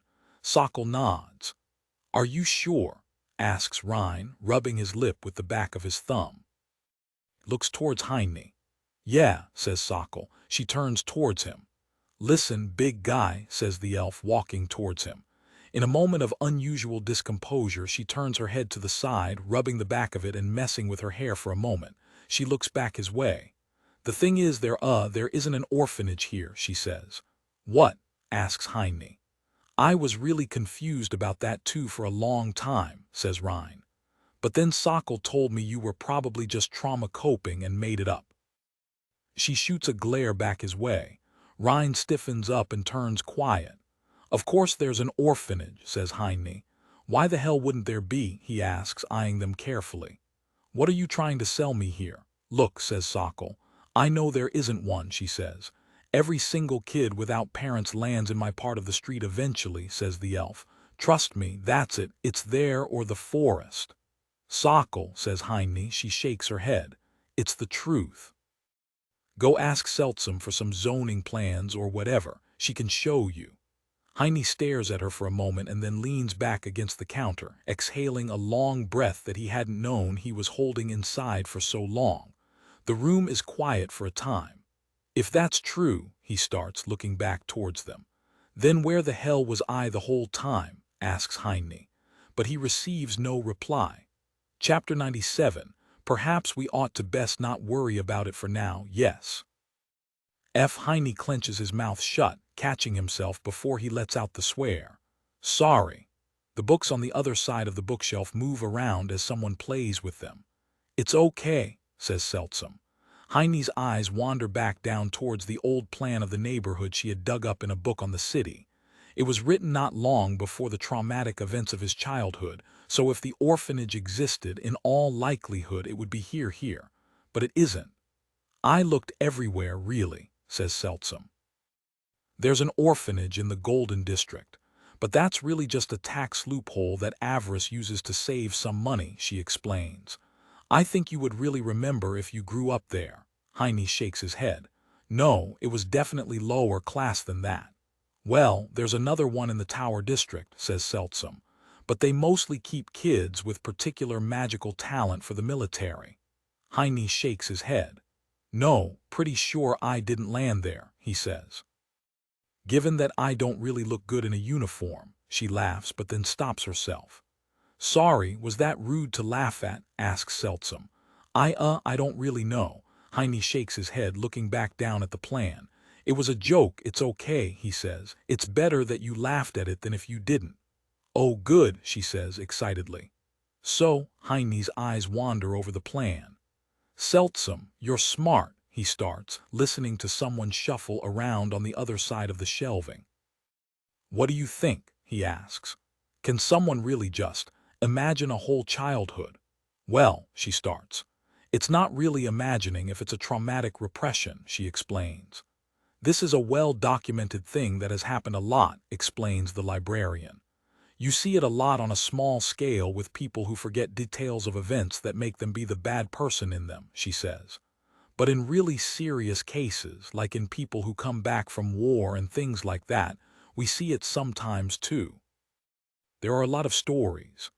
"I see," replies Heine, glad he has an answer of some sort, but also not really feeling satisfied with the one he has got. "But what?" asks Heine, looking back up to the shelves. No, it's okay," she says. "Never mind, you know me, haha, I don't think about things before I say them," explains Seltsam. "I guess we're all learning a lot, aren't we?" Heine looks at the shelf as if it were her face. He simply has nothing else to look at. "Seltsam." "What do you have?" he asks. "Well, please," says Heine. "Eilig won't talk about my childhood because of some dumb promise," he explains. "I'll take whatever bone you can throw me." "False memories," says Seltsam, "like you know when you were doing the whole frog thing with the other god." Heine crosses his arms. "False memories," he asks, thinking about it for a moment. "In that weird life it made sense for me to have false memories of my past," he says. That was her whole plan, to make me think that we grew up together, explains Heine. But who would benefit from me having false memories of living in an orphanage in this life? He asks, knowing the answer that she is implying. Only a god or the most extremely powerful of obscure casters could have the ability to manipulate someone's perception of reality to this degree. In that other life of his, the frog god Nekia was the most notable presence in his existence. In this one it is the owl god Obscura. But to what end? To get him to marry her. It's a possible theory. He's reasonable enough to admit it. If Nekia could do so for herself, then Obscura could also do the same to pull reality towards her own desires. But does that make sense? What possible gain could she have out of it? For Nekia, it was because he was the only one who could live a fourth life and thereby be compatible with her. But perhaps also because of their past in the forest. For Obscura it was the third life and then the fifth that only he could have. But also because of their past in the forest. Heine blinks, realizing. He's been so obsessed about the whole orphanage thing that he hasn't even looked into the real root of his past. The orphanage, his parents, this city, that all came much later. But before all of that, he was a human baby in the elven forest of the southern regions of the world. Why? His answers aren't here in the plans of the city or this neighborhood. The deepest roots of the answer to his biggest questions of life are not here, they're in the south. Thanks, Seltsam, says Heine, realizing that he's been awkwardly quiet for a long time now. Oh, you're welcome, she replies. Sorry I couldn't help much, haha, please don't fire me. Heine shakes his head, rolling up the plan of the city. He slides it back through the shelf towards her. There's not a chance that I would, he says, turning around to leave. I'm afraid you're stuck here, replies Heine, waving a hand idly over his shoulder as he leaves the library. There's a lot to think about. It was this big, says Rhine, excitedly stretching out his arms to his sides. Sokol rolls her eyes. Please, it wasn't even half of that. It was, argues Rhine, leaning in towards her. Sokol sighs, shaking her head. Good job, Rhine, praises Heine. Don't let the military hear how strong you're getting, though. I need you here, he says, taking a drink from his mug. Rhine nods, pulling his sleeves down and looking around the restaurant. It's the middle of the day and everything is quiet. Still, though, it was a huge slime, he thinks for a moment. I wonder if we could use monster ingredients in our weapon crafting. Huh, asks Heine. Rhine shrugs. Well, we always just use metal, right? Yeah, asks the man. What if we, used monster bones and stuff? Asks Rhine, blinking. Feeling Heine staring, he lifts his hands. Not that metal is bad or anything. It's just, there's a lot of stuff in the dungeon. Heine looks down at his mug, staring at the reflection that looks back up his way. Every single person in this house is really smarter than he is, aren't they? How could he have not thought of a simple, rudimentary, obvious idea like that? Rhine. I'd be lost without you, says Heine, setting down his mug. Sokol, start buying all of the random monster bits you can get off of the adventurers, he says. Anything that looks like it's workable. Sokol and Rhine exchange a look before turning back his way. I'm fine, says Heine, seeing their wary expressions. I just want to work while I figure stuff out, okay? Fine, says Sokol. But you're not going to go all psycho and deck the place out with goblin teeth and stuff, are you? He shakes his head. I won't, personally. Oddly specific, replies Sokol. Whatever, just keep it away from my desk, she says, rotating the flower pot on the counter a little. Glad you feel at home here, says Heine, waving for Rhine to follow him. Come on, Rhine, let's light her up for the day. Rhine nods, running after him, and the two of them go to the forge to start on the latest batch of orders from the military. Chapter 98. A quiet day of rain foretells the froggy wetness to come. Heine wanders down through the restaurant, a small watering can in his hands as he wanders past all of the many plants that adorn the windowsills and tables, watering them.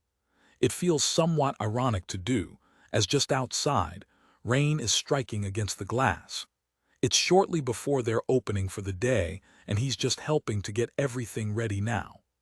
"What's with the weather these days?" asks Heine, shaking his head. "It feels like we get rain at least once a week." He wanders over to the next plant, watering it. "That's because we are," replies Rhine, sweeping the floors. "It's been every fifth day so far." Heine stops, turning his head.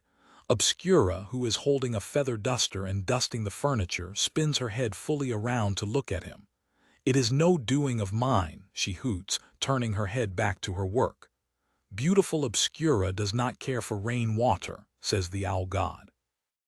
"It ruins my pristine feathers and makes flying unkind." "Huh," says Heine. "So is it just a coincidence?" "No, probably not," says Rhine. "Well, maybe, sort of halfway," he continues, sweeping. "The elves are great at nature magic. I bet there's some effort to disrupt supply lines up here," he explains. "Carts have trouble when everything is muddy." Heine rubs his head. Can they do that?" Rhine shrugs. "Sure, it's like with the ley lines that are going crazy," explains the boy. "They can just channel their magic into them and they'll carry them all the way to us." He wipes his forehead.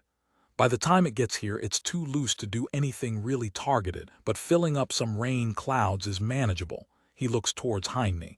"Presumably about every 5 days." "Huh, damn," says Heine, thinking about it. "You learn something new every day." "That's what they used to say in school too," says Rhine.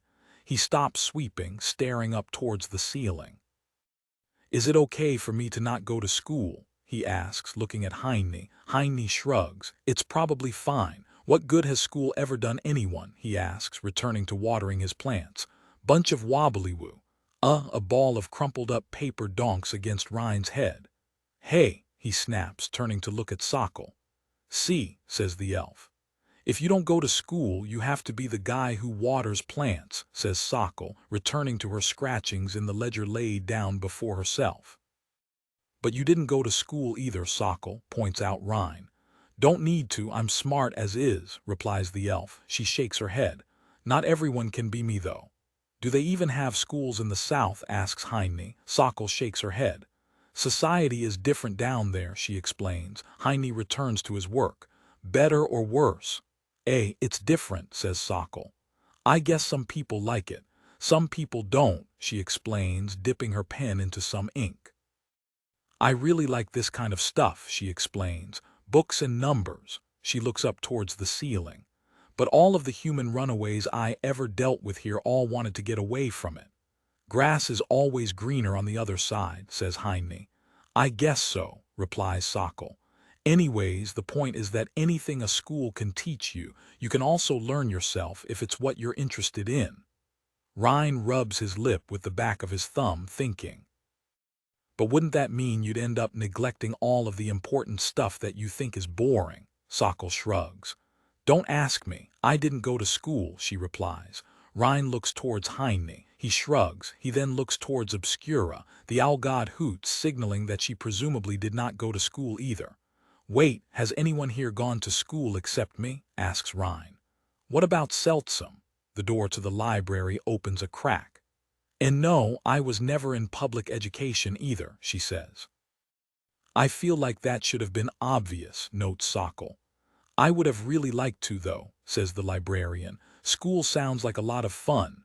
"I'm surrounded by nerds," says Sokol, shaking her head. "Huh," asks Rhine. "You're crunching numbers right now," he says, pointing at her accusingly with the broom. Sokol blows a strand of hair out of her face, wiping it to the side. "Yeah, but I can pull it off." She thinks for a moment before looking over her shoulder. "Wait. Selty, are you just listening in on what we say out here?"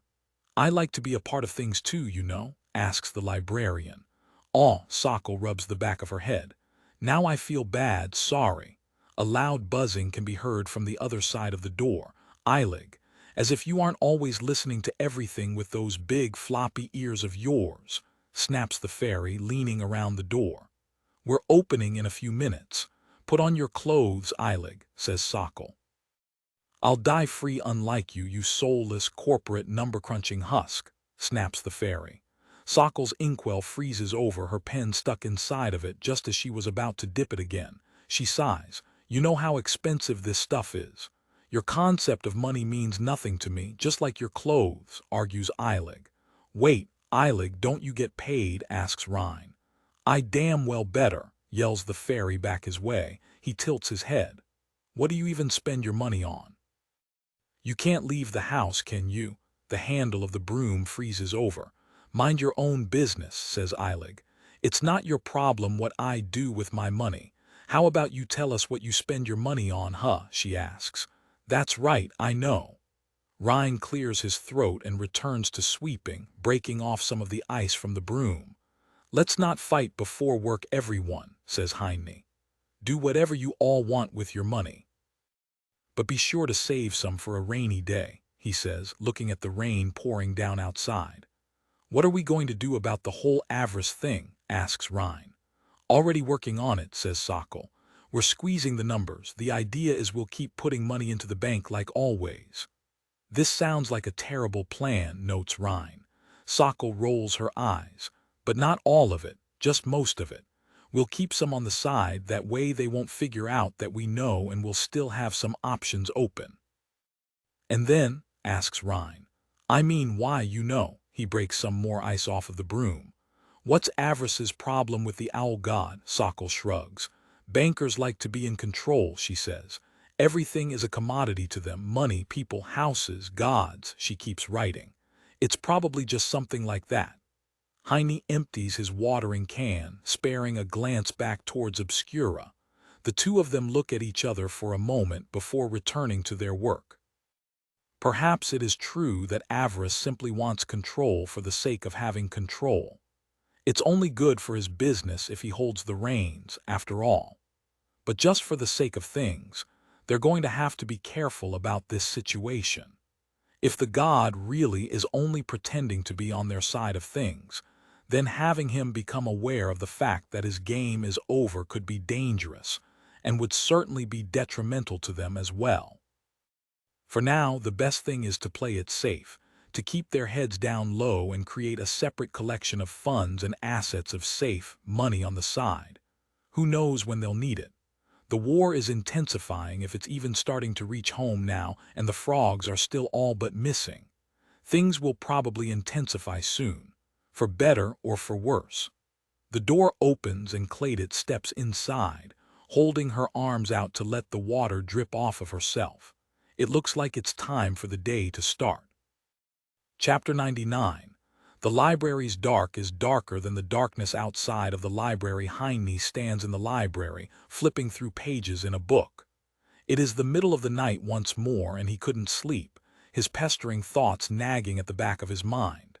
He flips a page, looking at the grotesque illustrations of some distorted monster. Then he flips over to the next one. Then the next one. Each image shown in the book is some horrible, gangrenous monster. They are creatures, said to roam in the deep forests of the southern region of the world.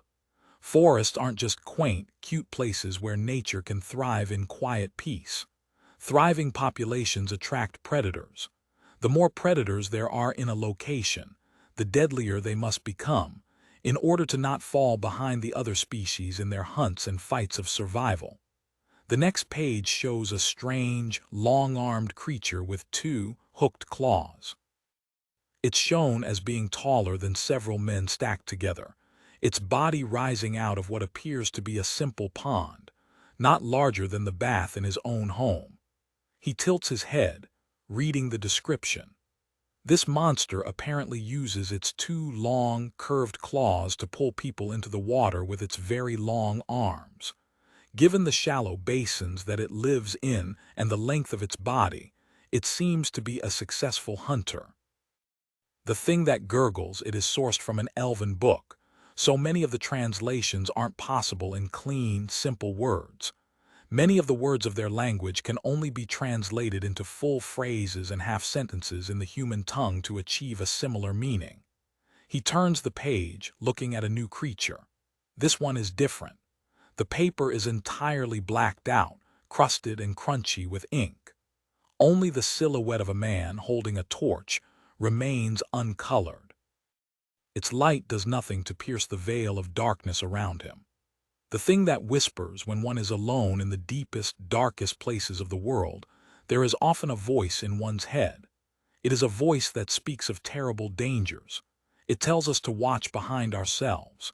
It is in every snap of a broken twig to our sides. It is in every thud of a fallen branch behind the tree line. In every echo and every resonance that carries through the dull, muted air of the deep forest resides the thing that whispers. Some say that it is not real. It is simply fear and paranoia. These are things that one is rightful to have in such a place, especially alone. Others, however, claim that the thing that whispers isn't just a feeling of fear. It is a very real, tangible entity that stalks the forest canopies like a shadow, looming over the head of anyone it finds astray. It coats them in darkness and fills them with doubts, causing them to misstep, to be unsure of their direction, to turn around and return into a long distance they have already cleared. Its goal is to cause those who get lost in the forest to hunger, to fall, and then, when they are weak and immobile, it comes. And all the while, it whispers of doubts, of fears, of regrets. "Things get pretty dark down there in the south, huh?" asks a quiet voice from the other side of the shelves. Heine lifts his gaze towards the shelf. "Sorry, am I keeping you up?" he asks. He looks back down to the book. "At least now I know why the military wanted ballistas for down there. Didn't Rhine call them ballisti? Is that the right word? He doesn't really know. Oh well. No, it's okay," replies Seltsam. "I was already in my pajamas and stuff, but I can't sleep tonight. Moon's too bright, you know." Heine blinks, looking up towards the distant windows on the upper floor of the library. "The moon?" he asks.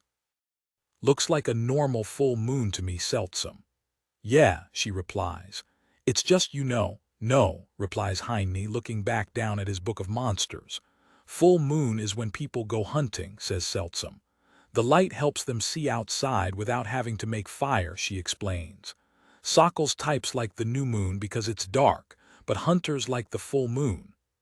Heine turns the page, looking at the next monster, the next thing that hunts during a full moon. "A thing that skitters, you're safe, Seltsam," he says, looking at the odd depiction of a monster that winds around the page. "It has 1,000 legs, and then behind it are 1,000 more. The inking is so fine and detailed that it is close to being indistinguishable from the full blacking out of the last section. Nobody is going to hunt you here." I know," she says. "Thank you, it's just Old habits?" asks Heine. "Old trauma," replies Seltsam. "I never used to sleep on nights with a full moon. It was too dangerous," she explains. "Now that I can, I just can't." He can hear her wandering around, pacing. But then she stops and slides down against the shelf, presumably sitting on the floor. "I get ready for bed and I'm super tired. I clean my face and my teeth. I put on my pajamas and I lay down and I just can't sleep. There is a soft thudding. It's the worst. I used to have nights like that," says Heine, flipping the page again. "For different reasons, but I did." "Did it go away?" she asks. Heine stares at the horrific depiction of a man being held up into the air by invisible claws, his eyes being sucked out of his screaming face. "The thing that reaches. Guess not," he says. "I'm here, right?" "Oh, ha," she replies, laughing awkwardly. "I guess so." Heine looks around the library. "Why don't you ask Eilig to sleep over?" he asks. "I'm sure she'd be thrilled." Well, the truth is," starts Seltsam. She's quiet for a time. "I get cold easily, you know." I can see how that would be a problem," replies Heine. "Do you need more blankets?" he asks. "I'll tell Sokol to order you some more." He flips to the next page and winces. "This just keeps getting worse." "Thank you for always being so nice to me," she replies. "I'm really grateful. I've never had a job and a place to live before." "At all, or at the same time?"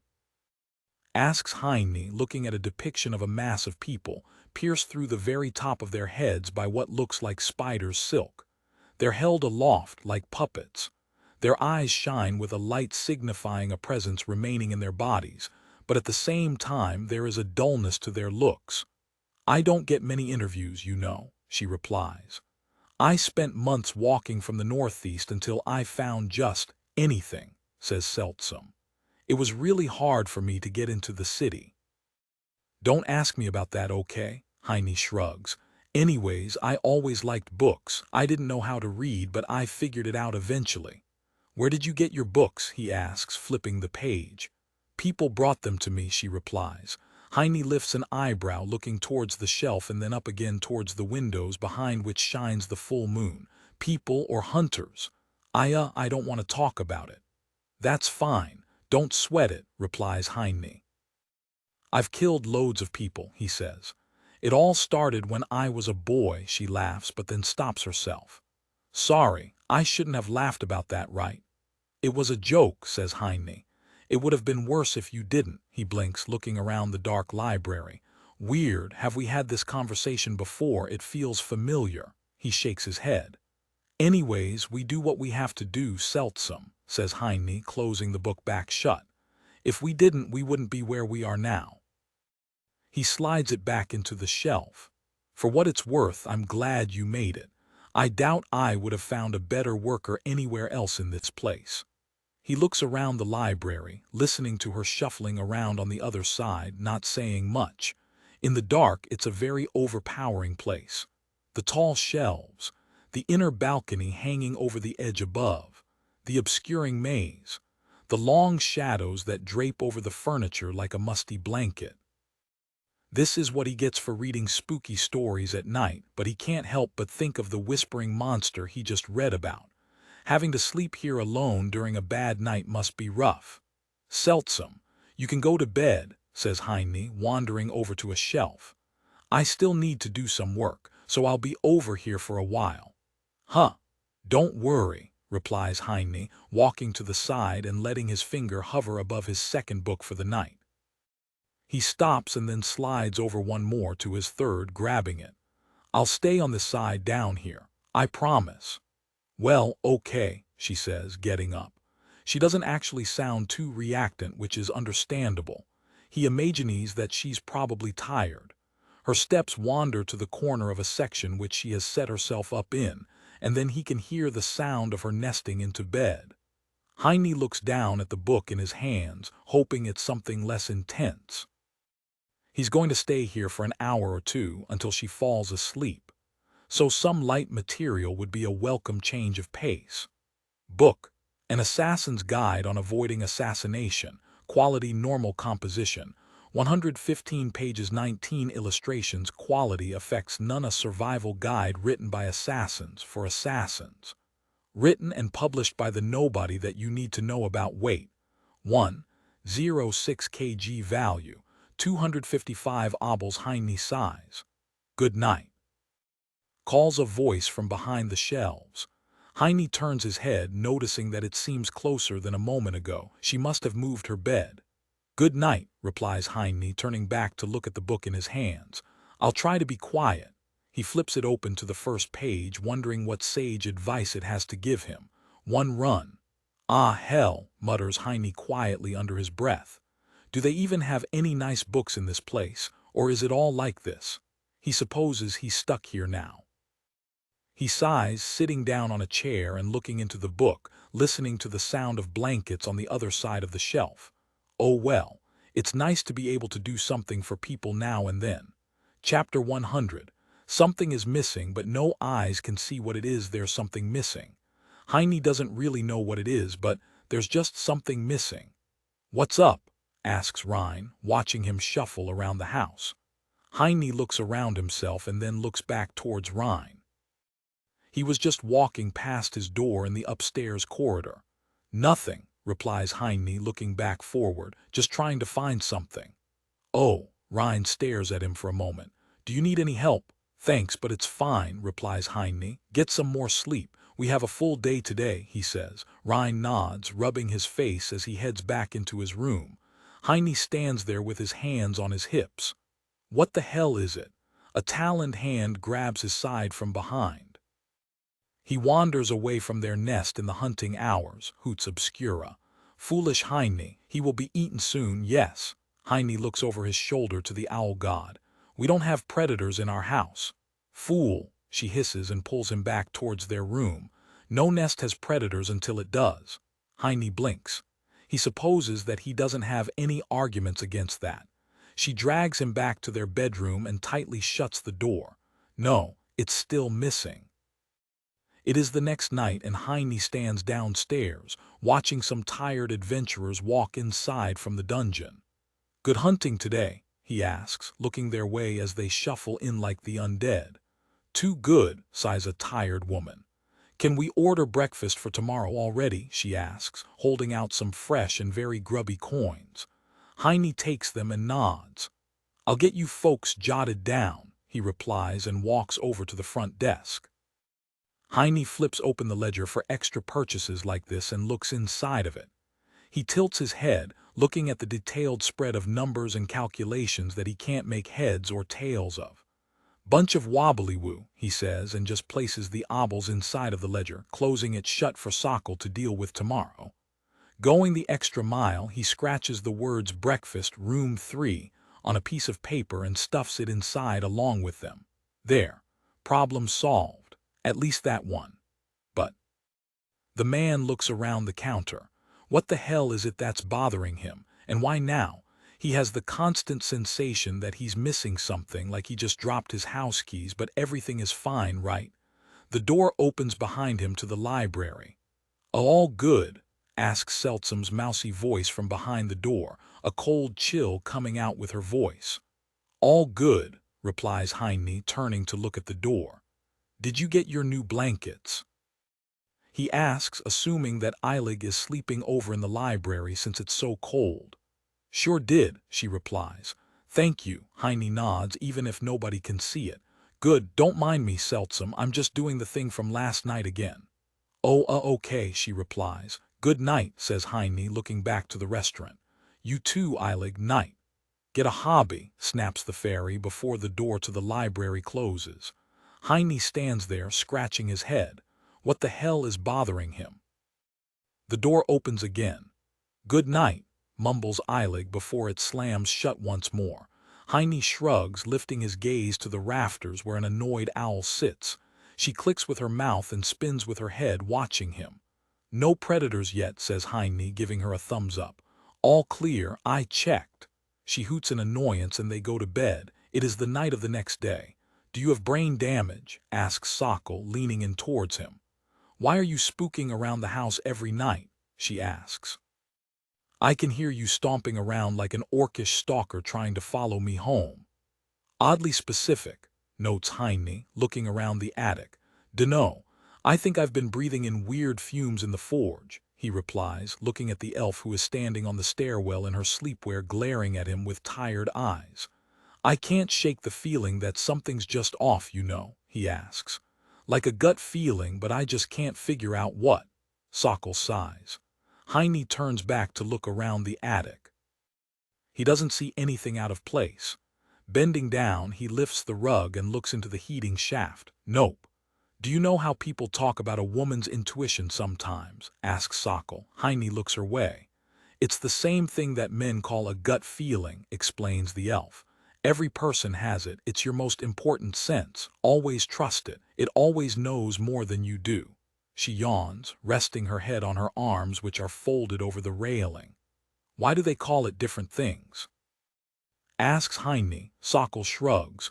"Marketing, don't ask me, I just know that." Heine thinks for a while before turning back her way. "What does your gut feeling say about this?" he asks. Sokol, despite standing upright, seems to have fallen asleep then and there, pressing against the railing. Heine tilts his head. Seeing her like that, it's almost nostalgic. Something hisses and clicks excitedly down below himself. Heine looks down, staring at the pair of yellow eyes that gaze up his way from down in the open heating shaft. "I know," he says, bending down and picking her up in one arm. He heads down the stairs, grabbing Sokol with the other. Kidnapping two people is a new record for him. Talk about life progress. "Okay, hear me out," says Heine, sitting down in the ice cellar. It is the next night. "You've lost it," says Eilig. "I always knew this day would come." "I'm telling you, Eilig," says Heine, "something's up." He looks around the ice cellar. "For days now I've felt like, I dunno, like something is wrong, you know," he asks, looking her way, "but everything is fine." The fairy wobbles around on the front stoop of her doll house. It's driving me to the wall. I can barely sleep. It's been days. She crosses her arms. Yeah, you do look like crap, I can tell. Do you want me to freeze you in a block of ice? Not for another 50 years or so, he replies. You're the only person I can bother with this, Eilig, says Heine, because you've already bothered everyone else. Yes, replies Heine. Look, can I be honest, he asks. I'm worried that this is some kind of god magic, he says. Her wings buzz, striking against the sides of her house. Have you felt anything? You're sensitive to this kind of stuff, right? No, my cellar has been insulated against magic, remember, she asks. Heine blinks, rubbing his face and then sighing. He slumps back against a frozen crate and slides to the ground. Ah, you're right, he says, leaning his head back against the box. I'm falling apart, I think. He stares up at the dollhouse. Is it okay if I stay here for a little, he asks. She sighs. You're covered in magical residue. Are you trying to kill me? Heine blinks and then gets up, remembering. Shit. You're right. I'm sorry, Eilig. I didn't even think about it, he says, looking back her way. I'll go. Good night. Wait, it's okay, she replies. The fairy closes the door to her house and steps outside. I'm feeling fine. You can stay here for a little while. Heine stares at her for a moment and then sits back down. It's cold, but he doesn't get to spend much time with Eilig. Besides, the odd nagging feeling he's had really does feel a little less intense down here in the magically insulated cellar. Maybe it really is some sort of magical effect. The frogs, are they doing this? Is this some side effect of some spell they're preparing? Or is it something related to Obscura's growth of power? Maybe her magic is making him go weird too. Or is it something else entirely? Heine feels his eyes drooping and he falls asleep then and there, the fairy flying over his way. Night 5. Heine stands in the forge, once more unable to sleep because of the nagging sensation that something is amiss. The air is cool and damp, carrying with it a lightness that only the spring possesses, and this, despite it being late into the season.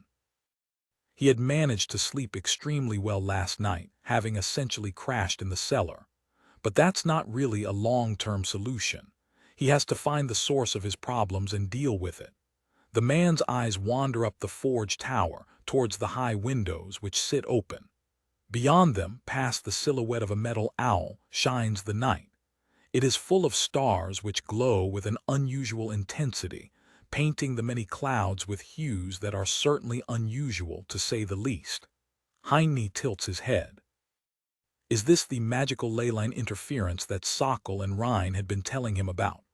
The magical currents of the world that are going haywire because of the war in the south. The ground shakes. Heine blinks, watching his home shake in the quake. The hell? He asks, looking around himself as the sensation dies down. There's a loud series of noises coming from outside. He looks around in confusion and heads towards the front door, walking through the restaurant. Heine pulls it open and stares out into the city. The sky is aglow with colors of many shades, painting the clouds. Movements coalesce in the sky, and here, further down below, many movements coincide. The opening of doors, of windows, of shutters and gates as people all look out of their homes in the middle of the night to see what the ruckus is about. Down the way, the Tower District, which is visible from just about anywhere in the city, is on fire. A massive elemental rages around the structures, tearing them down. Bells ring and people shout, guardsmen running past in all directions. Attack! We're under attack, shouts a man, riding by on a large bipedal bird. The old, curved dagger on Heine's leg brushes against his thigh, and he finds his eyes rising up towards the roof of his neighbor's house. A few hooded figures stand there, one of them a bow in hand. Ah, hell, mutters Heine. He slams the door shut as a volley of arrows that are clearly poisoned, judging by the trail of wet that drips down the wood, strikes straight into it. Assassins. He looks around the room, listening to the screaming from outside. Nope, he still doesn't know what's nagging him, damn it. Chapter 101. The pointy-eared elves have come for Obscura's precious things. Heine jumps over the front counter, heading into the library. Someone yelps in surprise on the other side. "Seltsam," he barks. "Get Eilig and run upstairs. We're being attacked." "Huh, what?" asks the librarian, still dazed from just waking up. "By the frogs. Worse." Heineni narrows his eyes, turning back to look out into the restaurant. The glass of his favorite window shatters as someone blasts it in with a spell. Shards of razor glass fly out in all directions, jutting into the wooden walls. "Elves." "What?" asks Seltsam. "What's wrong with Go?" snaps Heine. Seltsam yelps, scrambling off. Thankfully, it's night time and nobody else was downstairs. But he's going to have to do something about this. Heine runs back out behind the front desk, closing the library door behind himself as he watches some people clear the broken glass and then hastily start to climb inside. He jumps out in front of the counter and holds his hands out in front of himself. A slender man with a shawl around his face looks towards Heine, halfway through the glass. He's over H. Heine uses ash. Incinerate. The man's shawl wrapped around his face catches fire. He lets out a frightened shout, clawing at it. In his scramble, he falls over the window, landing into the broken glass just below, flailing and screaming. Heine has applied status, burning bleeding too. Heine spins around as the front door is kicked open, a couple more of them there. They're wearing matching uniforms. They're strange, dark gray fabric ensembles with soft leather padding. The gloves and boots are tightly fitting, but the material around the limbs between them is oddly baggy, giving the slender people an odd constraint in shape. A man pushes in his way, running forward with a wet-looking knife. "Get H," shouts the man, barging in, the fabric of the shawl covering his mouth moving. Heine uses ash. Antichrysalis swirling cinders fill the room in an instant. The dark of the night that had been present here before is both now emboldened by the fog wall of ash, which now fills the room, but it is also brightened in particular locations by the ethereally glowing cinders that blast out in all directions. They cut through the thick, obscuring veil like shooting stars in the night, and a mass of them collects in the shape of a face before himself, glowing like a radiant smile before it falls into ash. Heine has killed. Has used. Present gale. Heine covers his face as the ash and the cinders all blast away, flying off through the house as a powerful wind pushes inside. Something shatters down at his feet. He looks down, seeing the orange, violently bubbling potion puddle there, coming together into a volatile mass. It's going to explode. Heine feels his feet leaving the ground, sure that he was just blown to the ceiling by the blast. Instead, he turns upside down, landing on the rafters, having been removed from the scene by some kind of powerful magic. The floor beneath himself explodes. A jagged hole tears through the restaurant from the front door, all the way to the kitchen door. Wooden shards fly in all directions, shattering glass and breaking walls. A shadow shoots past him through the chaos, landing on the vague silhouette of a person stepping into the house. The scene devolves into feral screaming as something rips into him, dragging him off into the shadows. He looks around himself. How many of them are there? Fires rage outside and people scream and run through the streets. Is this a full-on attack on the city? "He's here," shouts a voice from the front door. He turns around to look as several more of them jump in through the broken window in the back, stepping over the first intruder who has managed to peel his shawl off. But his face is severely burnt and he leans back against the booth, panting. "He's here. Activate the spiaya." The man is cut short, his words silencing into a gurgle. "Have activated conjoined spell. Grand bind." Heine feels his arms pressing themselves against his torso. His legs stiffen and he falls from the ceiling like that, the spell holding him aloft having been dispelled. Several of them rush over towards him. Rhine has used. Serpentine flow, an aquamarine shape shoots through the debris and rubble. winding around the broken wood and the glass and the overturned furniture.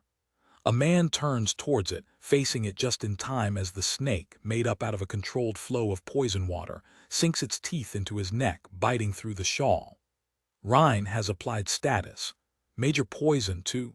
The other two break off, one of them heading towards Heine and the other towards Rhine, who had just come down the staircase. Rhine jumps back, swinging with his staff to strike against the arm that swings his way with a knife in hand. He pushes his staff forward, throwing it with both hands at the confused attacker who fumbles and catches it out of instinct. Rhine has used Cascade. A mass of water fills the room in an instant, the ground and the walls shaking violently from the force of the magic that is several times stronger than it was those many months ago. Heine watches as the attacker is washed away, and how the wave, not able to be contained by the ceiling, surges towards him and the assassin who is about to reach him. The assassin lifts his hand, the shadow of the wave looming over his back, the glinting blade in his hand. A throwing knife is lodged in his throat and he only has a chance to grasp it before the water washes over them all. Heine floats. It's a dazed moment as clear, crystal water, a beautiful thing, surrounds himself. But it is ruined, marred by the ash and the blood and the dirt and the rubble.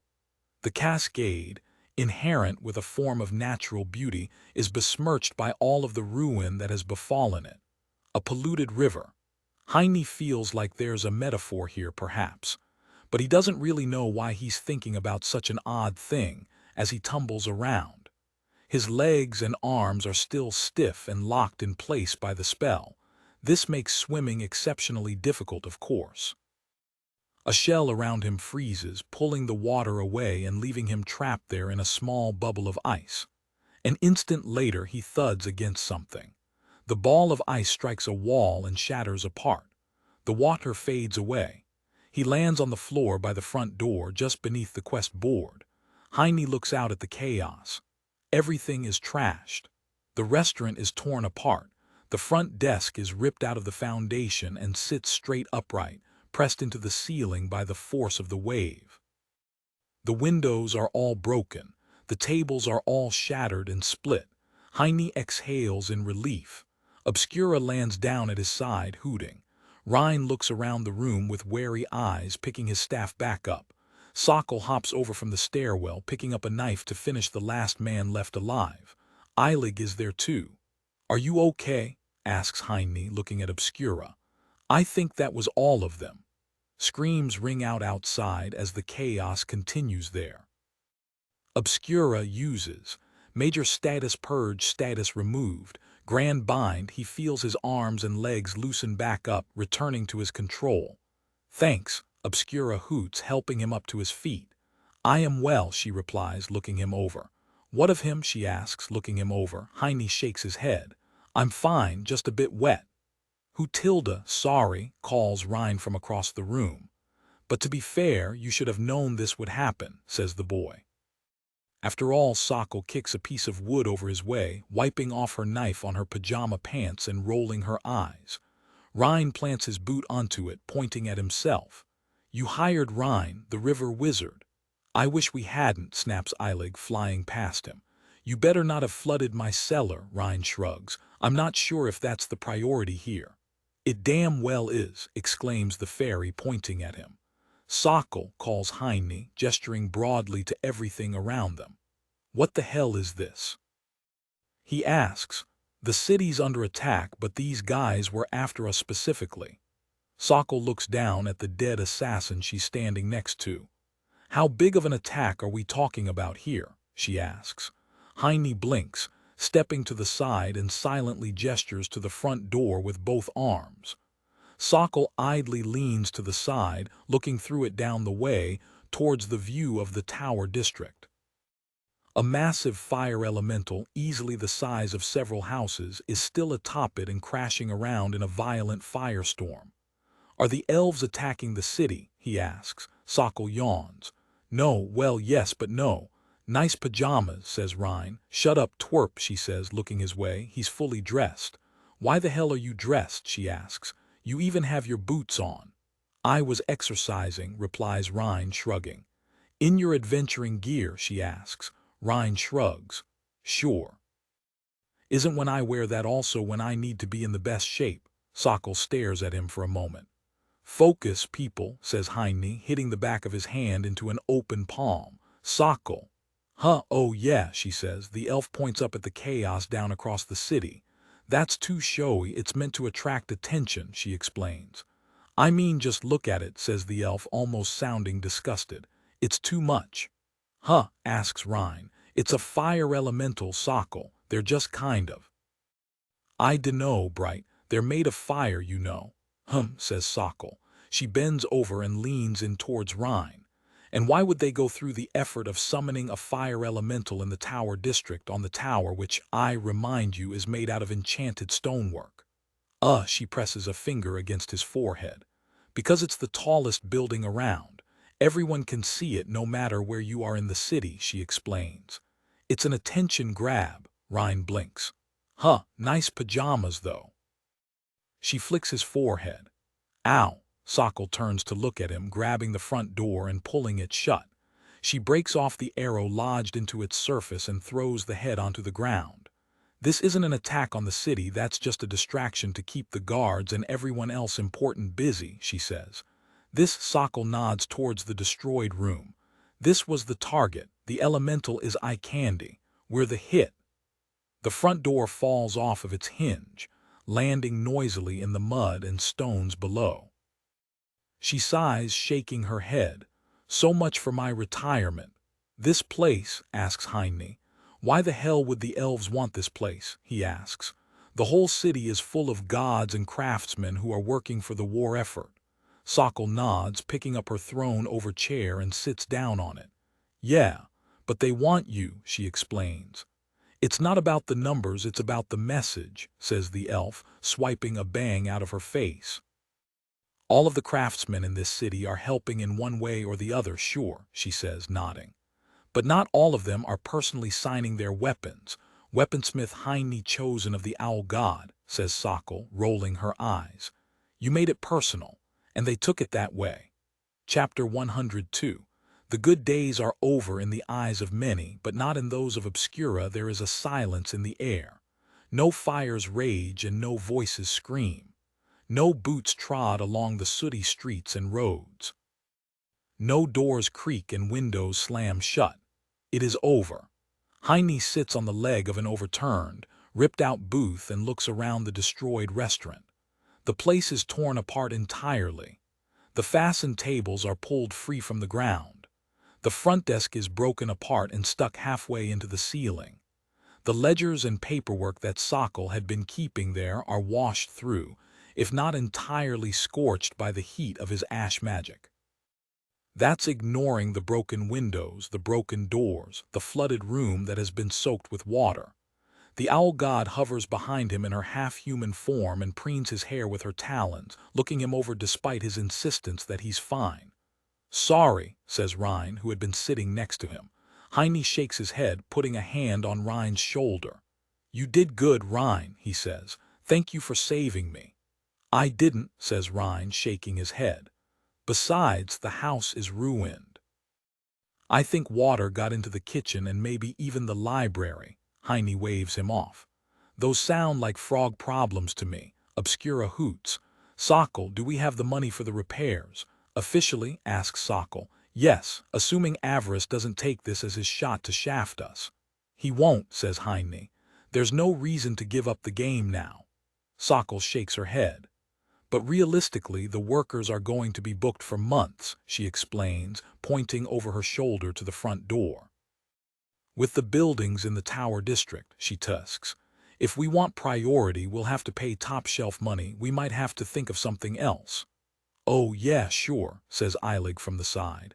Let's just let Eilig's house rot and fall apart because we put a stingy elf in charge of the money. The house is all of ours, Eilig, says Heine. But you're right. We can't just wait. He gets up. The damage will be worse by then, and we need to make money in the meantime. He looks around. Plus, without a restaurant, we can't afford to pay 3 of our people forever, so we need to fix this soon. A talon hand grabs his. He looks back at her. Besides, I can't stand having it wet in here, says Heine. It reminds me of frogs. Frogs, says Obscura, narrowing her eyes. We could ask them for a loan, says Sokol, shrugging. Obscura hisses. Rhine's crazy mom is loaded. Hey, says Rhine, looking her way. No, says Heine. We solve our own problems. Rhine, get the water-absorbing skull from the vault. He points at Sokol. Save all the paperwork you can. His finger wanders towards the ferry. Eilig, help Seltsam inspect the library. Then I need you to check the walls for any pockets of water. Since when are you in charge? Asks the fairy. I'm older than you runt.